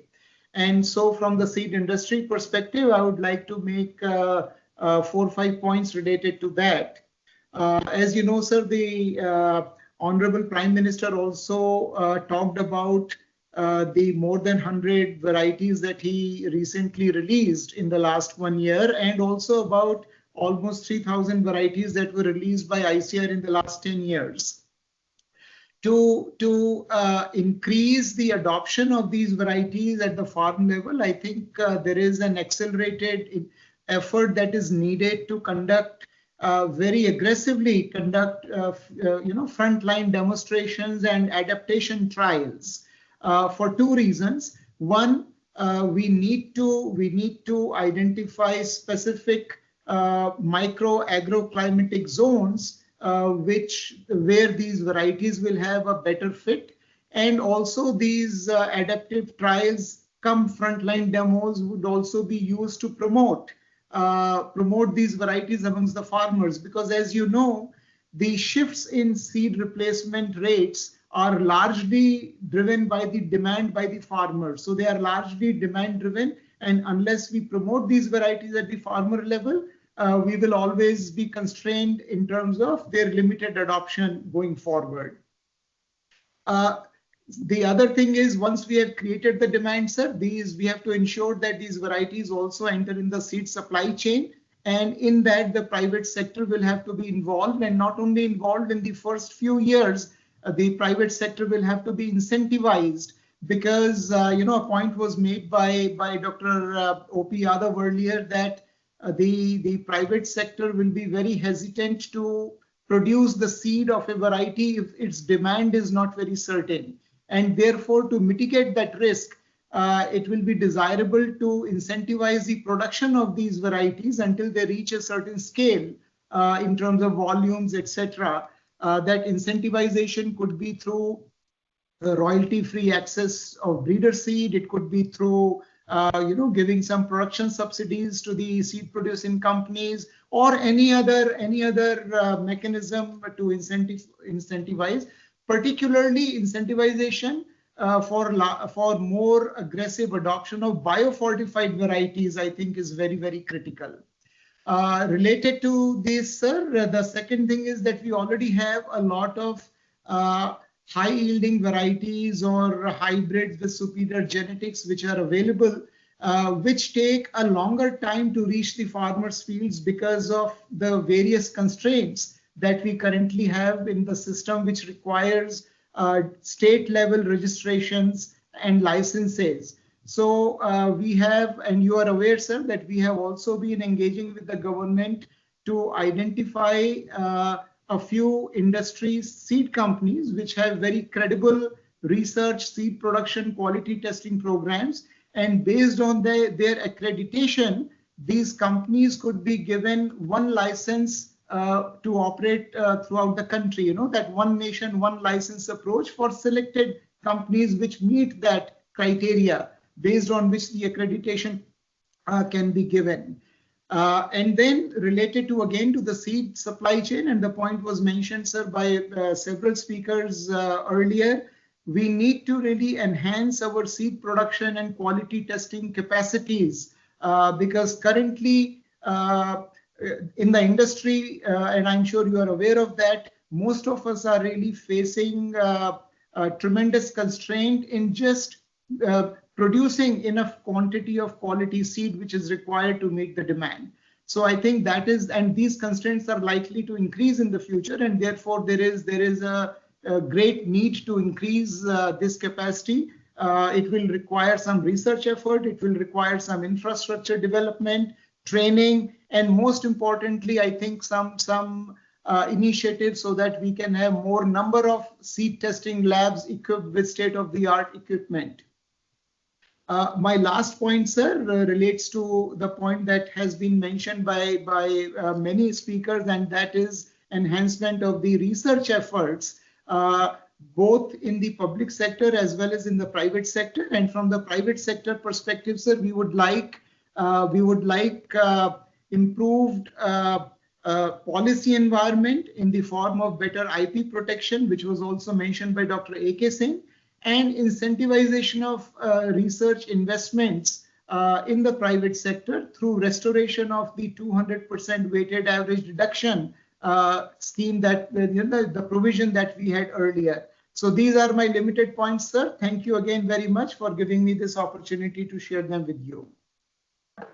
Thank you, Dr. Paresh. Thank you very much. I think very good ideas, and industry related issues are there. Definitely Agriculture Commissioner is here. I am also involved in many of the activities, and we'll be looking after the points which you have raised to streamline the seed system.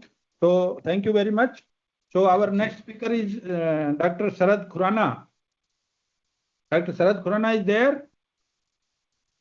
So now we go to Vikas. Sri Vikas Chaudhary is one of our innovative farmers from Taraudi, Haryana. He practices the conservation agriculture, utilizing the modern equipment such as happy seeder, zero-till drill, and laser leveler.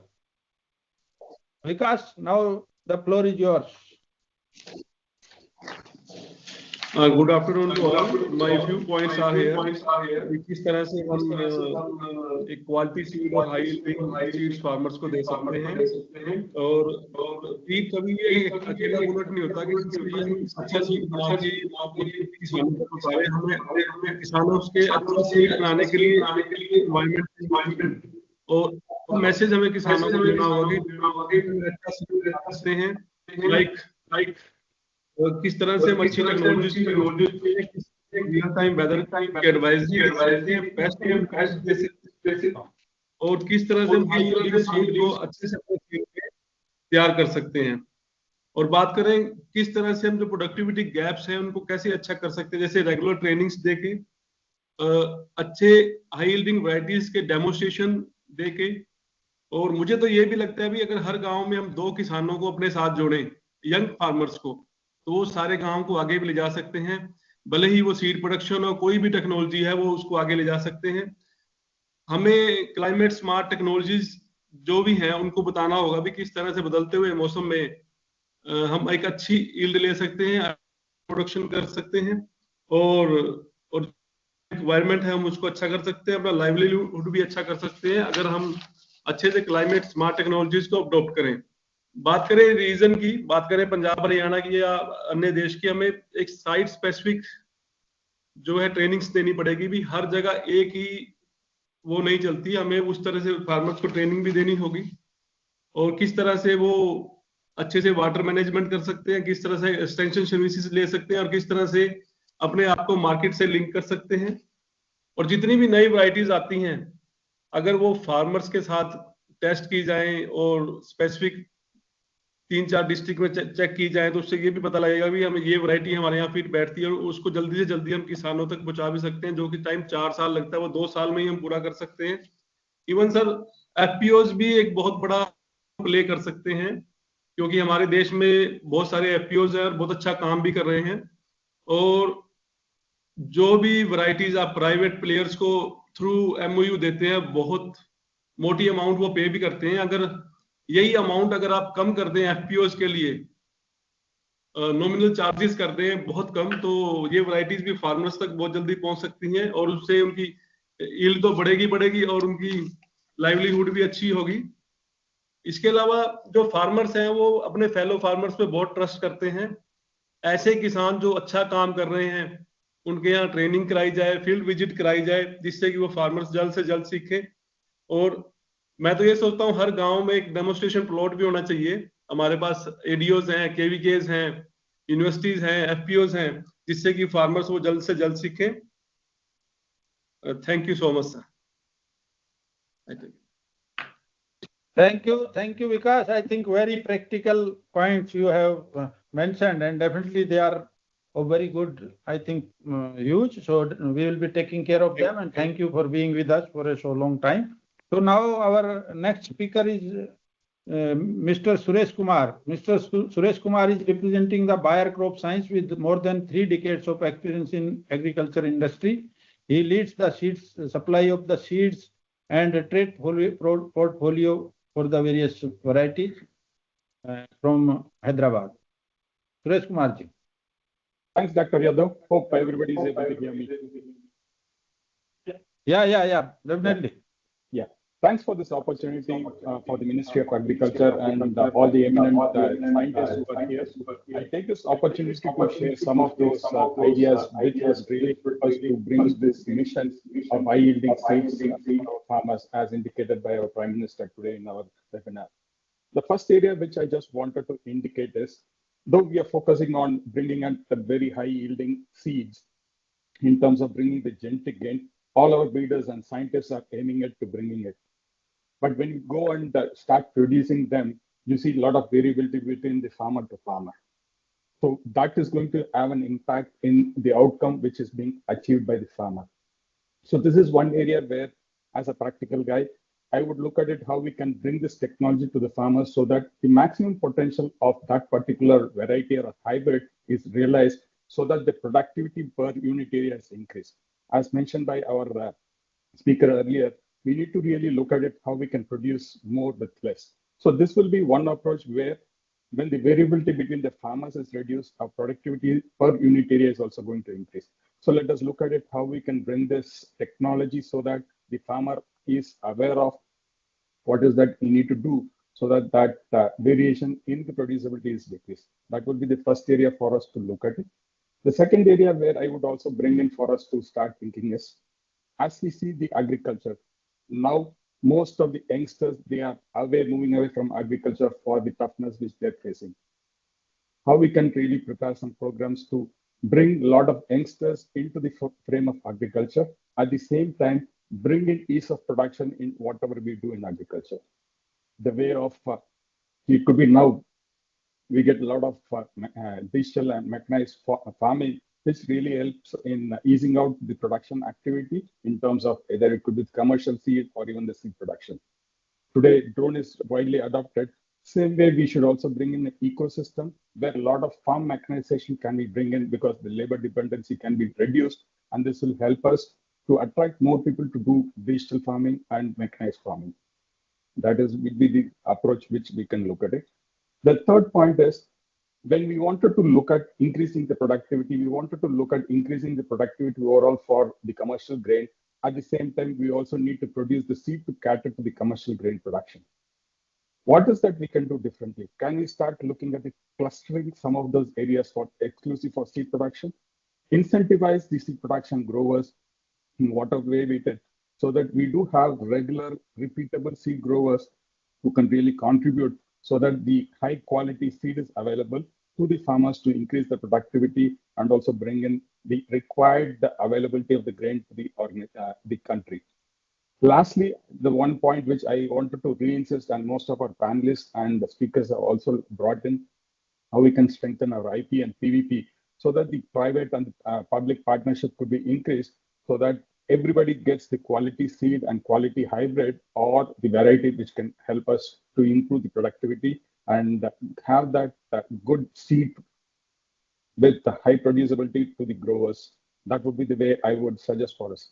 I take this opportunity to thank for inviting us for this discussion, and hope the points which I shared would be considered for us looking forward. Thank you.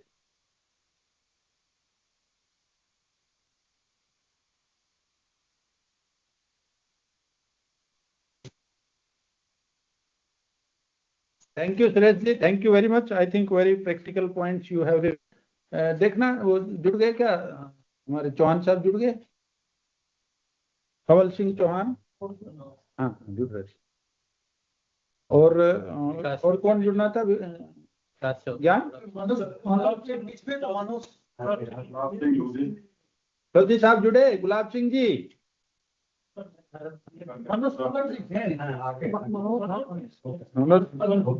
तो मनोज मनोज का तो हो गया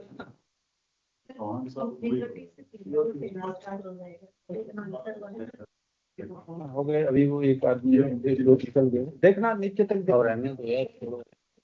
चलो तो I think sir with this we have completed the panelist as well as the intervener. So you can conclude. Now we have hardly 10 minutes left. So I'll request our Secretary sir for his concluding remark. Thank you everyone that we have received your suggestions and your inputs, very, very valuable and very, very considerable inputs have been received. And this has been a very tremendously useful session. And now we will summarize all the suggestions and recommendations received from all of you. And though some of the action points or the recommendations are not directly related to the budget announcements, but whatever is relevant and whatever is need to be included, we will include in our suggestions, which will be made before the Honorable Agriculture Minister at 3:30 in the plenary session.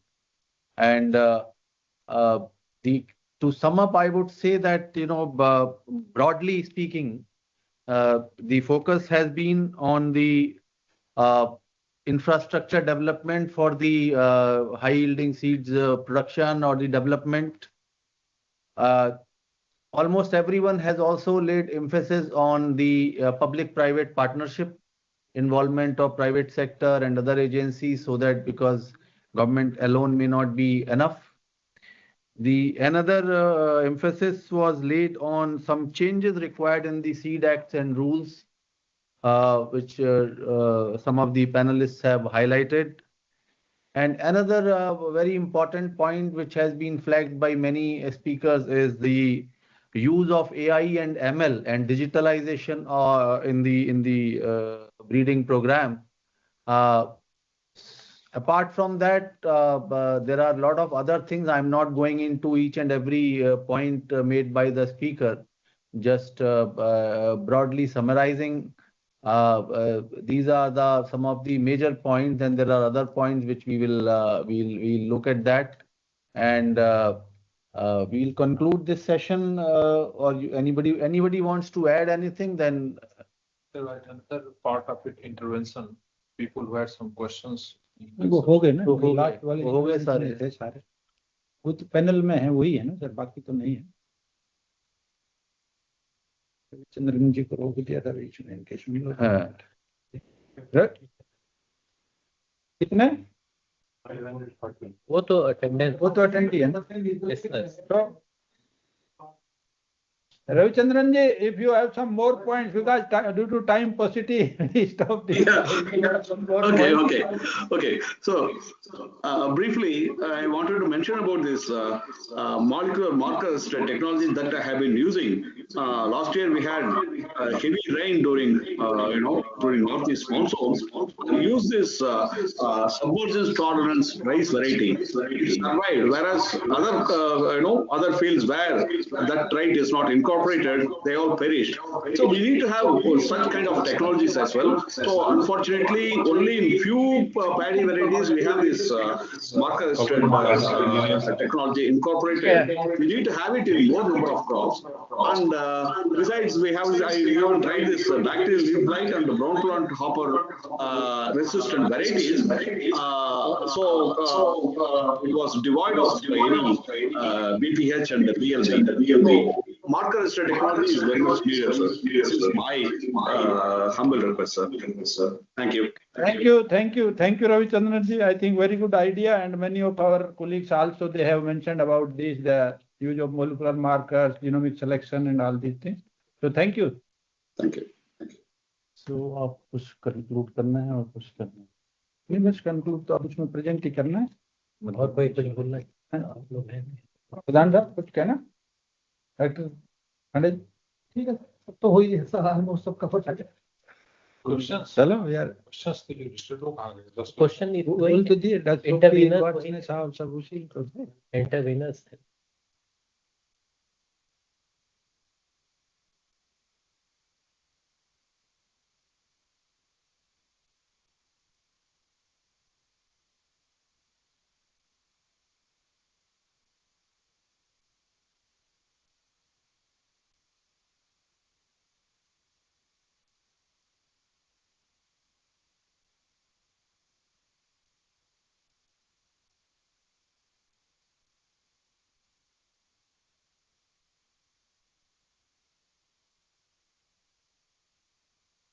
The plenary session will start from 3:30, and this particular sub-theme will be merged with all the sub-themes will be merged, and the presentation from all sub-themes will be made. So I request that kindly stay with us, particularly for Dr. Prasanna and Dr. Rajiv. If you want to sleep, I think you can take rest. And rest of us are here, so I think a big trouble we have given overnight. So we can now will be shifted to that merging mode very soon, and then the presentations of these different sessions will be made, and honorable ministers will be there. Our honorable agriculture minister as well as state ministers and all the departments who are involved in today's this stakeholders meeting. So all honorable ministers will also be there. Thank you very much, sir. It was really good to participate in this discussion. So thank you very much once again for your invitation. Thank you, Dr. Rajiv. Thank you very much. Namaskar, sir. Thank you. Namaskar to everyone. Thank you, Rajiv. Thank you, sir. Thank you.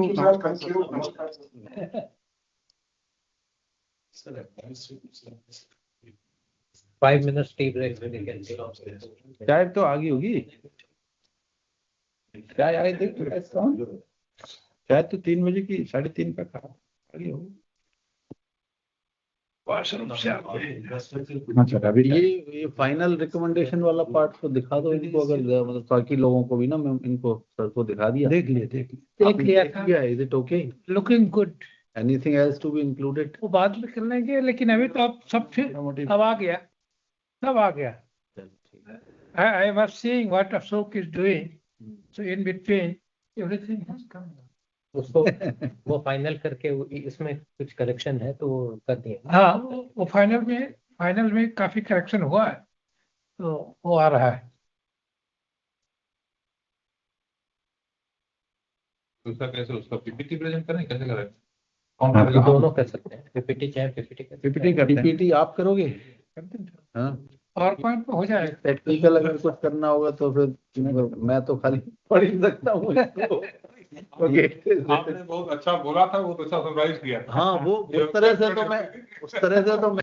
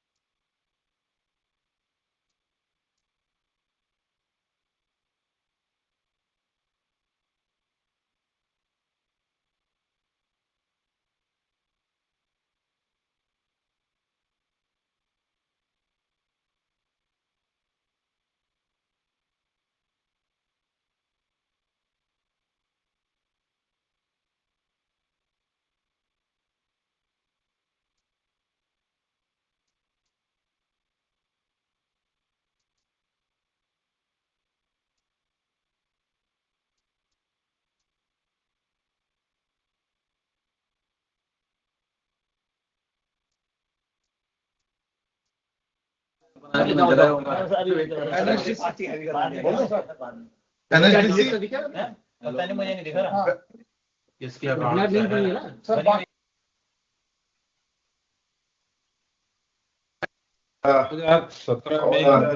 from all the sessions. मेरे ख्याल से कोई मेरी आवाज आप सुन पा रहे हैं? यस सर जी मैं कोशिश करता हूँ कृषि मंत्री नहीं दूसरे ग्रुप वाले सुन पा रहे हैं कि जिससे क्लियर हो जाए कि जुड़ गए कि नहीं। कोई दूसरे थीम के कोई बोलेंगे आप आवाज सुन पा रहे हैं कि नहीं? सुन रहे हैं सर, सुन रहे हैं। नहीं आए पे फिर चले गए। बिल्डिंग सीट से सर सुन रहे हैं। सब आ गए थे आके फिर एक बार आ जाए। एक बार रविंदर को मिला दिया। रविंदर को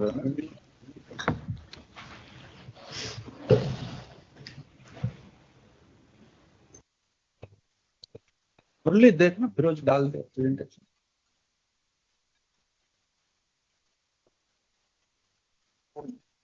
एक बार जैसे एक बार आप चेक कर लीजिएगा कि वॉइस हमारी आपकी हमें सबको मिल रही है कि हमारी सबको जा रही है। चेक कीजिएगा ठीक है। और आप में से कोई जुड़ जाएगा एसपीएस उसी प्रेजेंटेशन में अप्रूवल अभी कहाँ किया में कर रहा था इसमें डाल दो पीपीटी क्या कर इसको बस यही पढ़ना है या थोड़ा बैकग्राउंड भी बताना है? टाइम कितना है? टाइम कितना नहीं है ना, टाइम तो 5 मिनट का है, 5 में तो यही पढ़ी जाएगी। मेरे ख्याल से आप थोड़ा लेमन की भाषा में बताओ।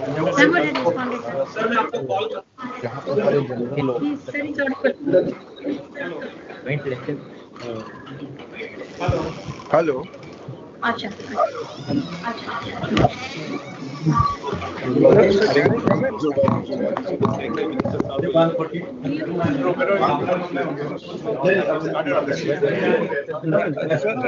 you allow me, I mean, I just have Honorable Minister is about to join. We will follow the same sequence as it was earlier, theme 1 to theme 10. I will start with the theme 1 on Dhan and then followed by others. We know the sequence. Then there will be enhanced credit for KCC, followed by rural prosperity, then Atmanirbharta and pulses, then comprehensive program for fruits and vegetables, national mission on high yielding seeds, then cotton, then rural India Post as catalyst, and then fisheries, followed by support to NCDC. So that will be the sequence. I welcome all the honourable minister who has joined and are present in this conference, and agriculture minister is just about to join.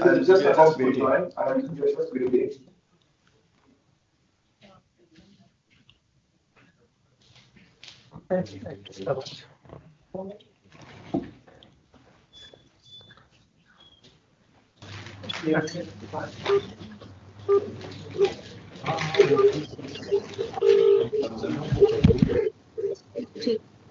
ठीक है।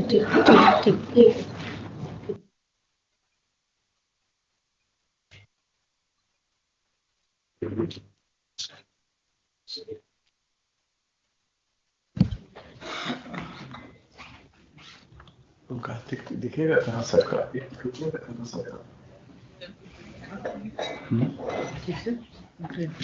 माननीय मंत्री जी कहाँ दिखेगा? ऐसे उनका तो space बन ही जाएगा। हमारे ऊपर है, सिर्फ नीचे होना चाहिए। कहाँ पर है? तो दिख रहा था लिंक जुड़ा हुआ लिंक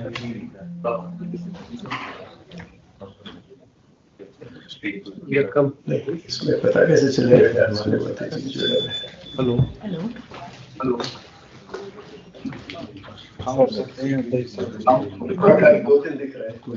अभी तो काफी लोग ड्रॉप हो गए हैं, अभी 5-6 मिनट थोड़ा कॉम्प्लिकेटेड लग रहा है। बता दीजिए। लोग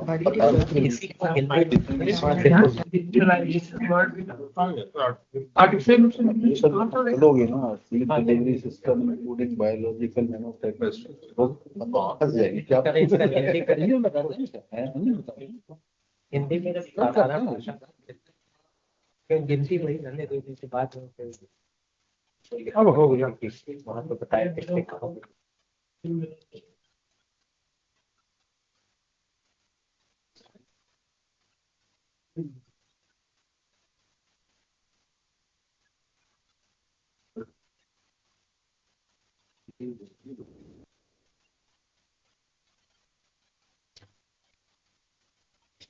पहला पॉइंट चेंज, मतलब पहला पॉइंट इसकी जगह कुछ और रखो। पहला पॉइंट बड़ा वैसा लग रहा है हाईली। फिरोज इसको 3 नंबर को पहले पे ले आओ, 3 और 4 को वैसा रखो ना, 3 और 4 को पहले दूसरे पे ले आओ ताकि वैरायटी की बात शुरू या इंफ्रास्ट्रक्चर वाला पहले रखो, जो आप सीड टेस्टिंग और वो वो भी ले सकते हैं। पहला उसमें पहला आप पहला इंफ्रास्ट्रक्चर रिलेटेड रख दो, फिर दूसरा जो है वो 5 को इंफ्रास्ट्रक्चर नाम ना देके कैपेसिटी बिल्डिंग कर दीजिए। तो इंफ्रास्ट्रक्चर लगता है कि खाली सिविल इंफ्रास्ट्रक्चर दोनों आ जाएगा। तो आपको बनाना है ना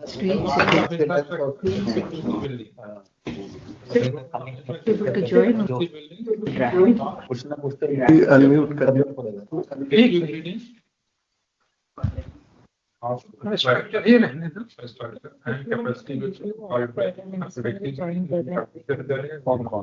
प्रीतम जी, सुरेश कुमार एक बार अनाउंस कर वीडियो ऑन कर ग्रुप में डाल।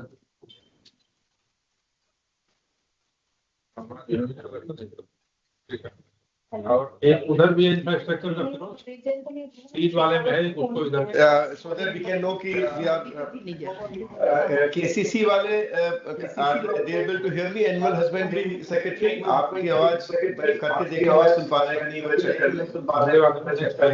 सेक्रेटरी एनिमल हस्बेंड्री 9 नंबर इसको okay fine, thank you. Secretary RD आप बोल के देखें कि आपकी आवाज आ रहा है कि नहीं एक बार। सेक्रेटरी आरडी शैलेश जी आपको सुन पा रहे हैं हमको? टेक्नोलॉजी आपकी आवाज नहीं आ पा रही है।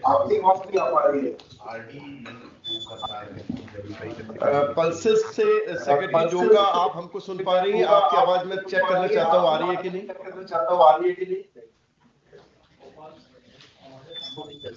वो भी नहीं आ रही है। वेजिटेबल्स में हाँ आपके thank you very much, thank you. Fruit vegetables से सेक्रेटरी मौकी है क्या? मैं सुन पा रहा हूँ। Thank you very much, thank you. High yielding seed से हमारे संजय गर्ग जी बैठे हैं क्या? आप जब बोल के देखेंगे आपकी आवाज आ रही है कि नहीं? अरे एक सेकंड, हाँ सर आवाज आ रही है सर। ओके, सेक्रेटरी टेक्सटाइल्स आप सुन पा रही हैं और आपकी आवाज चेक करना चाहते हैं आ रही है कि नहीं? Yes sir, thank you.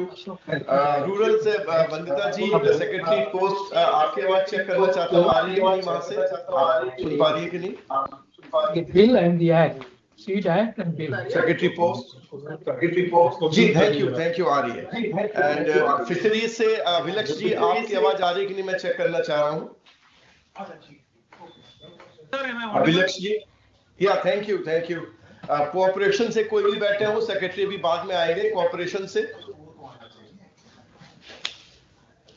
से कोई जुड़ा हुआ हो तो थीम से जरा ऑन करके बताएं। Cooperation NCDC. शैलेश जी आपकी आवाज नहीं आई थी उस वक्त, can you recheck? Secretary RD ये नहीं ज्वाइन कर पा रहे। सेक्रेटरी आरडी आपकी आवाज हमको नहीं आ पा रही अभी। Hello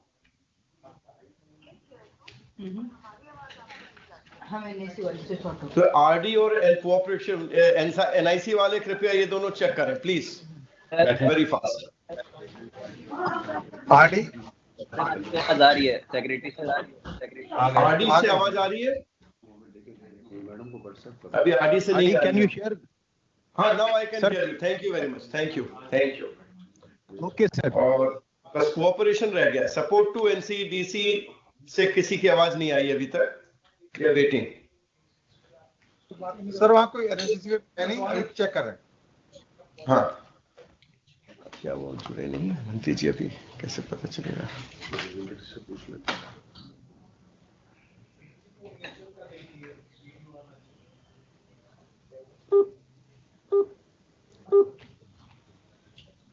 The person you have called is speaking to someone else. आप मिला है? नहीं, मेरा नहीं। पहले hello.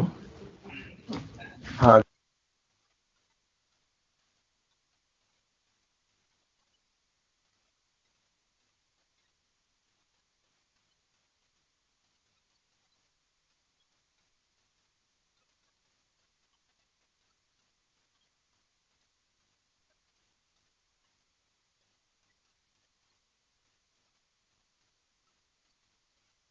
This meeting is being recorded. क्या लगा हुआ था? कनेक्टेड हो गया।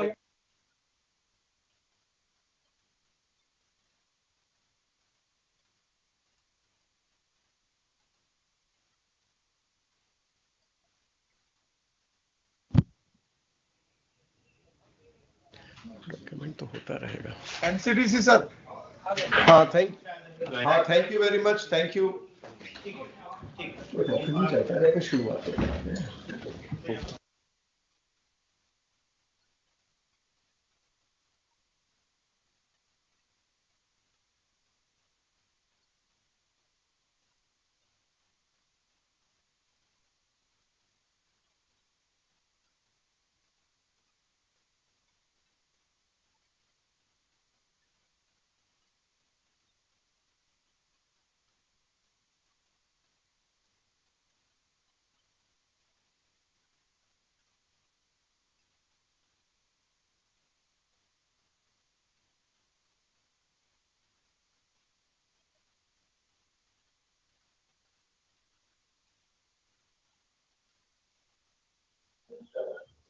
हेलो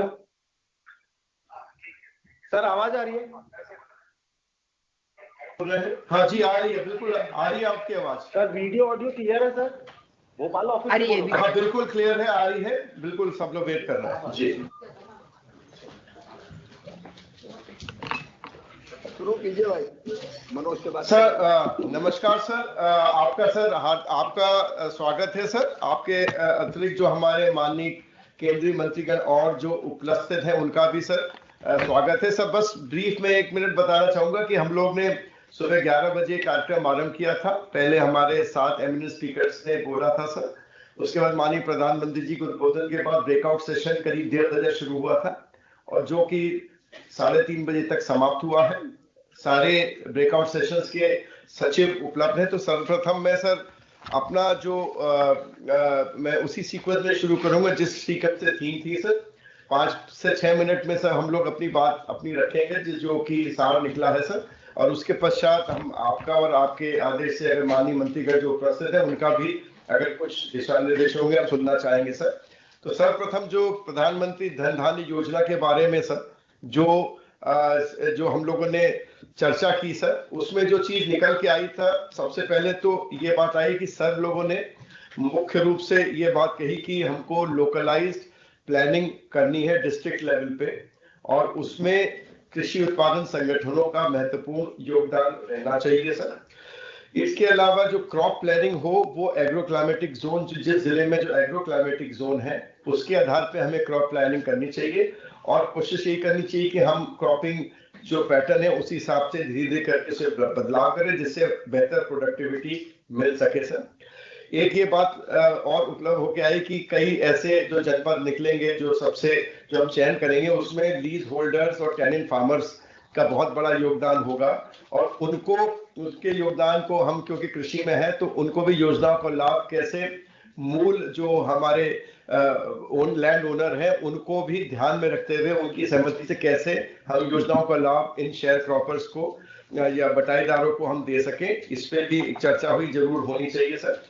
इसके अलावा जो बहुत बड़ी जल संरक्षण की बात आई कि खेत का पानी खेत में रहे, गांव का पानी गांव में रहे, हर खेत पे मेड़ हो, हर मेड़ पे पेड़ हो, ये एक बहुत महत्वपूर्ण एक मैसेज था जो इन जनपदों के लिए आवश्यक होगा सर। एक ये भी बात आई थी कि हमको टेक्नोलॉजी का बहुत उपयोग करना चाहिए, मौसम का पूर्वानुमान, क्योंकि ज्यादातर ऐसे जनपद होंगे इनमें जो रेन फेड होंगे, तो मौसम के पूर्वानुमान की जानकारी टेक्नोलॉजी के माध्यम से अगर सब किसानों को हम पहुंचा सकेंगे और जो हमारी योजनाओं में डिजिटाइजेशन हो रहा है उससे हम सेवाएं हम दे सकेंगे, तो निश्चित रूप से एक बहुत बड़ा लाभ होगा इन जनपदों में कार्य करने में सर।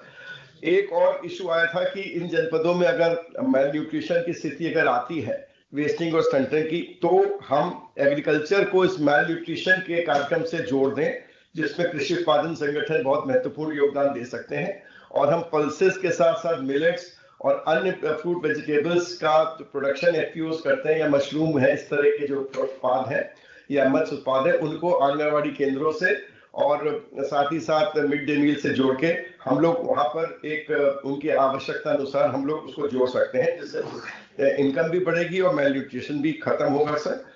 कन्वर्जेंस के लिए ये बात आई थी कि सबसे इम्पोर्टेंट, सभी ने कहा कि नेचुरल फार्मिंग और ऑर्गेनिक फार्मिंग को विशेष रूप से ध्यान देना चाहिए, और 3 से 5 साल का सीड रोलिंग प्लान अगर जिला स्तर पे बनेगा, उसी हिसाब से सीड की उपलब्धता दिलाई जाए।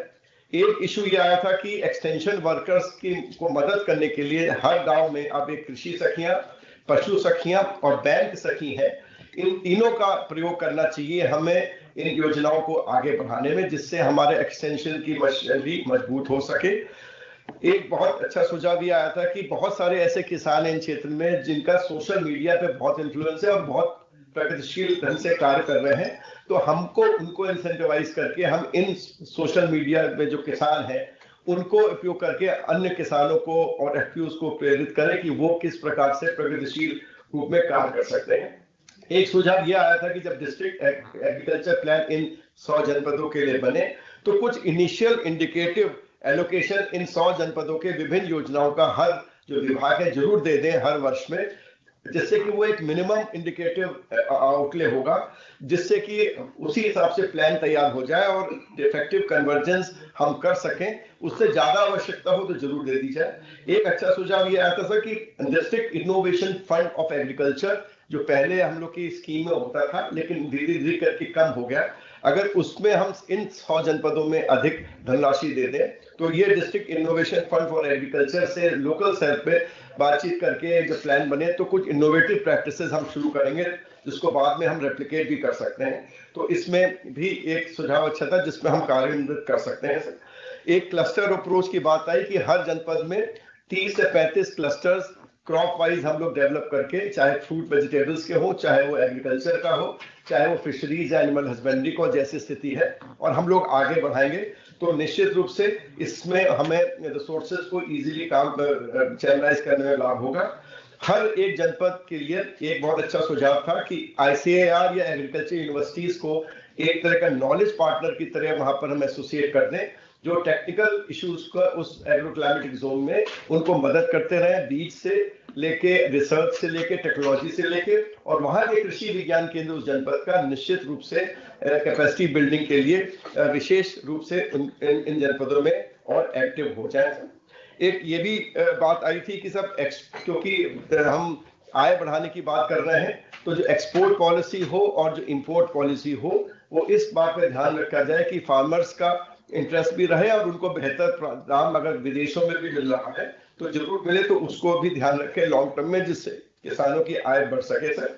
और एडॉप्शन ऑफ टेक्नोलॉजी एक विशेष रूप से बात हुई थी, और जो अंतिम रूप से जो मैं कहना चाहूंगा कि सर ये जो सुझाव आए हैं, इसके अलावा हम लोग और भी जो लोग स्पीच नहीं दे पाए थे, जो उनसे भी हमने सुझाव मांगे हैं, और हमारे 10,000 FPOs इस कार्यक्रम से जुड़े हैं, वो अपने चैट बोर्ड पे हमको हर थीम पे सुझाव दे रहे हैं, उनको हम लोग इनकॉर्पोरेट करके अब आपके सामने रख के इस कार्य योजना को अंतिम रूप देंगे।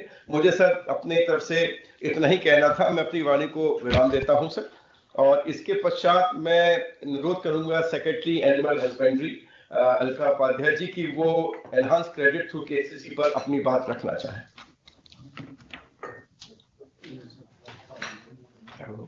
पानी मंगाना, ठंडा पानी।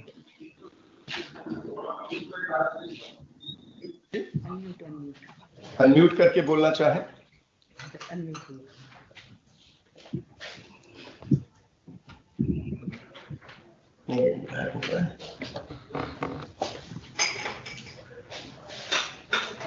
क्या हुआ देखिए, आवाज गायब हो गई।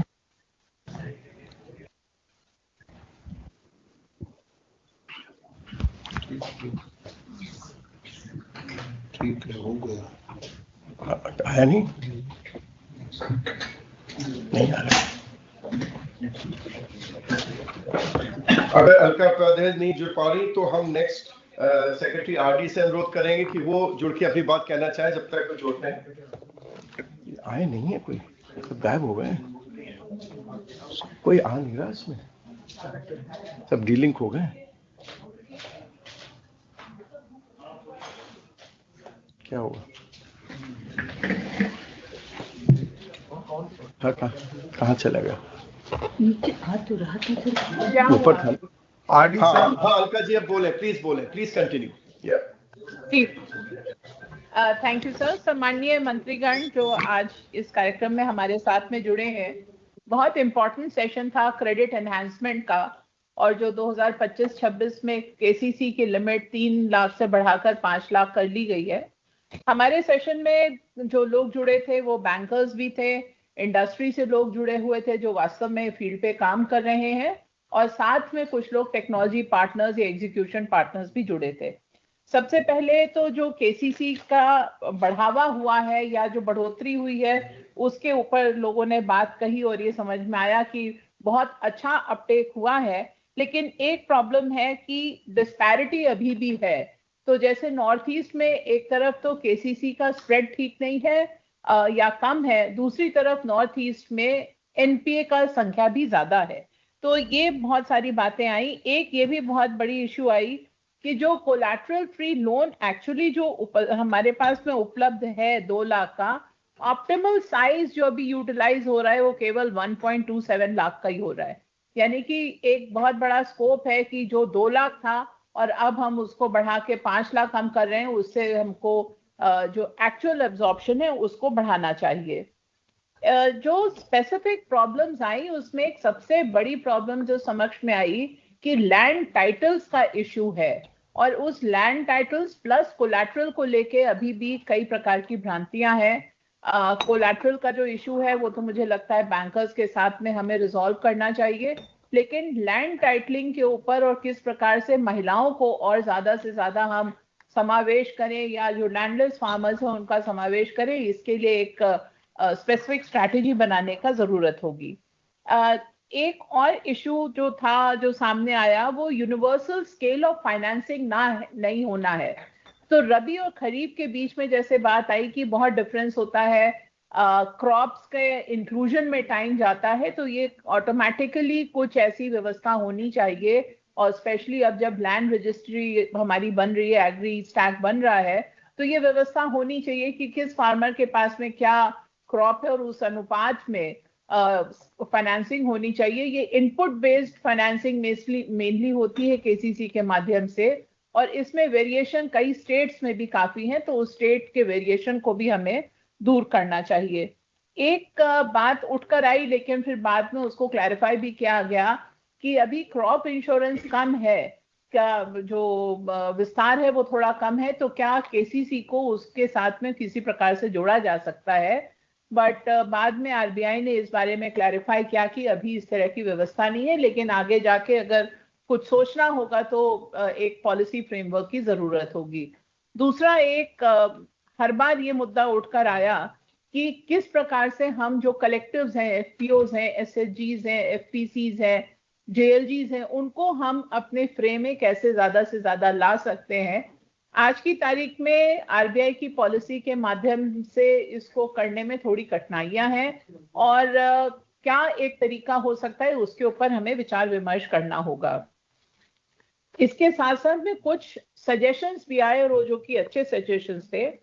एक श्रिम्प इंडस्ट्री के लिए एक बात आई कि क्योंकि वहां पर कॉस्ट ऑफ इन्वेस्टमेंट हाई है, या वहां पर कैपिटल की रिक्वायरमेंट ज्यादा हाई है, तो क्या ये 5 लाख की जो अभी सीमा है वो उनको थोड़ी अपर्याप्त समझ में आती है, इसके ऊपर ध्यान देने की आवश्यकता होगी।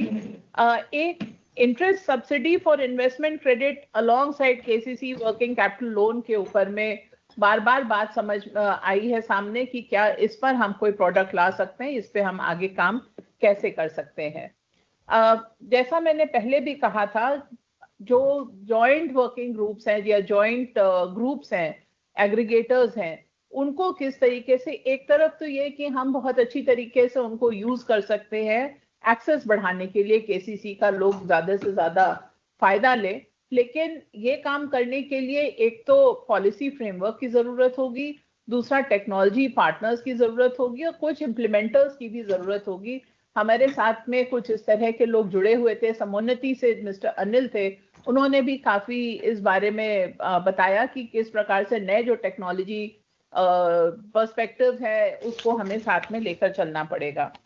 जो फाइनेंसिंग इंस्ट्रूमेंट है, जो एग्रीकल्चर वैल्यू एडिशन है, जैसे कि लाइफ, एक बात समझ में आई, किसान खेती से हमारे साथ में मनोज द्विवेदी जी जुड़े हुए थे, उनका ये कहना था कि जो केसीसी है इनपुट बेस्ड है, लेकिन आज की तारीख में जो लाइफ स्टॉक सेक्टर में या फिशरीज में, इवन क्रॉप हस्बेंड्री में डिमांड प्रोसेसिंग के लिए भी है, तो किस प्रकार से हम केसीसी का उपयोग इसके लिए भी कर सकते हैं। यानी कि कुल मिला के वर्किंग कैपिटल के ऊपर भी बार बार बात हमारे सामने आई है और उसमें हम लोगों ने कुछ चर्चा की है। आरबीआई के जो अधिकारीगण मिस्टर गिरिधरन हमारे साथ जुड़े थे, उन्होंने कहा था, उन्होंने भी सारी बातों को नोट किया है और वो डिटेल पॉलिसी पर्सपेक्टिव भी हमारे साथ में शेयर करेंगे।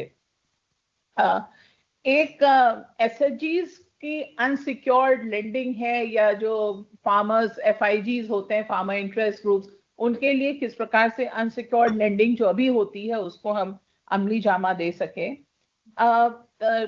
एक सजेशन ये था कि जिस तरीके से शुरुआत में रमेश चांद जी ने बताया कि एनिमल हस्बेंड्री या life stock sector plus fishery sector बहुत अच्छा ग्रो कर रहा है, तो फोकस्ड एफर्ट की वहां पर हमको जरूरत है। एक कोऑपरेटिव बैंक्स का बहुत अच्छा उपयोग हो सकता है। अमूल से जयंत मेहता जी जुड़े थे, उन्होंने बताया कि किस प्रकार से गुजरात में करीब एक उन्होंने काफी बड़ी संख्या बताई थी कि उन्होंने नए खाते कोऑपरेटिव बैंक्स में खुलवाए हैं और उसके 24 से 25 लाख खाते खुल गए हैं और वो ये सभी अब क्रेडिट कार्ड, किसान क्रेडिट कार्ड को इजीली एक्सेस भी कर पाएंगे। तो मुझे लगता है कोऑपरेटिव्स का जो विस्तार हो रहा है कोऑपरेटिव बैंक्स का, वो भी हमारे लिए काफी मददगार होगा। जो छोटे किसान हैं जो एनिमल हस्बेंड्री या लाइफ स्टॉक सेक्टर से जुड़े हुए हैं, उनके लिए कोलैटरल फ्री लोन उपलब्ध है, वो बहुत अच्छी एक व्यवस्था है और उसमें छोटे इंडस्ट्री यानी कि गोटरी, पिगरी को बढ़ावा दिया जा सकता है। एक चीज ये भी आई थी कि हमको जो मतलब बड़ा प्रैक्टिकल सजेशन आया हमारे ग्रुप से, वो ये था कि हमको थोड़ा सा जो व्यवस्था बैंक्स के द्वारा दी गई है उसमें थोड़ा इम्प्लीमेंटेशन में चेंज करने की जरूरत है। इजियर एप्लीकेशन प्रोसेस हो, कैप्चरिंग ऑफ डेटा, जैसे हमको भी अभी लाइफ स्टॉक सेक्टर में एग्जैक्टली नहीं पता लग पाता है, सिर्फ कैंपेन मोड में जो हम लोग केसीसी इशू करवाते हैं उसका पता लगता है, परंतु फील्ड जो की संख्या कम हो जाती है और फील्ड में क्रेडिट कार्ड जो मिल रहा, किसान क्रेडिट कार्ड मिल रहा है हमारे सेक्टर के लिए, फिशरीज के लिए, वो कैप्चर नहीं हो पा रहा है। तो एक एमआईएस का हमें लगता है एप्लीकेशन प्लस एमआईएस ये व्यवस्था भी करना बहुत जरूरी है। और लास्ट में एक मुझे लगता है कि एक्सटेंशन, जो बार बार बात आई कि ट्रेनिंग ऑफ बैंकर्स एंड हमारे जो एक्सटेंशन नेटवर्क है, इनके माध्यम से हम ज्यादा से ज्यादा अवेयरनेस के भी प्रयास हमको करने होंगे। तो बहुत बहुत धन्यवाद। मैं अपनी बात को यहीं पे समाप्त करती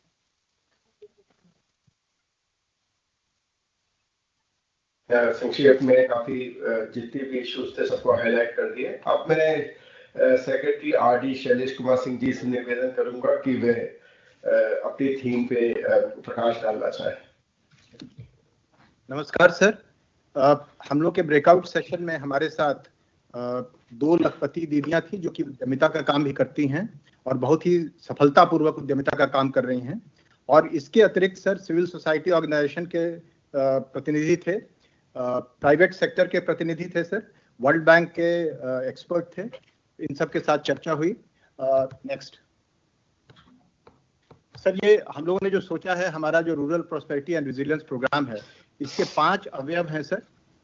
संस्थागत क्षमता का विकास करना, उद्यमिता के कल्चर का विकास करना सर, और फाइनेंशियल प्रोडक्ट्स, जो स्पेशल फाइनेंशियल प्रोडक्ट्स हैं लोक उद्यमों के लिए, उसके लिए प्रयास करना सर, और डिजिटल इंफ्रास्ट्रक्चर को निर्मित करना, और उद्यमों को बढ़ावा देने के लिए सिस्टम बनाना। Next next next next slide, next slide sir. आज जो चर्चा हुई उसमें जो सुझाव आए, पहला था सर जो creating robust ecosystem for enterprises, जो पारितंत्र विकास करने का था सर। तो उसमें अब ये बात बिल्कुल स्पष्ट है सर कि ये जो गरीबी उन्मूलन का कार्यक्रम तो है ही हमारा, उसके साथ साथ अब हमको जोर देना है एंटरप्राइज प्रमोशन पर सर। उसमें रिस्क टेकिंग जो है उसको थोड़ा बढ़ावा देना होगा, उसको किस प्रकार से रिस्क टेकिंग की क्षमता दीदियों में डेवलप की जाए, उस पर ध्यान देने की जरूरत है सर। उसके बाद गवर्नमेंट का जो सपोर्ट है वो सब्सिडाइज, रिस्क को सब्सिडाइज करने पर होना चाहिए, पूरे एंटरप्राइज को सब्सिडाइज करने पर नहीं। अभी सर जो गांव के अंदर प्रोड्यूसर और कंज्यूमर दोनों, मतलब वहां गांव के अंदर ऐसा भी इकोसिस्टम सर क्रिएट हुआ है जिसमें कंज्यूमर की बहुत सारी मांगे हैं, उनकी जो लोकल स्थानीय जो आवश्यकताएं सर, उनकी भी पूर्ति वहां के प्रोडक्शन से की जा सकती है, और नॉलेज ट्रांसफर का उसमें काफी संभावना है। इसके बाद सर जो सिविल सोसाइटीज और जो इकोसिस्टम स्टार्टअप है उसके बीच में किस प्रकार से संबंध मजबूत किया जाए, उस पर ध्यान देने की आवश्यकता है। और इम्पैक्ट इन्वेस्टिंग, स्किल डेवलपमेंट और मार्केट नो हाउ, इस पे CSR जो संस्थाएं हैं उनकी मदद लेने की आवश्यकता है। अगला बिंदु था सर जो लास्ट माइल एक्सटेंशन किस प्रकार से किया जाए। तो उसमें जो कई सारे हमारे पास प्रूवन लाइवलीहुड मॉडल्स हैं सर, जो एक राज्य में मान लीजिए सफल हैं, तो दूसरे राज्य में उसको संशोधित करके अगर चलाया जाए तो क्या उसका प्रभाव होगा, इसको देखने की आवश्यकता है। और जो हमारे जो कम्युनिटी कार्डर्स हैं उनको एम्पावर करने की आवश्यकता के बारे में बात हुई सर।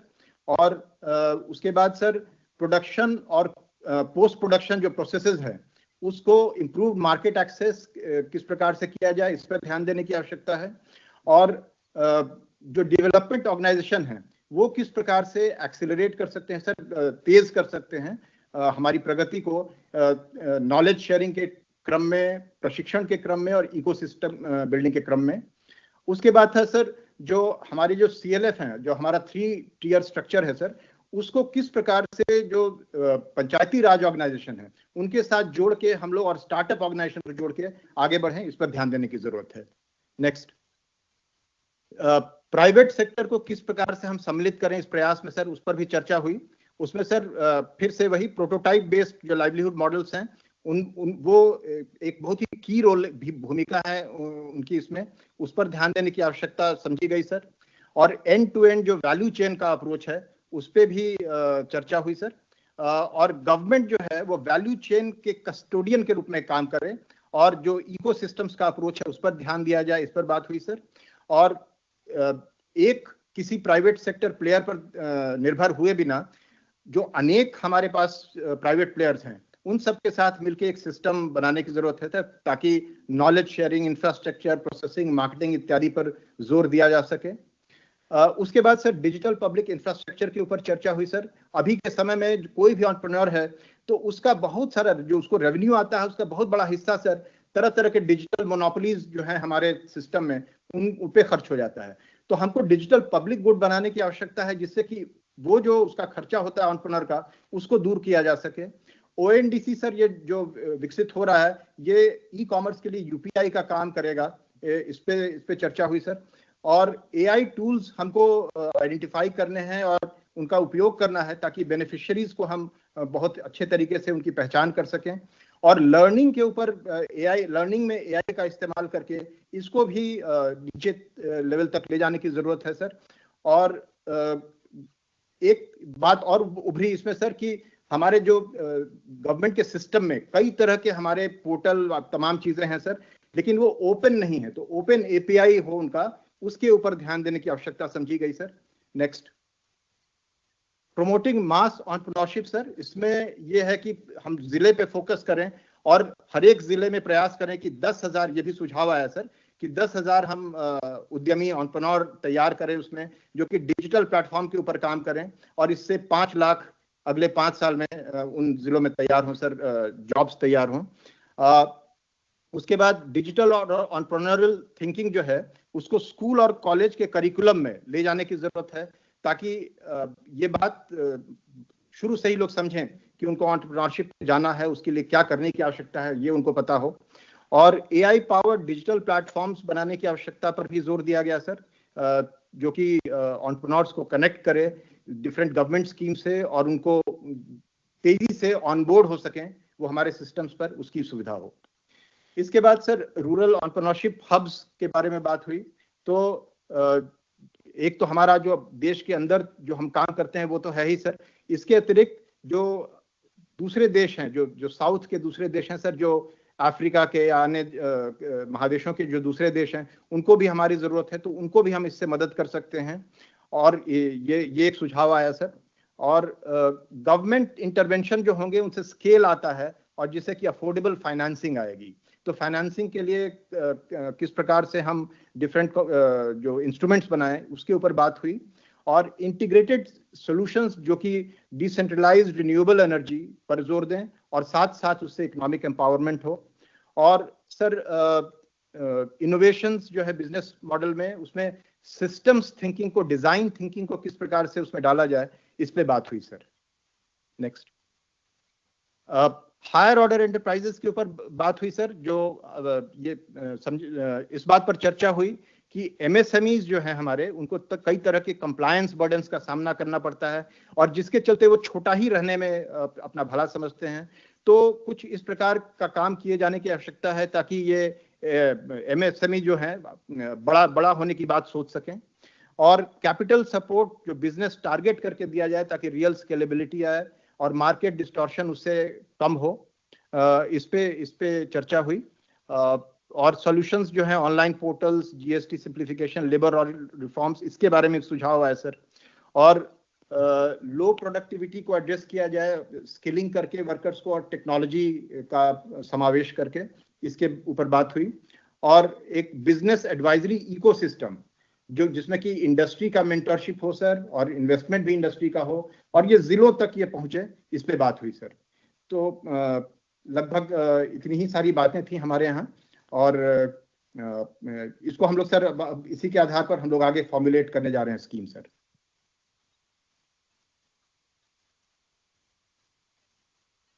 अब आत्मनिर्भरता पल्सेस के विषय पर secretary department of consumer affairs अपनी बात रखना चाहें।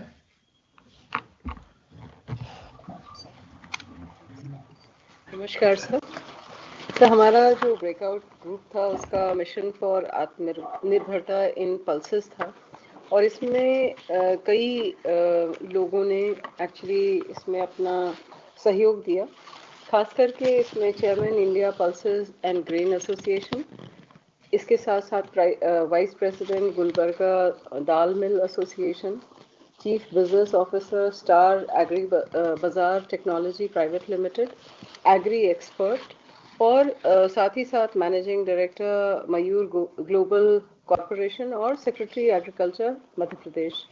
साथ ही साथ इसमें जो इंटरवीनर्स थे, नेक्स्ट प्लीज, इनमें भी principal secretary agriculture Uttar Pradesh, secretary agriculture government of Bihar और इसके बाद vice chancellor Raichur university, Tamil Nadu agriculture university Coimbatore, director research Rani Lakshmibai central agriculture university Jhansi, managing director Maharashtra seed corporation आदि लोग थे।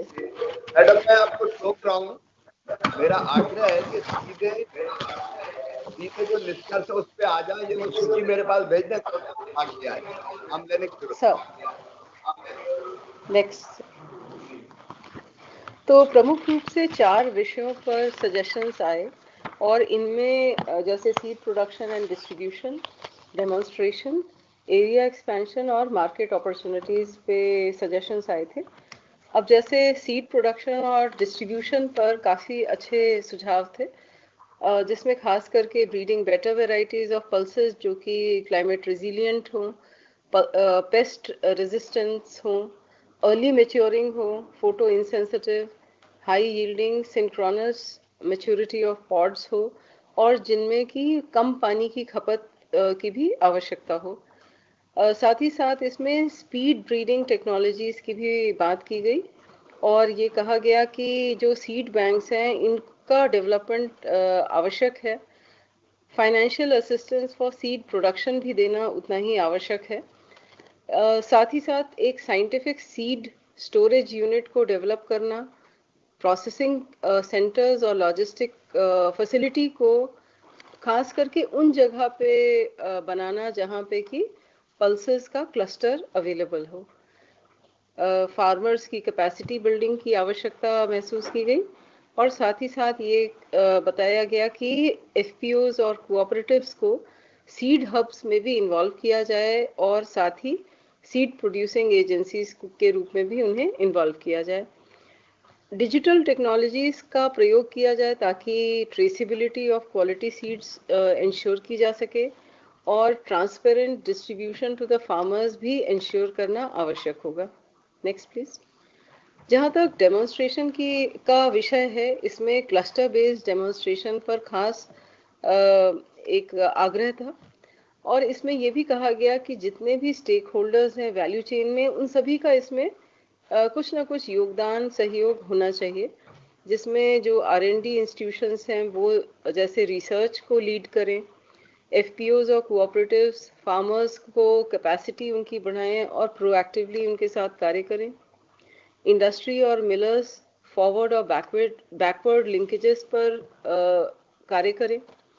जो टेक्नोलॉजी प्रोवाइडर्स हैं वो फार्मर्स को बेहतर टेक्नोलॉजी को अडॉप्ट करने के लिए प्रेरित करें और साथ ही साथ अश्योर्ड प्रोक्योरमेंट या मार्केट लिंकेजेस को डेवलप किया जाए। इसके साथ साथ ये भी एक विषय आया कि जो खास करके जो एस्पिरेशनल डिस्ट्रिक्ट है या ऐसे एरिया जो लो प्रोडक्टिविटी से प्रभावित हैं, खास करके उन्हें टारगेट किया जाए और इनका कन्वर्जेंस पीएम धन धान्य कृषि योजना के साथ भी किया जाए। तीसरा विषय एरिया एक्सपेंशन का था। ऐसा माना गया था कि अगर हमें पल्सेस के जो प्रोडक्शन है और प्रोडक्टिविटी दोनों को बढ़ाना है तो इसमें जो नॉन ट्रेडिशनल एरियाज हैं, खास करके जो फैलो एरियाज हैं, जो रेनफेड है और जो वाटरशेड, इन तीनों को हमें लेना होगा और इन्हें short duration high yielding variety को खास करके प्रमोट करना होगा फॉर एक्सपेंशन। इसमें इंटरक्रॉपिंग की व्यवस्था भी की जा सकती है, जिससे कि जैसे कि शुगर केन में ये वाइड स्पेसिंग क्रॉप्स के रूप में इनको किया जा सकता है या मेड़ पर इन्हें कल्टीवेट किया जा सकता है। यहाँ पे माइक्रो इरिगेशन की भी व्यवस्था की जा सकती है और जो सक्सेस स्टोरीज फार्मर्स की आ रही हैं उन्हें खास करके और अधिक प्रमोट किया जाना चाहिए। Next please. मार्केट अपॉर्चुनिटीज में एक जो कुछ सुझाव आए उसमें एक तो ये था कि एफपीओ मॉडल को सपोर्ट किया जाए ताकि बेहतर इकोनॉमिक बेनिफिट्स फार्मर्स को मिले। एक और जो महत्वपूर्ण बिंदु था वो स्टोरेज और पोस्ट हार्वेस्ट मैनेजमेंट का है कि भंडारण और इसका प्रबंधन किस प्रकार से किया जाए ताकि मैकेनाइज्ड हार्वेस्टिंग के बाद क्लीनिंग यूनिट्स एस्टैब्लिश की जा सके, साइंटिफिक स्टोरेज यूनिट्स बैठाए जा सकें, इनके प्रोसेसिंग सेंटर्स और लॉजिस्टिक फैसिलिटीज खास करके पल्सेस क्लस्टर के अराउंड किया जाए। इसके साथ साथ एक सुझाव ये था कि जो पल्स प्रोसेसिंग इंडस्ट्री है उसे एग्रो बेस्ड इंडस्ट्री का दर्जा दिया जाए ताकि उन्हें इंसेंटिव्स और सब्सिडीज का लाभ मिल सके। तीसरा सुझाव ये भी बहुत महत्वपूर्ण था जिसमें दाल मिलों के मॉडर्नाइजेशन का विषय था और इससे भी जो प्रोडक्शन में एक बढ़ोतरी हो सकती है। 100% तूर, मसूर और उड़द का प्रोक्योरमेंट नैफेड और एनसीसीएफ के द्वारा किया जाए, ये इस पर एक जोर दिया गया और जो training on packages of practices और गुड एग्रीकल्चर प्रैक्टिसेस, इन सभी पर प्रशिक्षण देने की बात कही गई। तो यही प्रमुख रूप से सजेशंस आए। धन्यवाद। बहुत बहुत धन्यवाद निधि जी। अब मैं अगला जो 5वां थीम था comprehensive program for vegetables and fruits, उसमें सचिव food processing industry department ministry के उनसे अनुरोध करूंगा कि वे अपनी बात रखें ब्रीफ में।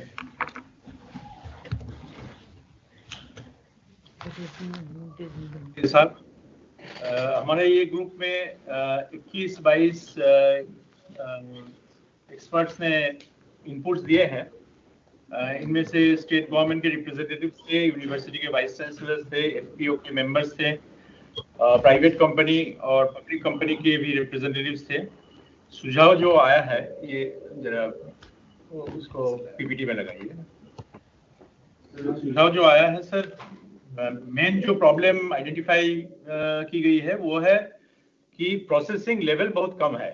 प्रोसेसिंग फ्रूट्स एंड वेजिटेबल्स में 4 से 5 शतांश से ज़्यादा नहीं है, और इसी के कारण वेस्टेज भी बहुत ज़्यादा है। 10 to 15% एस्टिमेटेड वेस्टेज है। तो इसको एड्रेस करने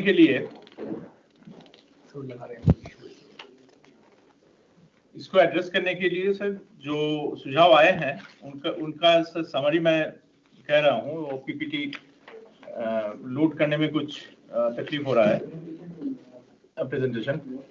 तो पहला सुझाव यह है farmer training and awareness. Farmers तो प्रोडक्शन बढ़ रहा है, लेकिन फार्मर्स के किसानों के जो नॉलेज, नए जो तकनीक, नए जो सेच का जो तकनीक है, जो integrated pest management, nutrient management, इसका जो तकनीक है, और क्लाइमेट चेंज का जो इशू है, सॉयल न्यूट्रिशन का जो इशू है, इसके ऊपर उनका ज्यादा आइडिया नहीं है। तो इसके लिए प्रशिक्षण का जरूरी, लोग मानते हैं कि इसको प्रशिक्षण देना जरूरी है, सिर्फ इनपुट्स नहीं। सेकेंड इशू है ये इकोसिस्टम बेस्ड सस्टेनेबल फार्मिंग, मतलब crop rotation, soil erosion control. इसके लिए भी हमें कुछ स्पेशल एफर्ट्स लेना चाहिए। क्वालिटी इनपुट्स एंड कंप्लायंस में लोग, किसान तो जानते हैं एमआरएल के बारे में, लेकिन एमआरएल लेवल्स टेस्ट करने के लिए इनका फैसिलिटी नहीं है ज्यादातर जगह। तो एमआरएल टेस्टिंग लैब का सुविधा होना चाहिए ये 100 डिस्ट्रिक्ट में, और उसके साथ ये ट्रेसेबिलिटी सिस्टम भी एक बनाना चाहिए इनके लिए। Integrated nutrient management, integrated pest management, ये भी बहुत इंपॉर्टेंट है। इसके बारे भी जो सपोर्ट है वो किसान तक नहीं पहुंच पा रहा है। डाइवर्सिफिकेशन एंड प्रोडक्टिविटी एनहांसमेंट में ये मोनोक्रॉपिंग से डाइवर्सिफाइड फार्मिंग सिस्टम, स्पेशली फल का जो बगीचा है, इसमें डाइवर्सिफाइड फार्मिंग सिस्टम का जरूरी है। क्वालिटी सीड्स और प्लांटिंग मटेरियल का सप्लाई, इसको भी बढ़ाना है। पोस्ट हार्वेस्ट इंफ्रास्ट्रक्चर में बहुत सारे गैप्स हैं, क्योंकि cold storage, ripening chamber, pack house, farm gate level पे इसका अवेलेबिलिटी ज्यादा नहीं है। ये एक मेजर कारण है कि फूड वेस्टेज भी ज्यादा हो रहा है फल और सब्जी में। Food safety consultancy and post harvest processing के लिए उनको प्रशिक्षण भी चाहिए, और उनको एक सपोर्ट फार्म लेवल पे होना चाहिए, सरकार की तरफ से या प्राइवेट जो कंपनीज काम कर रहे हैं उनके तरफ से। इंडिविजुअल क्विक फिजिंग टेक्नोलॉजी, इसका जो सब्सिडी मिल रहा है अभी, इस सब्सिडी को बढ़ाना चाहिए, क्योंकि ये बाहर से जो इंपोर्टेड मशीनरी है उसका क्वालिटी अच्छा है, लेकिन इसका प्राइस भी 4-5 गुना ज्यादा है इंडियन मशीन से। तो ये यूज बढ़ाने के लिए इसका सब्सिडी ज्यादा होना चाहिए। मार्केट एक्सेस और स्टैंडर्डाइजेशन में common quality standard for fruits and vegetables market level पे भी है, लेकिन इसके लिए कमोडिटी स्टीवर्डशिप काउंसिल या कमोडिटी काउंसिल बनाना चाहिए जैसे ग्रेप्स में है, जो कि स्टैंडर्डाइज कुछ बेंचमार्क बना सके। Digital platform for farmer producer organisations और फार्मर्स, जो बायर्स के साथ कनेक्ट करने के लिए, सिर्फ वो प्राइस के लिए नहीं लेकिन उत्पाद कितना हो रहा है इसके लिए भी एक डिजिटल प्लेटफॉर्म होना चाहिए। क्रेडिट एंड इन्वेस्टमेंट सपोर्ट में नाबार्ड का जो रीफाइनेंस सपोर्ट है, ये इसको एक्सपेंड किया जाए और प्राइमरी एग्रीकल्चरल क्रेडिट सोसाइटी को भी एक सपोर्ट दिया जाए जैसे एफपीओ को हम लोग दे रहे हैं। नेक्स्ट, रेगुलेटरी रिफॉर्म्स में जो सजेशंस आए हैं उसमें एक है डीरेगुलेशन ऑफ एपीएमसी, जो कि फार्मर मार्केट लिंकेज को स्ट्रॉन्ग किया जा सकता है। इससे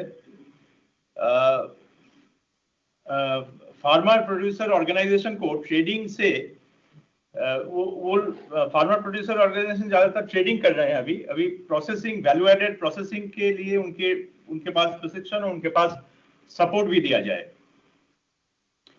कॉन्ट्रैक्ट फार्मिंग मॉडल जो फल के लिए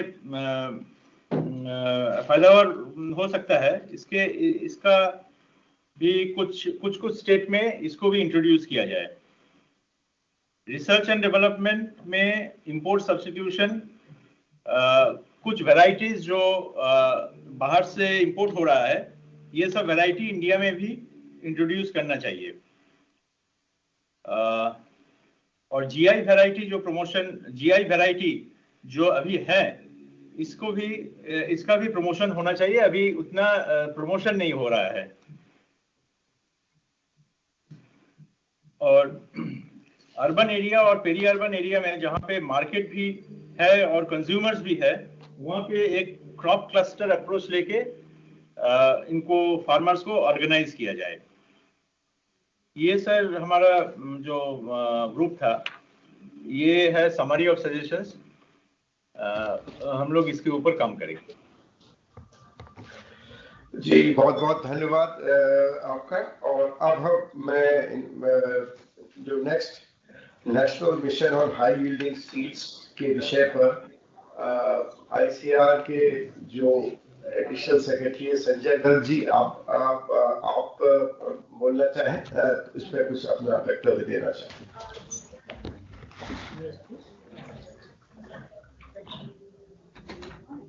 अपने को अनम्यूट कर लीजिएगा संजय गर्ग जी।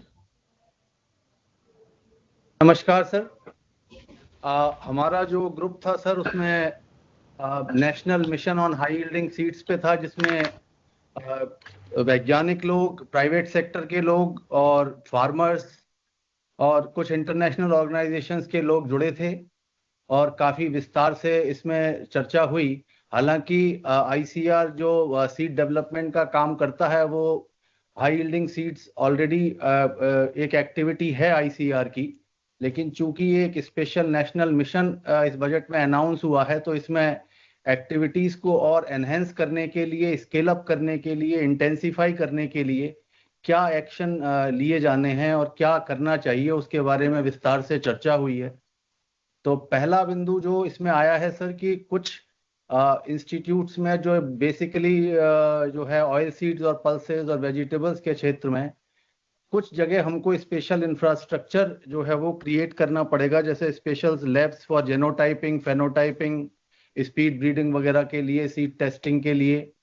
और उसके अलावा जो हमारे साइंटिस्ट इस क्षेत्र में काम कर रहे हैं, उनका कैपेसिटी बिल्डिंग, ताकि आर्टिफिशियल इंटेलिजेंस, मशीन लर्निंग और डिजिटलाइजेशन के थ्रू जो हाई यील्डिंग सीड्स डेवलप करने के लिए जो डेटाबेस का यूज होता है, जो जीन्स के डेटा का यूज होता है, उसकी एडिटिंग और उसके एनालिसिस में इन सारी जो आजकल जो मॉडर्न टेक्निक्स इलेक्ट्रॉनिक्स और आर्टिफिशियल इंटेलिजेंस की हैं, उनको यूज किया जा सके, ताकि ब्रीडिंग साइकिल को फास्ट किया जा सके और अधिक से अधिक हाई यील्डिंग वैरायटीज कम समय में डेवलप की जा सके। दूसरा जो पॉइंट था सर, कि इसमें प्राइवेट पीपीपी मोड में हमको जाना पड़ेगा। तो प्राइवेट पब्लिक पार्टनरशिप, जिसमें कोऑपरेटिव्स, कॉरपोरेशंस और प्राइवेट सेक्टर को सीड प्रोडक्शन के लिए इन्वॉल्व करना पड़ेगा, तो वो उसमें पब्लिक और प्राइवेट पार्टनरशिप की आवश्यकता है। अभी भी प्राइवेट सेक्टर करता है सीड प्रोडक्शन का काम, लेकिन उतना प्राइवेट सेक्टर के पास इंसेंटिव नहीं है कि हाई यील्डिंग सीड्स या हाइब्रिड सीड्स को प्रोड्यूस करके मार्केट करने के लिए, ताकि उनको जो है वो फायदा हो सके। तीसरा जो पॉइंट था सर कि कुछ एक्सपर्ट्स ने ये कहा कि खाली हाई यील्ड पे ही हमको फोकस नहीं करना है, क्योंकि क्लाइमेट भी चेंज हो रहा है, डिजीजेस भी आ रही हैं, तो जो अदर स्ट्रेसेस हैं, चाहे वो एनवायरमेंट रिलेटेड स्ट्रेसेस हैं या जो बायोटिक स्ट्रेसेस हैं, उनके साथ भी वैरायटीज ऐसी डेवलप हों जिनमें ना कि यील्ड बढ़े बल्कि क्लाइमेट रेजिलिएंट भी हों और डिजीज रेजिस्टेंस भी हों।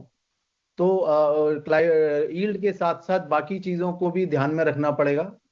और अगला पॉइंट जो आया था सर इसमें कि जो प्लांटिंग, हाई डेंसिटी प्लांटिंग और मैकेनिकल हार्वेस्टिंग और मैकेनाइजेशन का आजकल यूज हो रहा है, उसके हिसाब से किस तरह से प्लांट के आर्किटेक्चरल ट्रेट्स जो हैं उनको एडिटिंग और मॉडिफाई करके अपने अनुकूल, उसके अनुकूल बनाना है हाई डेंसिटी प्लांटिंग के, और वो भी उस बात को भी ध्यान में रखना है।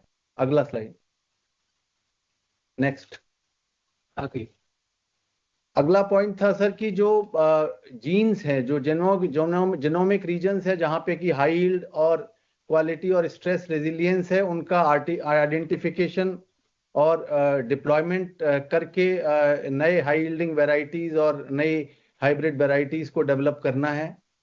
एक इम्पॉर्टेंट पॉइंट रेगुलेशन से संबंधित ये आया था कि जो कुछ रूल्स हैं, जैसे कि पीपीवी एंड एफआरए एक्ट है, सीड एक्ट है, बायोडाइवर्सिटी एक्ट है, इनमें कुछ रूल्स में चेंज करना पड़ेगा ताकि आईपी प्रोटेक्शन जो अभी नहीं, आईपी प्रोटेक्शन का उतना स्ट्रॉन्ग प्रोविजन नहीं है, जिसके कारण प्राइवेट इन्वेस्टमेंट सीड डेवलपमेंट में या हाइब्रिड सीड डेवलपमेंट में नहीं आ रहा है। तो प्राइवेट इन्वेस्टमेंट को अट्रैक्ट करने के लिए कुछ रूल्स में परिवर्तन की आवश्यकता होगी। उसके बाद जो नया पॉइंट आया था सर कि न्यू ब्रीडिंग टेक्नोलॉजीज और आईपीआर रिलेटेड प्रोविजंस का यूज भी वैरायटीज के डेवलपमेंट में होना चाहिए। और अगला पॉइंट ये आया था सर कि जो बायो पेस्टिसाइड्स और नैनो फर्टिलाइजर्स या और जो इनपुट्स हैं, उनका भी जो डिलीवरी सिस्टम है सीड बेस्ड, जैसे सीड्स के साथ या सीड्स का जो डिलीवरी सिस्टम है उसी के साथ उसको सिंक्रोनाइज किया जाना चाहिए, ताकि खाली सीड्स ही नहीं, हाई यील्ड के लिए बाकी और इनपुट्स की भी आवश्यकता होती है, और वो सारे इनपुट्स का भी डिलीवरी सिस्टम सीड्स के साथ सिंक्रोनाइज होना चाहिए। उसके बाद सर लास्ट पॉइंट ये था कि जो एफिशिएंट सीड प्रोडक्शन रिसर्च जो हाइब्रिड्स में है, रेजिलिएंट और sustainable seed systems, small holder farmer जो है, जो छोटे किसान है जिनको अभी क्वालिटी सीड नहीं मिल पाता है, तो पूरे जो सीड का जो सप्लाई चेन है, पूरे सीड्स का जो सप्लाई सिस्टम है, उस सिस्टम में भी मॉडिफिकेशन की जरूरत है या उसको फासन करने की जरूरत है, ताकि जो सीड्स डेवलप तो हो जाएं और डेवलप होने के बाद कम से कम समय में और इफेक्टिव मैनर में एक छोटे किसान को मिल सके। सर ये कुछ सुझाव आए थे, इसके अलावा कुछ और भी जो और डिटेल में आए थे उनकी हम एक रिपोर्ट बना के आपके सामने प्रस्तुत करेंगे सर। धन्यवाद। बहुत बहुत धन्यवाद संजय जी। अब मिशन फॉर कॉटन प्रोडक्टिविटी के विषय पर सेक्रेटरी टेक्सटाइल्स ऑन है।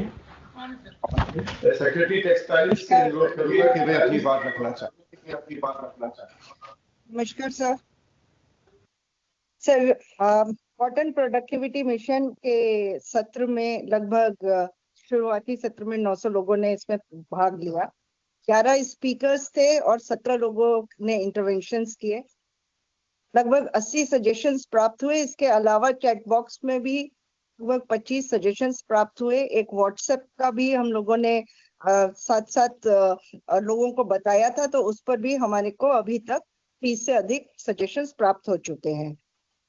सर हमारे जो प्रतिभागी थे उसमें international committee on cotton, advisory committee on cotton, किसान, साइंटिस्ट जो रिसर्च एजेंसीज और रिसर्च इंस्टीट्यूट्स के थे, इंडस्ट्री जिसमें जिनर्स और एंड यूजर यानी कि जो गारमेंटिंग इंडस्ट्री है या फैब्रिक इंडस्ट्री है वो, तथा सिविल सोसाइटी ऑर्गेनाइजेशंस एंड एफपीओस के मार्केटिंग के लोग भी उपस्थित थे। सर फार्मर्स एंड इंडस्ट्री ने दोनों ने इसका मिशन का भारी स्वागत किया और इस बात के लिए धन्यवाद भी ज्ञापित किया कि इसकी आवश्यकता उन्हें एक लंबे समय से महसूस हो रही थी, जिसकी पूर्ति इस मिशन के आने से हो सकेगी। सर मुख्यतः ये मिशन के बारे में जब बातचीत हुई तो किसानों की तरफ से और इंडस्ट्री की तरफ से दो ही बातें आई हैं। पहली बात ये आई है कि क्वांटिटी की ओर ध्यान देना है, यानी कि प्रोडक्टिविटी के मुद्दे पर उन्होंने अपनी बात पूरी तरीके से और क्या उन्हें कठिनाइयां हैं इस पर उठाई, और इंडस्ट्री ने क्वालिटी की बात कही। सर 150 डिस्ट्रिक्ट्स में लगभग कपास की खेती होती है और जो उनकी समस्याएं हैं, ये समस्याएं जुड़ी हुई हैं। पहला कि सीड का रिप्लेसमेंट बहुत लंबे समय से नहीं हुआ है। दूसरा, इस समय जो मृदा है, जो सॉइल है, उसमें एक तरीके का फटीग है।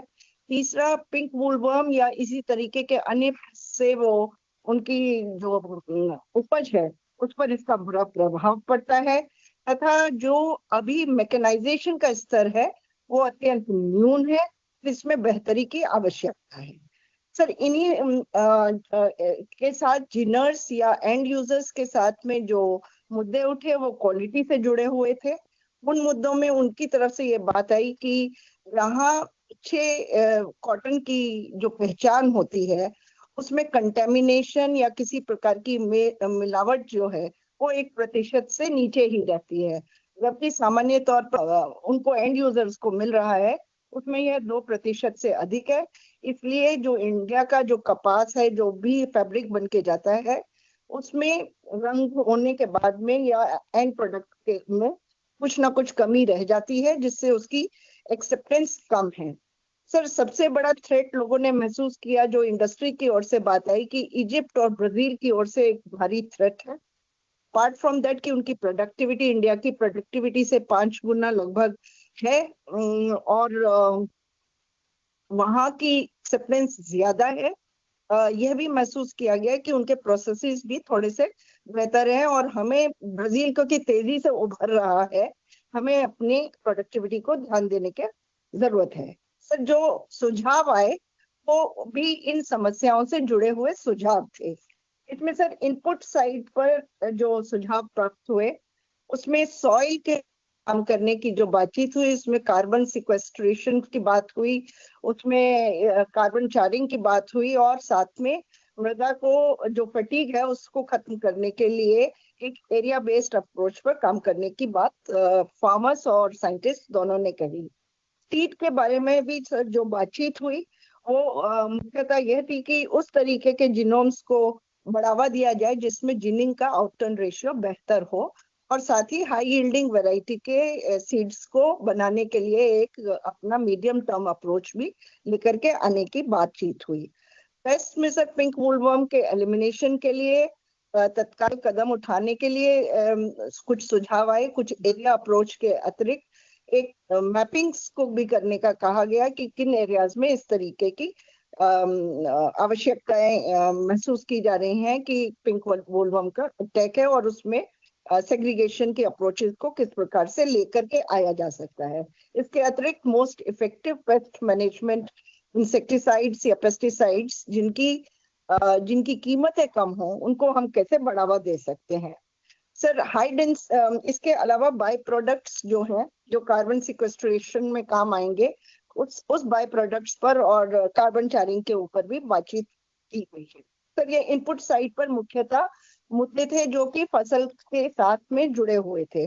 दूसरी बात टूल्स के ऊपर हुई। सर टूल्स में सबसे ज्यादा बात हुआ कि जो मशीनें हैं वो छोटे फार्म्स के लिए उपयुक्त नहीं है और बहुत महंगी है। सिस्टम हायरिंग पंचायत स्तर पर जो शुरुआती दौर पर कार्तिक मुरलीधरन ने अपने सुझावों में कहा था कि custom hiring centres through panchayat कराने के बारे में बातचीत की गई और वो सुझाव भी दिया गया।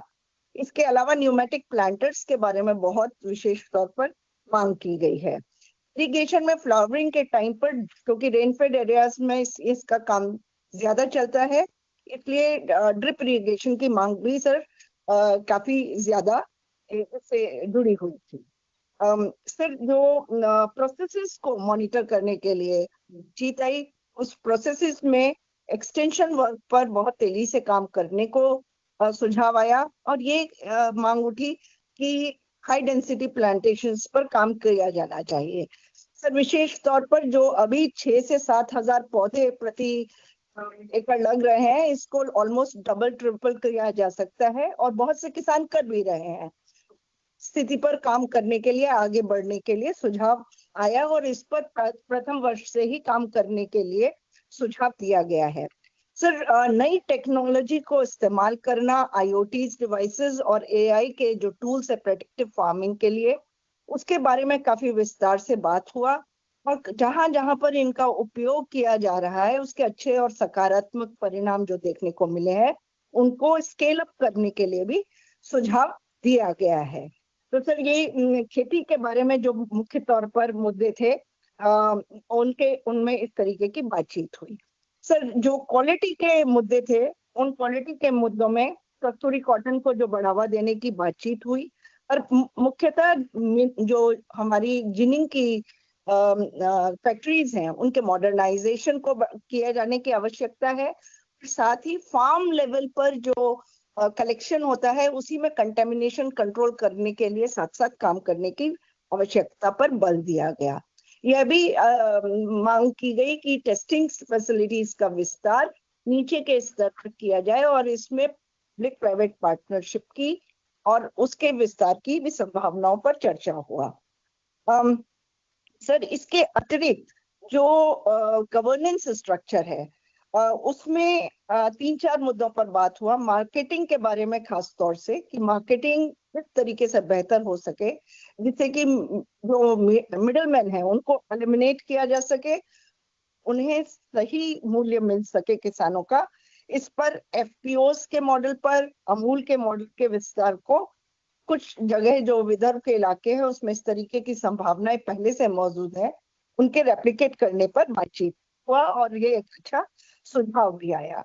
दूसरी बात हुई कि किसी भी प्रकार की अप्रूवल्स प्राप्त करने में जो वर्तमान रेगुलेशंस है, खासतौर से नए वैरायटीज को ले आने के लिए या नए पेस्ट मैनेजमेंट के चीजों को ले आने के लिए उन अप्रूवल्स में काफी समय लगता है। इस समय को कैसे कम किया जाए और अप्रूवल्स को कैसे फास्ट ट्रैक किया जाए, इस सुझाव को भी दिया गया। साथ ही मॉनिटरिंग को बेहतर करने के लिए भी सुझाव हुआ। सिर्फ तीसरा जो खंड था वो था कि इसमें इनोवेशंस की गुंजाइश, रिसर्च एंड डेवलपमेंट के साथ साथ इनोवेशंस की क्या गुंजाइश है।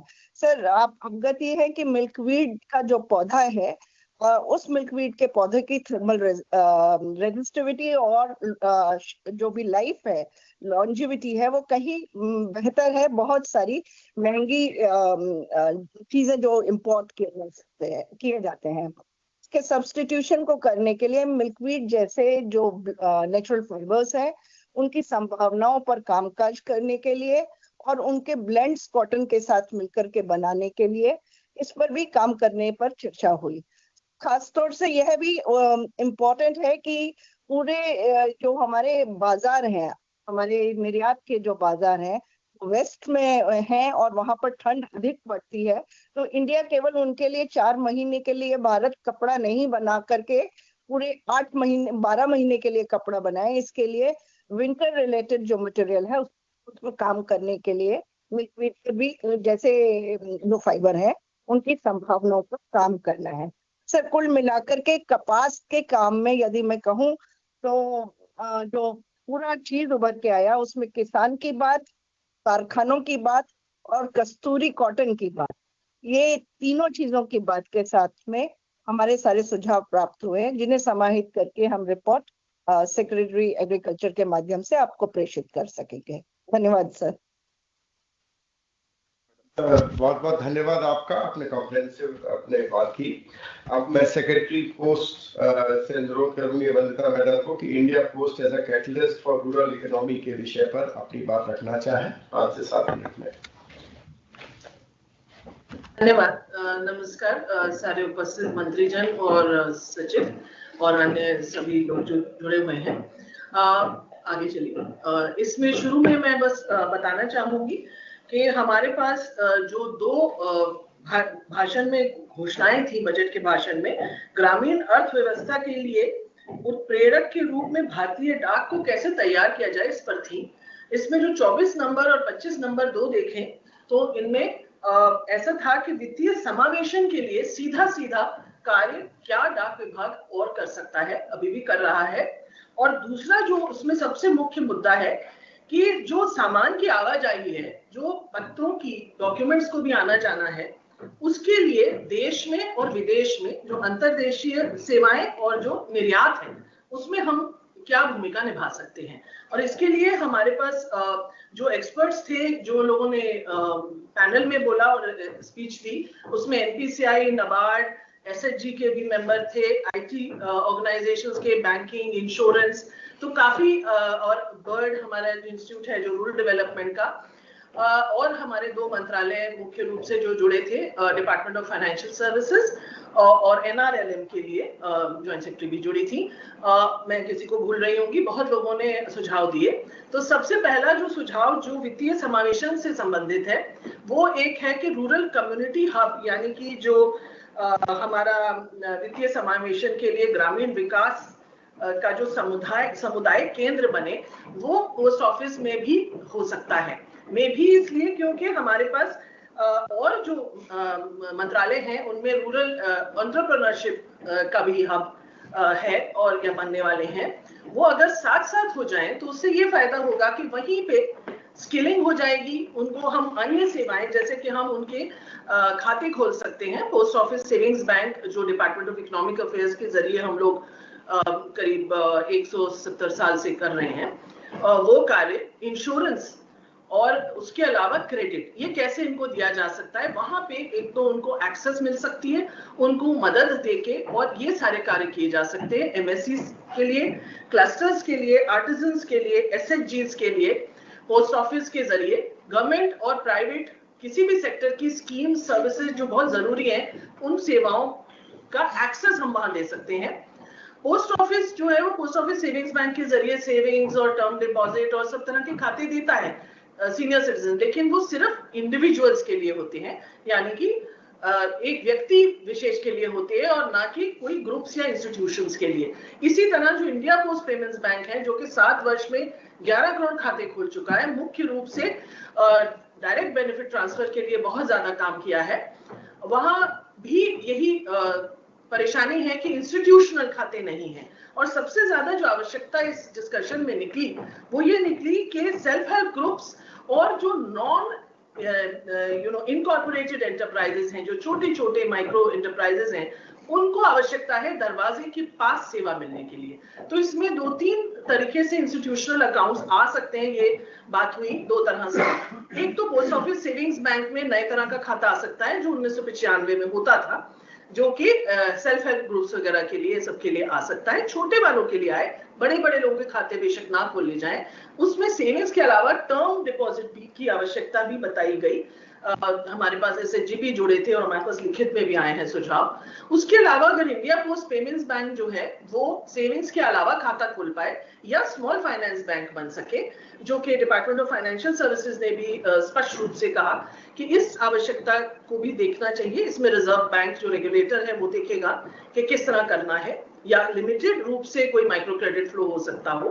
तो फ्लो के लिए मेन है कि पास में क्रेडिट पहुंचना है और क्रेडिट के बारे में जानकारी देनी है। तो और इंश्योरेंस में भी यही दिक्कत है कि पहुंच की परेशानी है, और बंडल्ड इंश्योरेंस प्रोडक्ट्स बड़े अच्छी इंडस्ट्री में बन रहे हैं, लोगों को मालूम नहीं चलता है। इंडिया पोस्ट पेमेंट्स बैंक ने इसमें बहुत पहल की है और bundled products, general insurance products पहुंचाए हैं। डाक विभाग पहले से postal life insurance, rural postal life insurance छोटे स्तर पे करता है, बहुत बड़ा नहीं है और उसमें, लेकिन लोगों को आता है ये कार्य करना। डीबीटी पहले से हो रहा है, करीब 10% DBT post office savings bank और आईपीपीबी के खातों के जरिए जाता है, और स्टेट गवर्नमेंट से भी टाई अप्स है, सिर्फ सेंट्रल गवर्नमेंट के नहीं है। डोर स्टेप एक्सेस है, ऑनलाइन ऑर्डर्स की सुविधा हमें डालने की जरूरत है। जब किसी को कैश चाहिए वो हम बिल्ड कर रहे हैं डाक विभाग में, तो इस पे भी जरूरत जताई गई थी। आधार एनेबल्ड पेमेंट सिस्टम जो बैंक्स भी देते हैं वो इंडिया पोस्ट पेमेंट्स बैंक देता रहा है और कोविड के टाइम में बहुत ज्यादा दिया था, ये भी बढ़ाया जा सकता है। ईएमआई पिकअप थोड़ा सा शुरू हुआ है थर्ड पार्टीज के लिए, और ये कार्य एसएचजीज को बहुत जरूरत है, ऐसे एसएचजी के जो वक्ता थे उन्होंने बताया। और ये लो कॉस्ट पे डाक विभाग आराम से दे सकता है। और जो कैश मैनेजमेंट जो काम डाक विभाग को करना होगा, इसमें पीछे से कैश मैनेजमेंट सिस्टम और मजबूत बनाना है, जिसके लिए कार्य अभी से चल रहा है, मैकेनाइजेशन भी हो रहा है काफी लाइंस का, जो हमारा बैक हैंड है, और आईटी की बैकबोन मजबूत बनानी है। एक जो सबसे बड़ा डिटेल डिस्कशन हुआ है, सबसे ज्यादा जिसकी जरूरत है वो है क्रेडिट। तो मैंने थोड़े रूप तो बताया क्या था, एमएससीज नॉन लोनी फार्मर्स खासतौर पे बोला गया, और एसएचजीज में खास कहा गया कि इंडिविजुअल एसएचजी मेंबर्स और लखपति दीदी खासतौर पे बहुत बढ़ानी है। एनआरएलएम में उन्होंने बताया मैडम ने कि ये इसकी जरूरत है, और शेड्यूल्ड और कोऑपरेटिव बैंक्स दोनों की तरफ से ये बात आई कि हम उनका जो क्रेडिट है इन खातों में अगर लैंड करा दे जो डाकघर में है या इंडिया पोस्ट पेमेंट्स बैंक में है, तो बहुत आसानी हो जाएगी, जो पहले भी बताया। एक सुझाव है जो अंदर से आया था, जो पहले कुछ वर्ष 2 साल से अंदर गवर्नमेंट में बात होती रही है कि पोस्टल जनधन नाम का अकाउंट हो सकता है, जैसे कि जनधन पोस्ट बैंक में होता है, जिसमें ओवरड्राफ्ट फैसिलिटी हो। इस समय 10,000 है बैंकों में, 10,000 से 50 भी हो सकती है, जो शिशु मुद्रा लोन की तरह हो सकती है। इस तरह की बातचीत भी हुई है, और वर्किंग कैपिटल लोन का खास अभी बात हुई थी आज कि बैंक के टाइप्स के जरिए पीछे या तो क्रेडिट गारंटी दे के, और सिर्फ एक जरिया होगा डाकघर ये देने के लिए।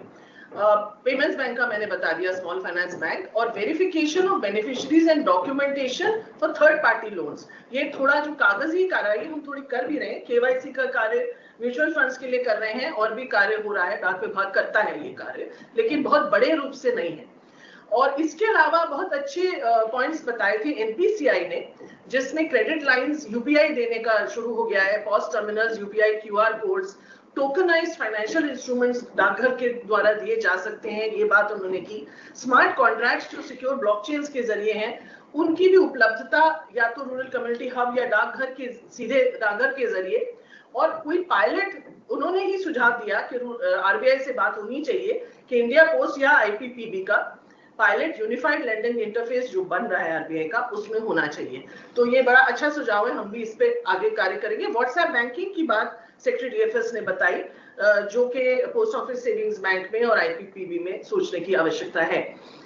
इंश्योरेंस, लाइफ इंश्योरेंस मैंने बताया, बहुत साधारण सा प्रोडक्ट है, उसमें आसानी से लोगों को समझ आता है और बेच आसानी से जाता है, और उससे फायदा है, और उसमें लो प्रीमियम और हाई बोनस है। जो थर्ड पार्टी टाइप्स हैं वो ऑलरेडी चल रहे हैं ग्रुप और टर्म लाइफ में, लेकिन जहां जरूरत पाई गई, health group, health accident, asset property, fire, business interruption, crop, fire, business interruption और क्रॉप और एसेट प्रॉपर्टी में इस समय डाक विभाग कुछ खास इसमें है नहीं एक्टिव, और ये किया जा सकता है, और इसमें बंडल प्रोडक्ट्स बड़े आसानी से बेचे जा सकते हैं। थोड़ी सी बंडलिंग होके हेल्थ और एक्सीडेंट और उसके साथ चिल्ड्रंस एजुकेशन का एक प्रोडक्ट बहुत अच्छा लास्ट ईयर बिका था, जो 5 इंश्योरेंस कंपनीज ने मिलकर फ्लोट किया था आईपीपीबी के थ्रू। तो ये असिस्टेड डिजिटल सर्विसेज उसी से संबंधित है। तो जो भी सेवाएं वहां पे दी जा सकती है रूरल कम्युनिटी हब, वो वैसे भी आज की डेट पे भी India post payments bank 100% digital bank है, और हाथ से ग्रामीण डाक सेवक वहीं पे खाता 5 मिनट में खोल के 5 मिनट में एक्टिवेट हो जाता है खाता, इंतजार नहीं करना पड़ता है। तो इस तरह की सेवाएं, और एक डाक चौपाल के लिए बहुत इंटरेस्ट लिया लोगों ने। हम डाक चौपाल करते हैं, करीब 1.5 साल के अंदर हमने 50,000 डाक चौपाल किए, जिसमें करीब 50 लाख लोगों ने भाग लिया। उसमें आई थिंक 42 से 46% महिलाएं थी, और डिजिटल और फाइनेंशियल लिटरेसी और इसके अलावा साइबर सिक्योरिटी की भी ट्रेनिंग हमने देनी शुरू की है। साथ में नाबार्ड हमारी मदद करता है, उनके भी कैंप्स हैं। तो जितने ज्यादा हम लोग डवटेलिंग कर लेंगे, उससे डाक विभाग हम तैयार है हमेशा डवटेलिंग करके, और जनसमर्थ, क्रेडिट पोर्टल, जन सुरक्षा पोर्टल जो इंश्योरेंस का है, लोन रेफरल्स, हर तरीके से हम तत्पर हैं ये सेवाएं देने के लिए।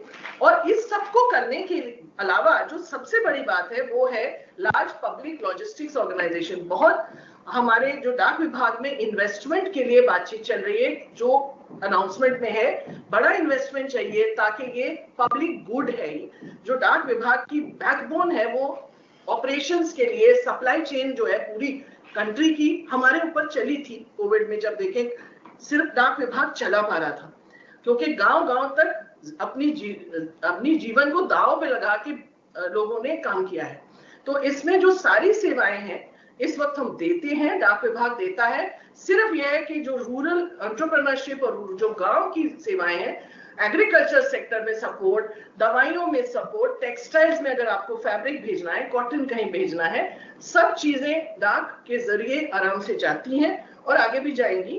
पीएम विश्वकर्मा में आर्टिजन्स के लिए वीविंग की मशीन्स क्या नहीं गया है, मतलब पत्थर भी गए हैं जिनको कार्व करना है उनको, जो स्कल्प्टर्स हैं। तो इस तरह के कार्य के लिए एक इन्वेस्टमेंट आएगा तो automated sorting systems, semi automated sorting systems, ज्यादा जो गाड़ियों के लिए जो लोकल गांव में इंटीरियर में ई व्हीकल्स वगैरह, ये हमने पूरा एक प्रोग्राम बनाया है जो हम अलग से भेजेंगे गवर्नमेंट को। सो ये जो चीजें थी इन सबकी नीड इस डिस्कशन में आई, बस इतना ही कहना चाहूँ। धन्यवाद।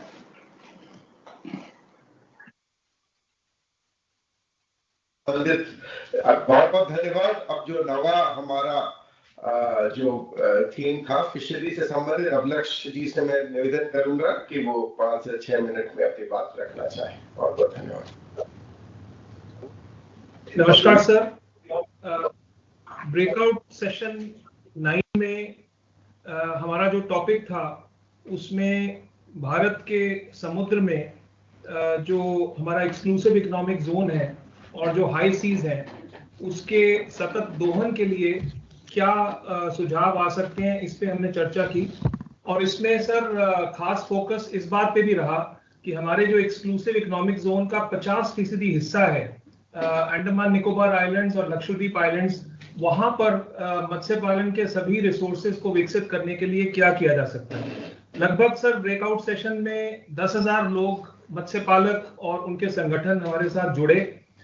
20 हमारे पास पैनलिस्ट और इंटरवेंशनिस्ट थे और लगभग 50-55 सुझाव सबसे आए। मुख्य जो सुझाव आए सर उनका मैं आपके सामने आकलन करना चाहूंगा।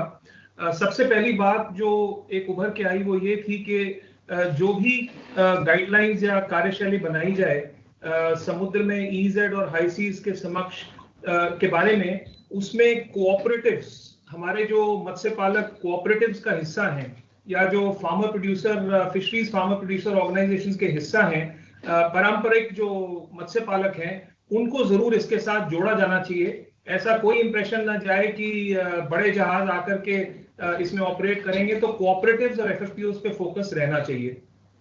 दूसरी बात जो सर बहुत बड़ी उभर के सबने बड़े अच्छे सुझाव दिए वो था कि किसी भी चीज का मार्केट एक्सेस बहुत जरूरी होता है और मार्केट एक्सेस में एक केंद्र बिंदु जो सबसे इंपॉर्टेंट है वो है ट्रेसेबिलिटी और सर्टिफिकेशन कि जो मछली है वो कहाँ से ओरिजिनेट हुई, किस प्रकार की है, उसकी कमर्शियल वैल्यू क्या है और आगे उसकी पूरी सोर्सिंग, उसके बीज से लेके पनपने से लेके मार्केट तक क्या है। तो ट्रेसेबिलिटी और सर्टिफिकेशन का सिस्टम, जहाज तो समुद्री जहाज चले ईजेड में और हाई सीज में, लेकिन ट्रेसेबिलिटी और सर्टिफिकेशन को भी सुदृढ़ किया जाना चाहिए। तीसरी बात जो सर बहुत सारे लोगों ने सुझाव दिया कि हमारे जितने मत्स्य पालक हैं जिनकी आजीविका समुद्र के साथ जुड़ी है, उनके लिए किसी भी तरह की बड़ी पैमाने पे कमर्शियल फिशिंग या कमर्शियल स्पीशीज को पकड़ने के लिए स्किलिंग, रीस्किलिंग और अपस्किलिंग की जरूरत है, राष्ट्रीय स्तर पर भी और अंतर्राष्ट्रीय स्तर पर भी। और कुछ देशों का जिक्र किया गया जैसे Norway, Taiwan, China, Japan, Maldives, Indonesia. तो ये भी बात आई कि इन देशों से भी हमें सीखना चाहिए कि वहां पे छोटे मत्स्य पालक को समुद्री जहाजों के साथ जोड़ के किस तरह से सारी प्रक्रिया को चलाया जाता है। तीसरा मुद्दा सर जो मैरीकल्चर की दृष्टि से, माने कि समुद्र में अगर हम किसी चीज का कल्चर करना चाहते हैं तो उसमें सर बहुत बड़ा भाग एक शैवाल का रहता है, सीवीड का, और सीवीड के बहुत फायदे माननीय प्रधानमंत्री जी भी इस बात पे जोर दे रहे हैं। तो एक हमारे जो पार्टिसिपेंट थे उनका ये कहना था कि जो हम सीवीड में नॉर्मल एक अप्रोच लेके चलते हैं कि एक सेल्फ हेल्प ग्रुप बने, फार्मर्स से जुड़े, उसको तो आप करिए, लेकिन ऑफशोर सीवीड माने कि समुद्र में और अंदर जाके 60-70 नॉटिकल माइल के आगे जाकर के हम अगर ऑफशोर सीवीड को स्केल करें बड़े प्राइवेट सेक्टर प्लेयर्स को ला करके विद ड्यू प्रोसीजर, तो हम इंडस्ट्रियल फीडस्टॉक की कमी बहुत पूरी कर सकते हैं।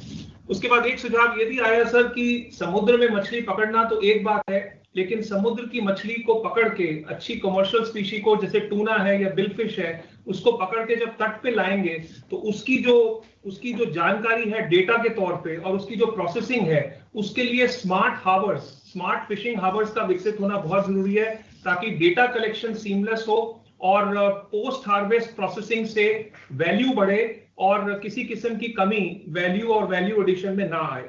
इसके अलावा सर ये भी बात पे जोर दिया गया कि टूना और बिलफिश जैसी मछलियों को जब हम पकड़ते हैं एक्सपोर्ट्स को बढ़ाने के लिए, वैल्यू रियलाइजेशन अच्छी लेने के लिए डॉलर्स में, तो मार्केटिंग बीज से लेके बाजार तक बहुत जरूरी है। और उसके लिए एक्वा पार्क एक ऐसा कॉन्सेप्ट है जो फिशरीज डिपार्टमेंट ने चालू किया है। ऐसा एक्वा पार्क उपलब्ध कराया जाना चाहिए तटीय राज्यों में और हमारे आइलैंड्स में भी। एक और बात सर जो मुख्यतः बहुत स्पीकर्स ने कही कि मदर और चाइल्ड वेसल का कॉन्सेप्ट, मतलब ऐसी वेसल्स, ऐसे समुद्री जहाज जो मछली पकड़ते हैं और ऐसे समुद्री जहाज जो मछली पकड़ के उसको ऑन बोर्ड प्रोसेस करते हैं और वहीं पर उसकी पोस्ट हार्वेस्ट मैनेजमेंट करते हैं। ये मदर और चाइल्ड वेसल का कॉन्सेप्ट भी हमें एफपीओ से जोड़ के और कोऑपरेटिव से जोड़ के इसको आगे बढ़ाना चाहिए। इस बात पे भी जोर दिया गया सर कि मॉडर्न टेक्निक्स जो आज के दिन समुद्री एरिया में इस्तेमाल हो रही हैं, जैसे कि फिश एग्रीगेशन डिवाइसेस, एक ऐसा यंत्र जिससे मछलियां अपने साथ एक साथ केंद्रित होकर एक जगह आ जाती हैं और मछुआरे को दिक्कत नहीं पड़ती, ऐसी मॉडर्न टेक्निक्स को भी विकसित किया जाना चाहिए। बहुत सारे पार्टिसिपेंट्स ने एक बड़ा अच्छा सुझाव और ये दिया सर कि हम यहाँ पे प्रधानमंत्री मत्स्य संपदा योजना में जिस भी समुद्री जहाज का सब्सिडी देते हैं उसके डिजाइन एक सेंट्रलाइज्ड ढंग से बनते हैं, लेकिन बहुत सारे राज्यों की ये रिक्वेस्ट रहती है कि डिजाइन स्टेट स्पेसिफिक होना चाहिए। गुजरात के मछुआरे, महाराष्ट्र के मछुआरे या केरला के मछुआरे अलग अलग ढंग से उसको अप्रोच करते हैं। तो इस पे भी उन्होंने कहा किसी किस्म की एक डिसेंट्रलाइजेशन होनी चाहिए और जो वेसल का डिजाइन है उसको एक मोनोलिथिक ब्लॉक में बना करके नहीं रखना चाहिए। इसके अलावा सर क्योंकि हमारी डिस्कशन का, हमारी पूरी चर्चा का विषय लक्षद्वीप और अंडमान निकोबार आइलैंड्स थे, तो ये बात एक उभर के सबके सुझाव से आई कि लक्षद्वीप और अंडमान निकोबार आइलैंड्स में ease of doing business sir, single window के माध्यम से, क्योंकि सर अंडमान निकोबार और लक्षद्वीप के जो आइलैंड्स हैं उनका access south east Asian markets तक बहुत है सर। इंडोनेशिया नजदीक में है, थाईलैंड नजदीक में है और ये बड़े सेंटर्स हैं जहां पे मछली का व्यापार और कमर्शियली इंपॉर्टेंट स्पीशीज का व्यापार होता है। तो सुझाव ये था कि अंडमान निकोबार और लक्षद्वीप आइलैंड की जो प्रशासन है वो अपने स्तर पे हमारी मदद से ऑनलाइन सिंगल विंडो सिस्टम बनाए, जिसमें अगर कोई जमीन के लिए एनओसी चाहिए प्रोसेसिंग प्लांट लगाने के लिए, या जैसे एक सुझाव आया कि एक बड़े मीटर की समुद्री जहाज के लिए अगर कोई लाइसेंसिंग की सुविधा है तो उसका क्रियान्वयन सिंगल विंडो के माध्यम से किया जाना चाहिए। वहां की जैसे आइलैंड में एयरपोर्ट्स हैं सर, वहां पे कार्गो फैसिलिटी की बात भी बढ़ चढ़ के आई। तो कुल मिलाकर के बहुत अच्छी चर्चा हुई सर और हमने एक ईमेल भी शेयर किया। ईमेल के माध्यम से बहुत लोग अपने विचार शेयर कर चुके हैं और करेंगे। पूरी रिपोर्ट हम सेक्रेटरी एग्रीकल्चर साहब के समक्ष पेश कर देंगे सर। बहुत बहुत धन्यवाद। बहुत बहुत धन्यवाद लक्ष्य जी। अब आखिरी जो हमारा सीन था कोऑपरेटिव से संबंधित सपोर्ट एनसीडीसी, तो मैं निवेदन करूंगा कि आशीष भूटानी जी अपने बात रखना चाहें।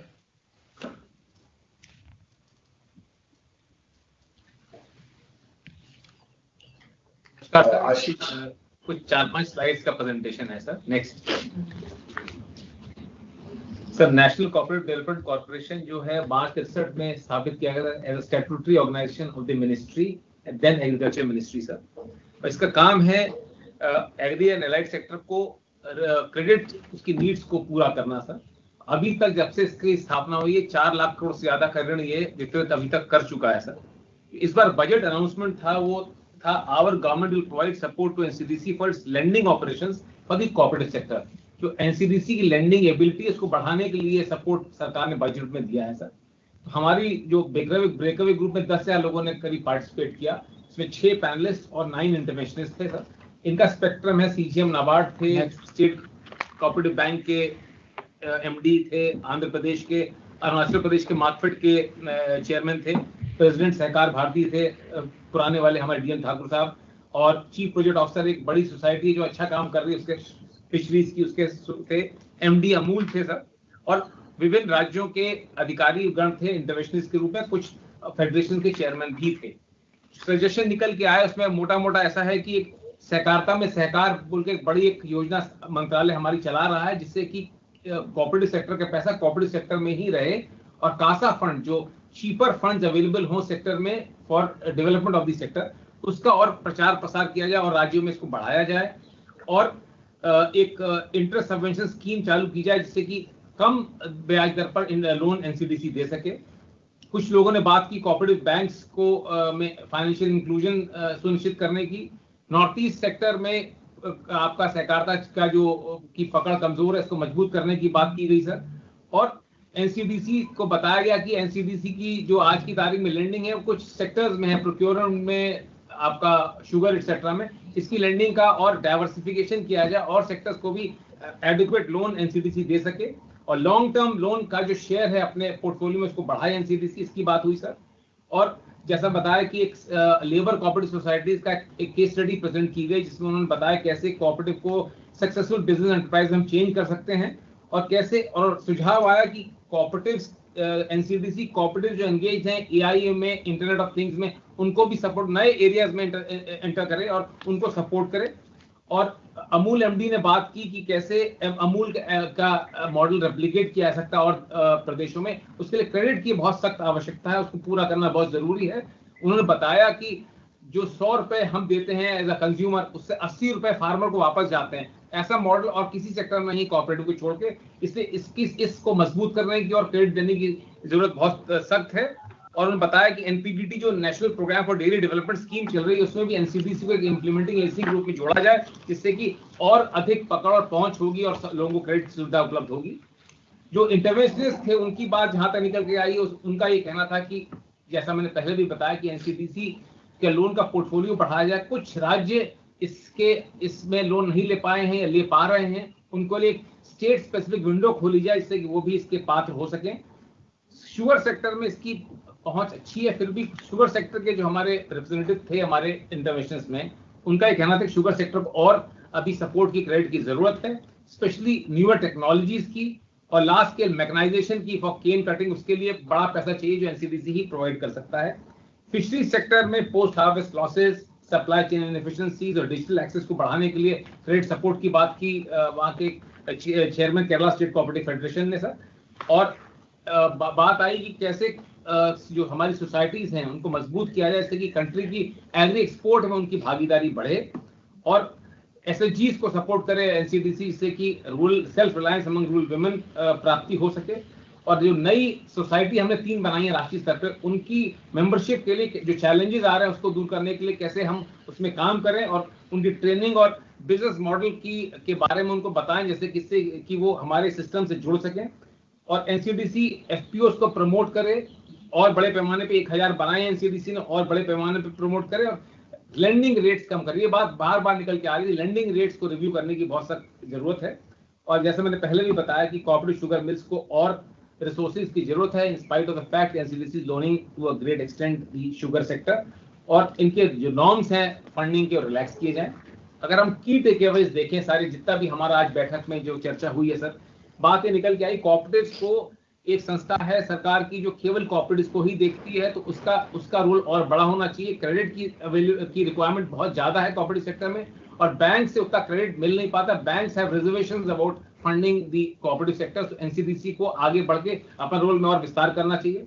जो वीकर सेक्शंस कोऑपरेटिव्स हैं जैसे कि dairy, poultry, fishery, handloom, handicraft etcetera, और कंज्यूमर लेबर सोसाइटीज, उनको की वर्किंग कैपिटल नीड्स और उनकी जो अदरवाइज नीड्स हैं अपने डाइवर्सिफिकेशन के लिए, उसमें सारे छोटे सीमांत किसान हैं जुड़े हुए, गरीब तबके के लोग हैं, एससी एसटी कंपोनेंट बहुत ज्यादा है उनमें जो मेंबर्स का, उनको क्रेडिट लेने में बहुत अवेल करने में परेशानी आती है। कैसे एनसीडीसी उनको सपोर्ट कर सकता है, उस पर काफी देर तक चर्चा हुई।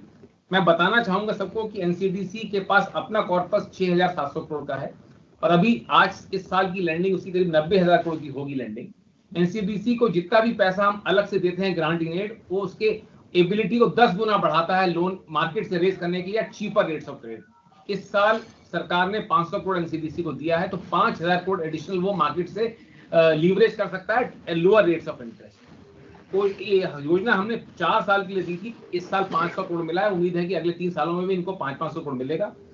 और एक बड़ी जरूरत और सेक्टर्स को डाइवर्सिफाई करने की, उसी आशय से इनको लोन दिया गया है कि इसके गारंटी नेट दी गई है कि इसके आधार पर और सेक्टर्स जो आप प्रोक्योरमेंट और शुगर को छोड़ के और सेक्टर्स में भी अपने कार्यकलाप बढ़ाएं, और स्पेशली न्यूअर इमर्जिंग टेक्नोलॉजी और सेक्टर्स में भी कोऑपरेटिव सेक्टर की पहुंच बढ़े, उसको सपोर्ट करें और लोअर रेट पे इंटरेस्ट दें, कॉस्ट अपना कम करें, और जो भी कार्यकलाप इनको करना है उसको करें जिससे कि इंटरेस्ट रेट कम हो और विकसित भारत 2047 का जो सपना उसको साकार करने में कोऑपरेटिव्स की एक बड़ी भूमिका हो और उसके लिए वो पहल ले सके। धन्यवाद सर। माननीय मंत्री जी से अनुरोध है कि हमारा ये वाला सेशन डीब्रीफिंग का संपन्न हुआ है सर। अब आपकी जैसी अनुमति हो तो कतिपय हमारे राज्य मंत्री जी उपस्थित है, अगर उनसे आप बुलवाना चाहे या आप खुद समय को देखते हुए जैसा आप उचित समझे। मैं सोचता हूँ कि अगर कोई मंत्री बोलना चाहे, उनके मन में कोई बात हो तो संक्षेप में जरूर रखे। अगर कोई मंत्री जो हमसे जुड़े हुए हैं, जो मेरी जानकारी में अभी जुड़े हुए मंत्री गिरिराज जी, मुरलीधर मोहोल जी, एसपी सिंह बघेल जी, जॉर्ज कुरियन जी, भागीरथ चौधरी जी और डॉक्टर चंद्रशेखर पेमा साहनी जी जुड़े हैं। इनमें से अगर कोई पहले कुछ कहना चाहे तो संक्षेप में। जी मैं बोलना चाहता हूँ, एसपी सिंह बघेल। जरूर बघेल जी बोलिए। या कैबिनेट मिनिस्टर गिरिराज सिंह जी से बोलना चाहें तो वहां से शुरू कर लीजिए। सीनियरिटी से अब नहीं है सर, अब अभी नहीं है सर, पहले थे सर, अब नहीं है सर, आप बोल रहे सर। अच्छा जी, मैं सबसे पहले तो आज के इस वैचारिक डिस्कशन हुआ उसके लिए आभारी हूँ कि पूरे दिन के वैचारिक मंथन से जरूर कोई ना कोई ऐसा अमृत निकल रहा है तो किसानों के लिए बहुत फलदायी होगा। सबसे पहले तो प्रधानमंत्री जी का ये धन्यवाद कि उन्होंने फिशरी और पशुपालन डेयरी एक स्वतंत्र विभाग बनाया और किसानों की आय दुगनी करने का जो उन्होंने व्रत लिया है उसमें एक बड़ी भूमिका एग्रीकल्चर के साथ साथ हॉर्टिकल्चर, फिशरी, एनिमल हस्बेंड्री और डेयरी निभा सकता है। और दूध के मामले में हम नंबर 1 पर हैं, लेकिन यही अनऑर्गेनाइज सेक्टर में ज़्यादा है। अगर वो ऑर्गेनाइज सेक्टर में हो जाए और देश एफएमडी फ्री हो जाए तो हम दूध का निर्यात भी कर पाएंगे। और कोऑपरेटिव मूवमेंट जिन राज्यों में कमजोर है उन्हें थोड़ा गुजरात से, महाराष्ट्र से और आजकल राजस्थान भी अच्छा कर रहा है, उसमें सहकारिता के मामले में हमें थोड़ा कोऑपरेटिव मूवमेंट चलाने की जरूरत है। आय दुगनी जो है वो उन्नत किस्म की खेती के साथ उन्नत किस्म का पशुपालन, मुर्गी पालन, मछली पालन, बकरी पालन, सुगर पालन, मधुमक्खी पालन, प्राकृतिक खेती, जैविक खेती, फल फूल की खेती और नैनो यूरिया पे जरा बात कम हो रही है, क्योंकि नैनो यूरिया में जो होती है एक तो यूज पूरी होती है क्योंकि वो पत्तियों के माध्यम से जड़ में जाती है। सॉलिड यूरिया होती है वो 2 पौधों के बीच में जाती है तो उसका उपयोग नहीं होता। ऐसी नैनो डीएपी ले जाने में भी आसानी होती है और ड्रोन के माध्यम से यदि हम उसका छिड़काव करें तो यील्ड भी बढ़ जाती है। और ड्रिप स्प्रिंकलर और ये माइक्रो इरिगेशन की हमें जरूरत है। दूध की नदी बह सकती है, वैसे तो ये कहावत है, क्योंकि अब कृत्रिम गर्भाधान के द्वारा यदि किसान अपनी गाय का गर्भधारण सेक्स सॉर्टेड सीमन से कर सकते हैं, जो टेक्निक आ चुकी है और नेशनल डेयरी डेवलपमेंट बोर्ड इसमें एक बड़ी भूमिका निभा रहा है। 100 रुपए का केवल एक डोज दे रहा है। अगर 3 बार में गर्भ धारण कर ले तो केवल 300 रुपए किसान के खर्च होंगे और गारंटी होगी कि 90% बछिया पैदा होगी और उसमें भी साहिवाल, थारपारकर, हरियाणवी या गिर गाय की होगी। चूंकि चौहान साहब को एग्रीकल्चर का बहुत ही ज्ञान है और देख रहे हैं कि मैंने तो अपनी लोकसभा में पिछले 30 साल से हल चलते हुए नहीं देखा है। बैलगाड़ी भी नहीं चल रही है, रहट भी नहीं चल रहा है, कोल्हू भी नहीं चल रहा है और दाएं नहीं हो रही है, क्योंकि तो इसलिए बछड़ा यूज लेस है, इसलिए वो प्राइस लेस हो चुका है। तो उसको पैदा ना किया जाए, इस मामले में हमें जनता में बहुत अवेयरनेस लानी पड़ेगी कि कृत्रिम गर्भाधान द्वारा सेक्स सॉर्टेड सीमेंट का इस्तेमाल करें और बछिया ही पैदा करें। बछिया पैदा होगी तो 8-10 साल रहेगी और बछड़ा पैदा होगा तो निराश्रित गौवंश की संख्या में वो नंदी महाराज भी अपनी एक संख्या बढ़ा देंगे। इसी प्रकार से फिशरी के मामले में जो मैं ये कहना चाहूँगा कि माननीय वित्त मंत्री जी ने इस बार अपने बजट में लक्षद्वीप और अंडमान निकोबार आइलैंड का जिक्र करते हुए टूना मछली और एक्सक्लूसिव इकोनॉमिक जोन की बात की है। जैसा हमारे सचिव महोदय ने इस बारे में बात की है कि लगभग 11,900 किलोमीटर हमारा तटीय क्षेत्र है और जो नॉटिकल माइल्स में भी हम 2 पॉइंट कुछ किलोमीटर में मिलियन किलोमीटर में हम फिशिंग कर सकते हैं।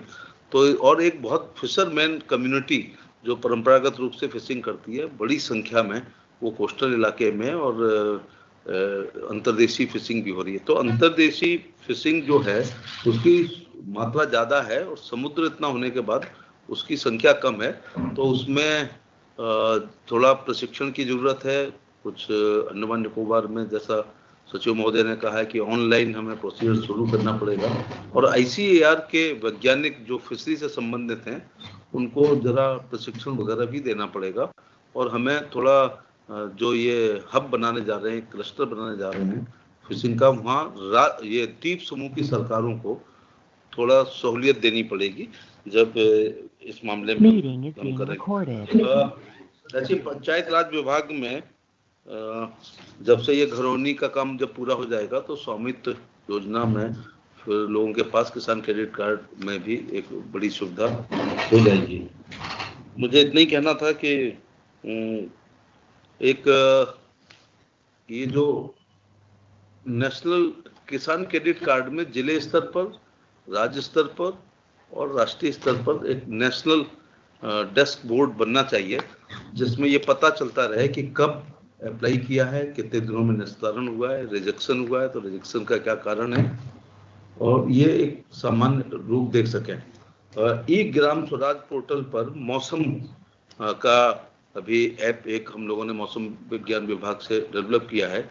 तो जो पंचायत भवन हैं और वहाँ पर जो कृषि के भी ADO एग्रीकल्चर वगैरह होते हैं या किसान सहायक होते हैं, पंचायत भवन के आगे आने वाले 72 घंटे का मौसम उनको लिखना चाहिए और लिखने के साथ साथ डुगडुगी कराना चाहिए। तो मुझे लगता है कि फसल का उत्पाद इसलिए बढ़ जाएगा कि 72 घंटे में बारिश होने का मौसम है, किसान को पता नहीं, वो बुआई कर रहा आता है तो उसका बीज भी खराब होता है। 72 घंटे के अंदर बारिश होने वाली है तो मड़ाई नहीं कर रहा तो थ्रेसिंग अपनी कर ले। 72 घंटे के अंदर ओले पड़ने की संभावना है तो वो थोड़ा जल्दी से अपनी फसल को काट ले। पाला पड़ने की उम्मीद है तो हल्का सा पानी खेतों में लगा दे जिससे पाले से उसकी फसल खराब ना हो। बहुत बहुत धन्यवाद। और माननीय चौहान साहब को जो कृषि के मामले में उनको बहुत नॉलेज है, लास्ट में उनका जो रिमार्क रहेगा उससे हम सारे लाभान्वित हैं। और कोई तो नहीं सर? ये कोऑपरेटिव्स MOS साहब कोऑपरेटिव से भी शायद करना चाह रहे थे बात, आशीष जी ने। जरूर। माननीय राज्य मंत्री सहकारिता मुरलीधर जी। सर ये परमिशन की बात करेंगे। जुड़े हुए मुरलीधर मोहन जुड़े हुए थे। उनके यहाँ से मैसेज आया तो कैसे बाकी RD के जो माननीय राज्य मंत्री भी संभवतः करना चाह रहे थे, कुछ कहना चाह रहे थे। शैलेश जी जुड़े हैं सर मुरलीधर मोहन जी लाइन पे हैं सर, वो म्यूटेड हैं सर, आप अनम्यूट हो जाइए सर। हाँ सर अनम्यूट हो जाइए।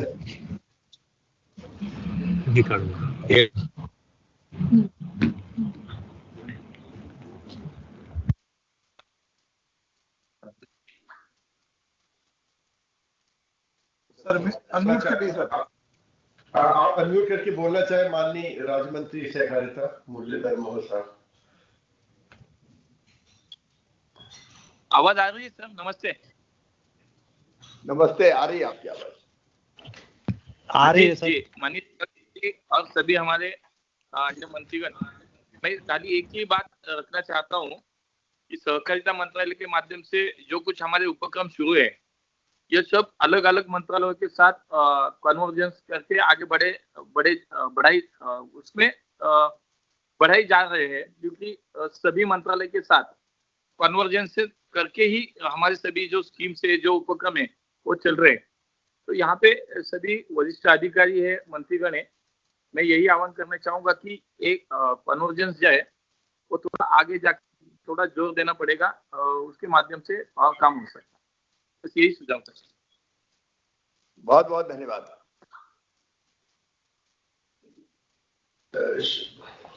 शैलेश जी, क्या माननीय राज्य मंत्री डॉक्टर चंद्रशेखर जी जुड़ना चाहेंगे? मैं अभी तुरंत पता करके बताता हूँ सर। हाँ, क्योंकि मैसेज आया था कि शायद वो कहना चाह रहे थे। तो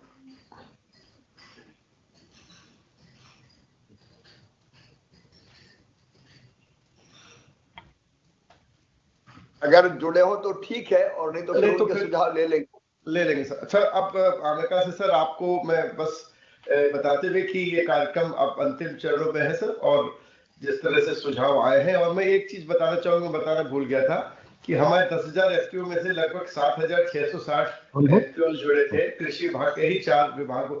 ये मैं केवल कृषि के 4 थीम्स पे बात कर रहा हूँ, और हर एफपीओ के साथ 12 से 15 किसान जुड़े थे, और एक चैटबॉट के माध्यम से हमने उनसे सुझाव मांगे, तो हमें बहुत सारे सुझाव उनके माध्यम से मिल रहे हैं, जो हम कोलेक्ट करके आपको उसको भी इंक्लूड करेंगे। बस ये मैं ऐड करना चाहता, बाकी थीम्स में भी बहुत सारे किसान अपने अपने क्षेत्र में जुड़े हैं सर। अब मैं आपसे निवेदन करना चाहूंगा कि आप अपने आशीर्वचन से आपने सुना सबको बड़े धैर्यपूर्वक, और अपनी बात और मार्गदर्शन देना चाहिए कि भविष्य में हम कैसे इसको आगे ले जाए।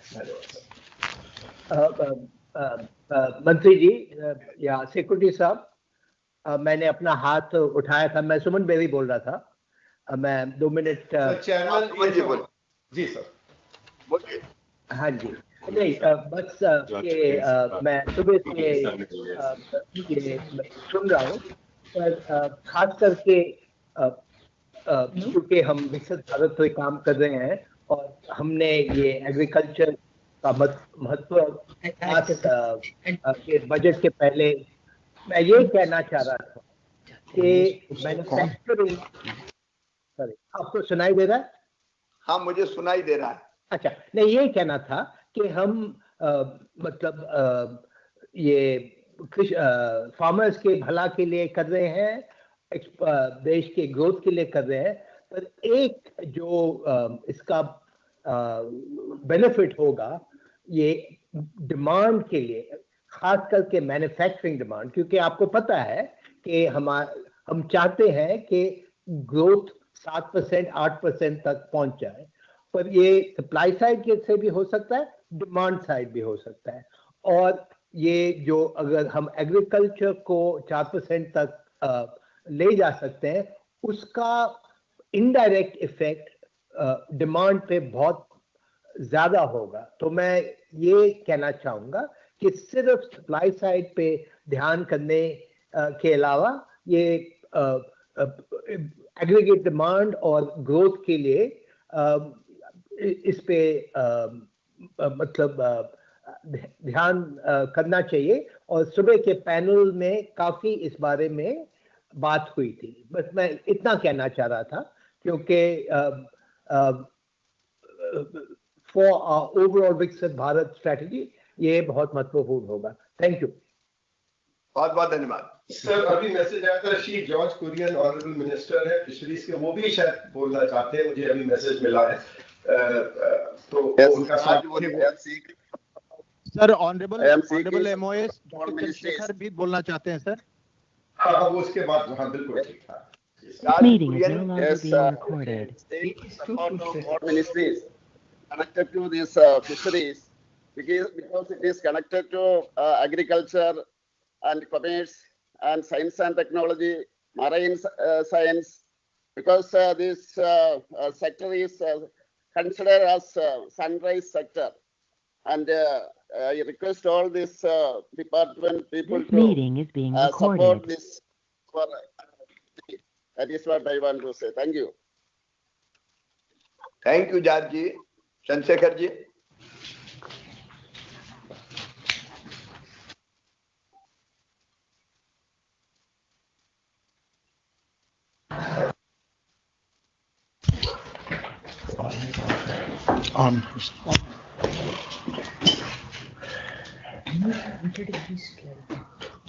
चंद्रशेखर जी, आवाज नहीं आ रही है। माननीय डॉक्टर चंद्रशेखर साहब, आप बोलना चाहते थे? आइए आज।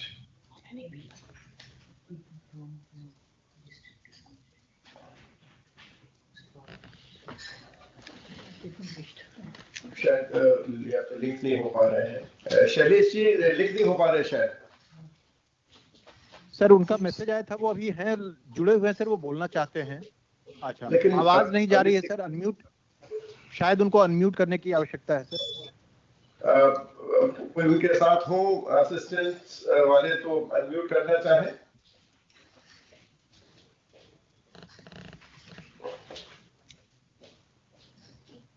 एनआईसी कुछ करेंगे इसमें, उनको अनम्यूट करेंगे।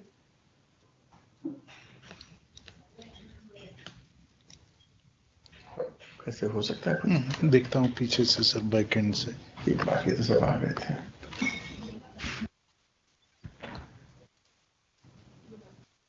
शो होना चाहिए।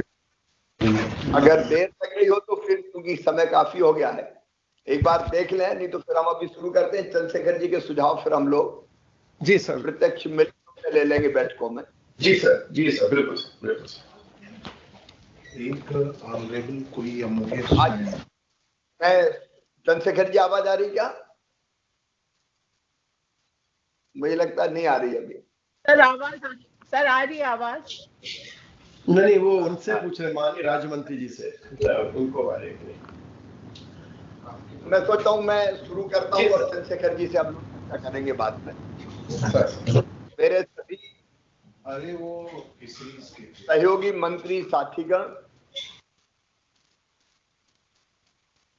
इस डिस्कशन में गहराई से जुड़े हुए हमारे सभी विद्वजन, सभी हमारे अलग अलग विभागों के सचिवगण और अलग अलग सेक्टर्स के, चाहे वो किसान हो, प्रोसेसर हो, चिंतक हो, प्राइवेट सेक्टर के हों, अलग अलग क्षेत्रों से, मैं उसमें समय नहीं ले रहा, जुड़े ये सभी विद्वान मित्रों, सबसे पहले मैं आप सबको हृदय से धन्यवाद देना चाहता हूं। इस वेबिनार में जिस गहराई और गंभीरता से आपने विचार किया है, वो बजट में जो प्रस्ताव है उनको नीचे तक जमीन पर उतारने में बहुत सहायक सिद्ध होगा। और कई विचार हमारे पास ऐसे भी आए हैं जो सीधे बजट से तो संबंधित नहीं है, लेकिन कृषि क्षेत्र से या एग्रीकल्चर एंड एलाइड सेक्टर से, जिसमें ग्रामीण विकास भी सम्मिलित है, या पशुपालन, डेयरी पालन, मछली पालन, सहकारिता भी जिसमें सम्मिलित है, से जुड़े हुए हैं। कई मित्र वेबिनार में भी नहीं बोल पाए, और इसलिए मेरा उनसे आग्रह है कि आपके लिखित सुझाव हमें जरूर भेजें। सचिव एग्रीकल्चर के नाम भेजें, मेरे पास सीधे भेजें। तो जो जिन सदस्यों ने पार्टिसिपेट किया है, बोले हैं, अलग अलग सेक्टोरियल सत्र में, उनके सुझाव भी, क्योंकि उनका तो पूरी एक रिपोर्ट बन गई है, वो रिपोर्ट आप हमें भेजेंगे ही, हम उस पर भी शीघ्रता से विचार करके उनमें आए सुझाव को कैसे इंप्लीमेंट करें, उस पर काम करेंगे। लेकिन जो लिखित सुझाव आए हैं, न केवल हम उनको पढ़ेंगे, बल्कि उनमें भी वो बजट को, प्रस्तावों को तेजी से नीचे लागू करने के लिए जो सुझाव दे रहे हैं, उन सुझाव को हम सम्मिलित करेंगे, उन पर भी हम काम करेंगे। मेरे मन में एक विचार हो रहा है कि एग्री एंड एलाइड सेक्टर, ये कृषि, किसान और ग्रामीण विकास के लिए बहुत महत्वपूर्ण है। लेकिन कई बार हम अलग अलग विचार करते हैं। एग्रीकल्चर अलग सोचता है, एनिमल हस्बेंड्री अलग सोचता है, मछली पालन अलग सोचता है, कोऑपरेटिव अलग सोचता है। तो मुझे लगता है कि बजट को ही ठीक ढंग से नीचे इंप्लीमेंट करने के लिए 4 महीने में एक आध बार इन विभागों के सचिव और मंत्री भी बैठने चाहिए। क्योंकि प्रधानमंत्री जी ने एक बात कही कि हम सब मिलकर पूरी ताकत से, पूरी शक्ति से एक दिशा में काम करें। एक दिशा में काम करने के लिए जरूरी है कि नीतियां भी मिलकर बनाए, निर्णय भी एक साथ करें। इस पर भी मैं स्वयं बाकी सभी मंत्री साथियों को निमंत्रित करूंगा। मित्रों, आज भी कृषि भारतीय अर्थव्यवस्था की रीढ़ है और किसानों के, कृषि के विकास और किसानों की समृद्धि, प्रधानमंत्री जी ने जैसा सवेरे कहा, के बिना विकसित भारत का निर्माण नहीं हो सकता। और इसलिए हम किसानों को सशक्त और समृद्ध बनाना चाहते हैं, उनकी आय बढ़ाना चाहते हैं। कृषि का आधुनिकीकरण, मैकेनाइजेशन से लेके उच्च आय, बेहतर इंफ्रा और समृद्ध ग्रामीण अर्थव्यवस्था कैसे बने, इसके लिए हम काम करना चाहते हैं। मैं एक एक बात पर कोई लंबा नहीं बोलूंगा, बहुत उत्तम सुझाव आए हैं।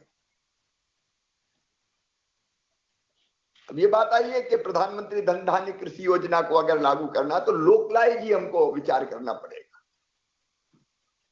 लोकलाइज प्रदेश के हिसाब से भी, लोकलाइज जिले में भी, और जिले में भी एरिया विशेष, ब्लॉक हो या तहसील हो, निश्चित तौर पर उसी पर हमको विचार करना पड़ेगा। और अभी जो उत्पादन की असमानता है देश में, उसको खत्म करने के लिए सबसे प्रमुख बात जो उभरती है वो है उत्तम बीज। और ये प्रसन्नता की बात है कि अधिक उपज देने वाले बीजों पर एक राष्ट्रीय मिशन बनाने का प्रस्ताव बजट में है। मित्रों, मैं जब सोचता हूं कृषि के बारे में तो मुझे भी 6 पक्ष उसके लगते हैं, 6 सूत्र या 6 आयाम, 6 स्तंभ। एक, हमको उत्पादन बढ़ाना है। दूसरे, उत्पादन की लागत हमें घटाना है। तीसरे, उत्पादन का ठीक दाम हमको देना है। चौथे, उसकी फसल का नुकसान ना हो, और अगर हो जाए तो उसकी भरपाई। पांचवा, कृषि में डाइवर्सिफिकेशन, विविधीकरण। और छठवां, प्राकृतिक खेती, जैविक खेती, परंपरागत खेती। और ये जितने सुझाव आए हैं, कृषि में अगर हम आय बढ़ाना चाहते हैं तो कृषि के साथ बाकी चीजें हमको जोड़नी पड़ेगी। उसमें कृषि के साथ साथ इंटरक्रॉपिंग। एक बात आई कि हर खेत में मेड़ और हर मेड़ पर पेड़। खेत का पानी खेत में है। और डाइवर्सिफिकेशन की बात अगर हम करते हैं तो पशुपालन, मछली पालन,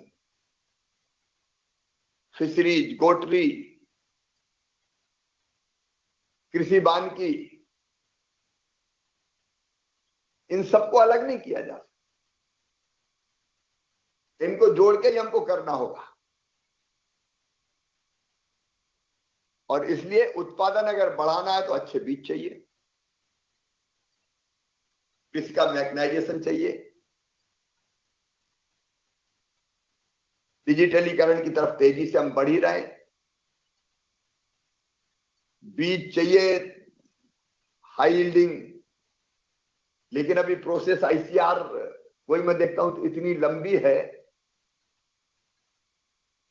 कि जो ब्रीडर सीड बनता है उससे सर्टिफाइड सीड तक पहुंचते पहुंचते 4-5 साल हो जाते हैं। इस बार हमने कोशिश की, प्रधानमंत्री जी ने 109 नई किस्में राष्ट्र को, किसानों को समर्पित की थी कि जल्दी कैसे किसानों तक वो बीज पहुंचे। प्रधानमंत्री जी का बीज से बाजार, हम एक चीज और कहते हैं, लैब टू लैंड। बीजों को जल्दी पहुंचाना पड़ेगा और बीज में प्राइवेट सेक्टर का भी अपना महत्व है, जिसको पीएम साहब ने रेखांकित किया। प्राइवेट सेक्टर का भी सहयोग लेंगे, लेकिन वहां केवल एक ही मुद्दा होता है कि बीजों के रेट, दाम क्या रहे, उसकी कैपिंग की बात किसानों की तरफ से आती है, उस पर ध्यान देना जरूरी है। धन धान्य कृषि योजना की भी अब जो रणनीति बनेगी, लोकलाइज बनेगी, और आपके आए सुझाव पर विचार करके हम तेजी से आगे बढ़ेंगे। केसीसी के माध्यम से ऋण वृद्धि वैसे तो चमत्कार हुआ है। आप देखेंगे कि 2014 तक संस्थागत ऋण था केवल 7-7.5 लाख करोड़ रुपया, बढ़ के 25 लाख करोड़ तक पहुंच गया है। तेजी से केसीसी बनी है। केसीसी न केवल खाद बीज के लिए बने, मछली पालन, पशुपालन के लिए भी है। लेकिन हम देखते हैं कि अभी असमानता है।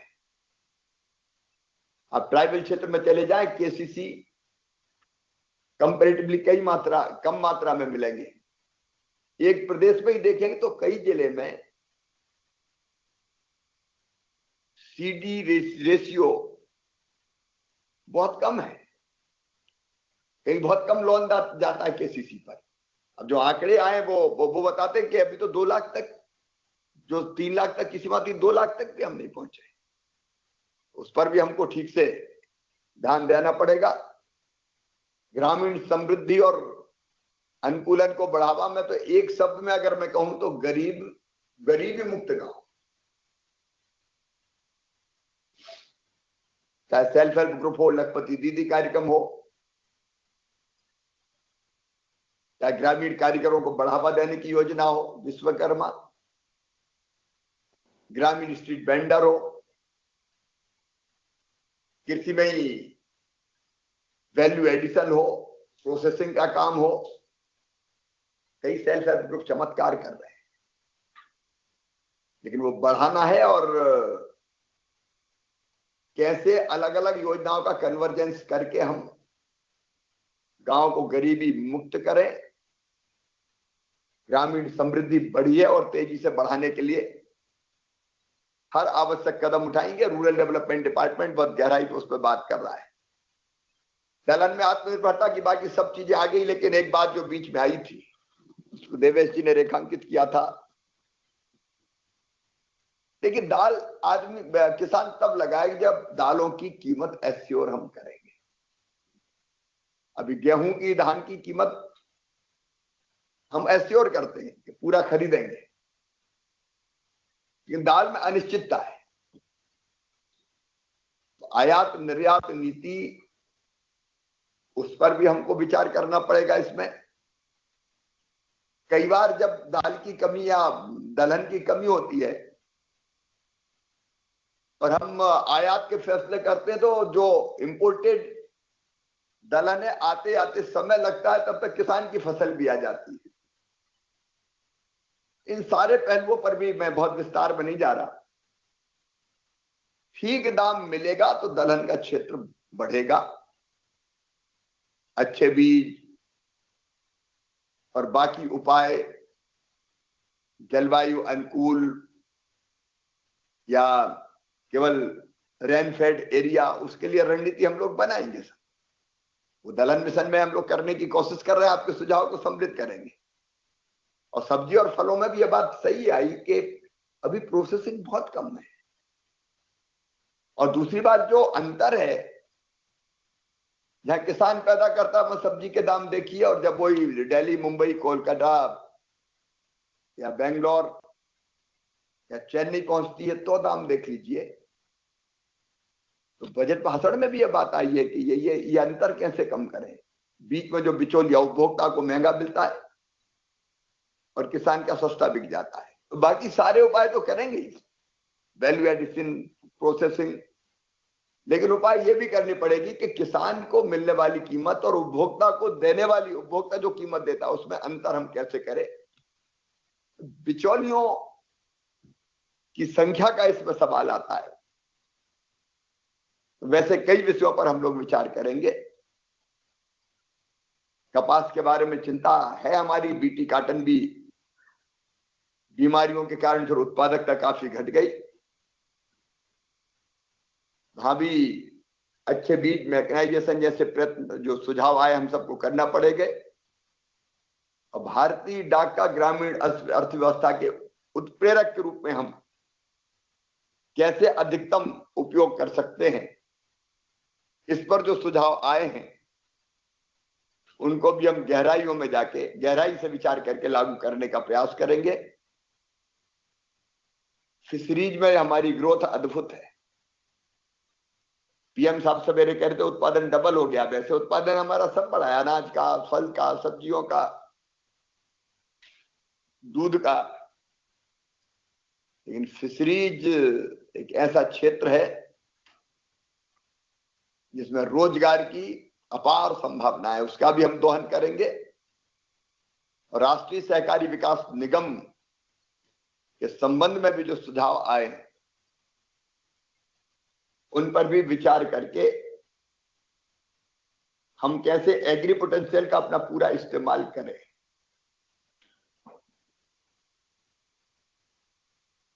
इसको वर्कआउट करके भारत केवल अपने लिए अन्न, फल, सब्जी, दाल ना उगाए, दुनिया का फूड बास्केट बन जाए, उस दिशा में हमारे कदम बढ़ रहे हैं। मैं आज इतनी आश्वस्त करता हूं कि हमारे सारे डिपार्टमेंट मिलकर, विभाग, प्रधानमंत्री जी की जो तड़फ है, ललक है किसान की समृद्धि, उसके लिए लक्ष्य तय बजट में प्रावधान है। उनको तेजी से जमीन पर उतार के परिणाम हमको जल्दी देना है, उसमें हम कोई कसर नहीं करेंगे, रखेंगे। मेरे साथी सहयोगी मंत्रीगण भी पूरे समर्पण के साथ काम करेंगे। अधिकारियों की टीम हमारी समर्पित है, टैलेंट उनमें है, तो वो भी विशेषज्ञों के साथ मिलके। अब यहां तो प्रतिष्ठित विशेषज्ञ जुड़े हैं, आज मैं उनके नामों की चर्चा नहीं कर रहा, लेकिन उनके संपर्क में हम रहेंगे। और एक बार आए हुए सुझाव के आधार पर जो रिपोर्ट तैयार होगी, फाइनली उनसे भी फिर एक बार सुझाव मांगेंगे और फिर इस रिपोर्ट के आधार पर रोड मैप बनाकर हम तेजी से आगे बढ़ेंगे। आप सबने आज का समय दिया और इतनी गंभीरता पूर्वक विचार विमर्श किया, उसके लिए मैं आपका हृदय से आभारी हूं।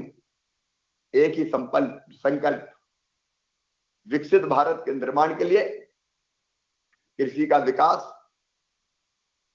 ग्रामीण समृद्धि, और उसके लिए ग्रामीण समृद्धि के साथ साथ समृद्ध किसान, और इसलिए हर संभव कदम उठाने का संकल्प हमारा है। एक बार जुड़े हुए सभी मित्रों को जिन्होंने विचार विमर्श की इस प्रक्रिया में भाग लेकर अमूल्य सुझाव दिए, मैं उन सबको हृदय से धन्यवाद देता हूं। बहुत बहुत धन्यवाद, नमस्कार।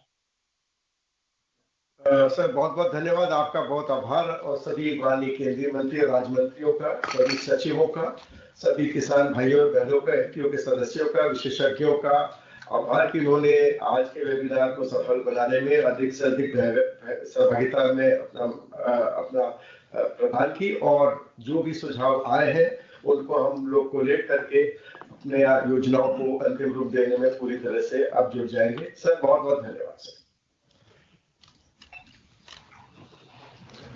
चलिए फटाफट जाएगा।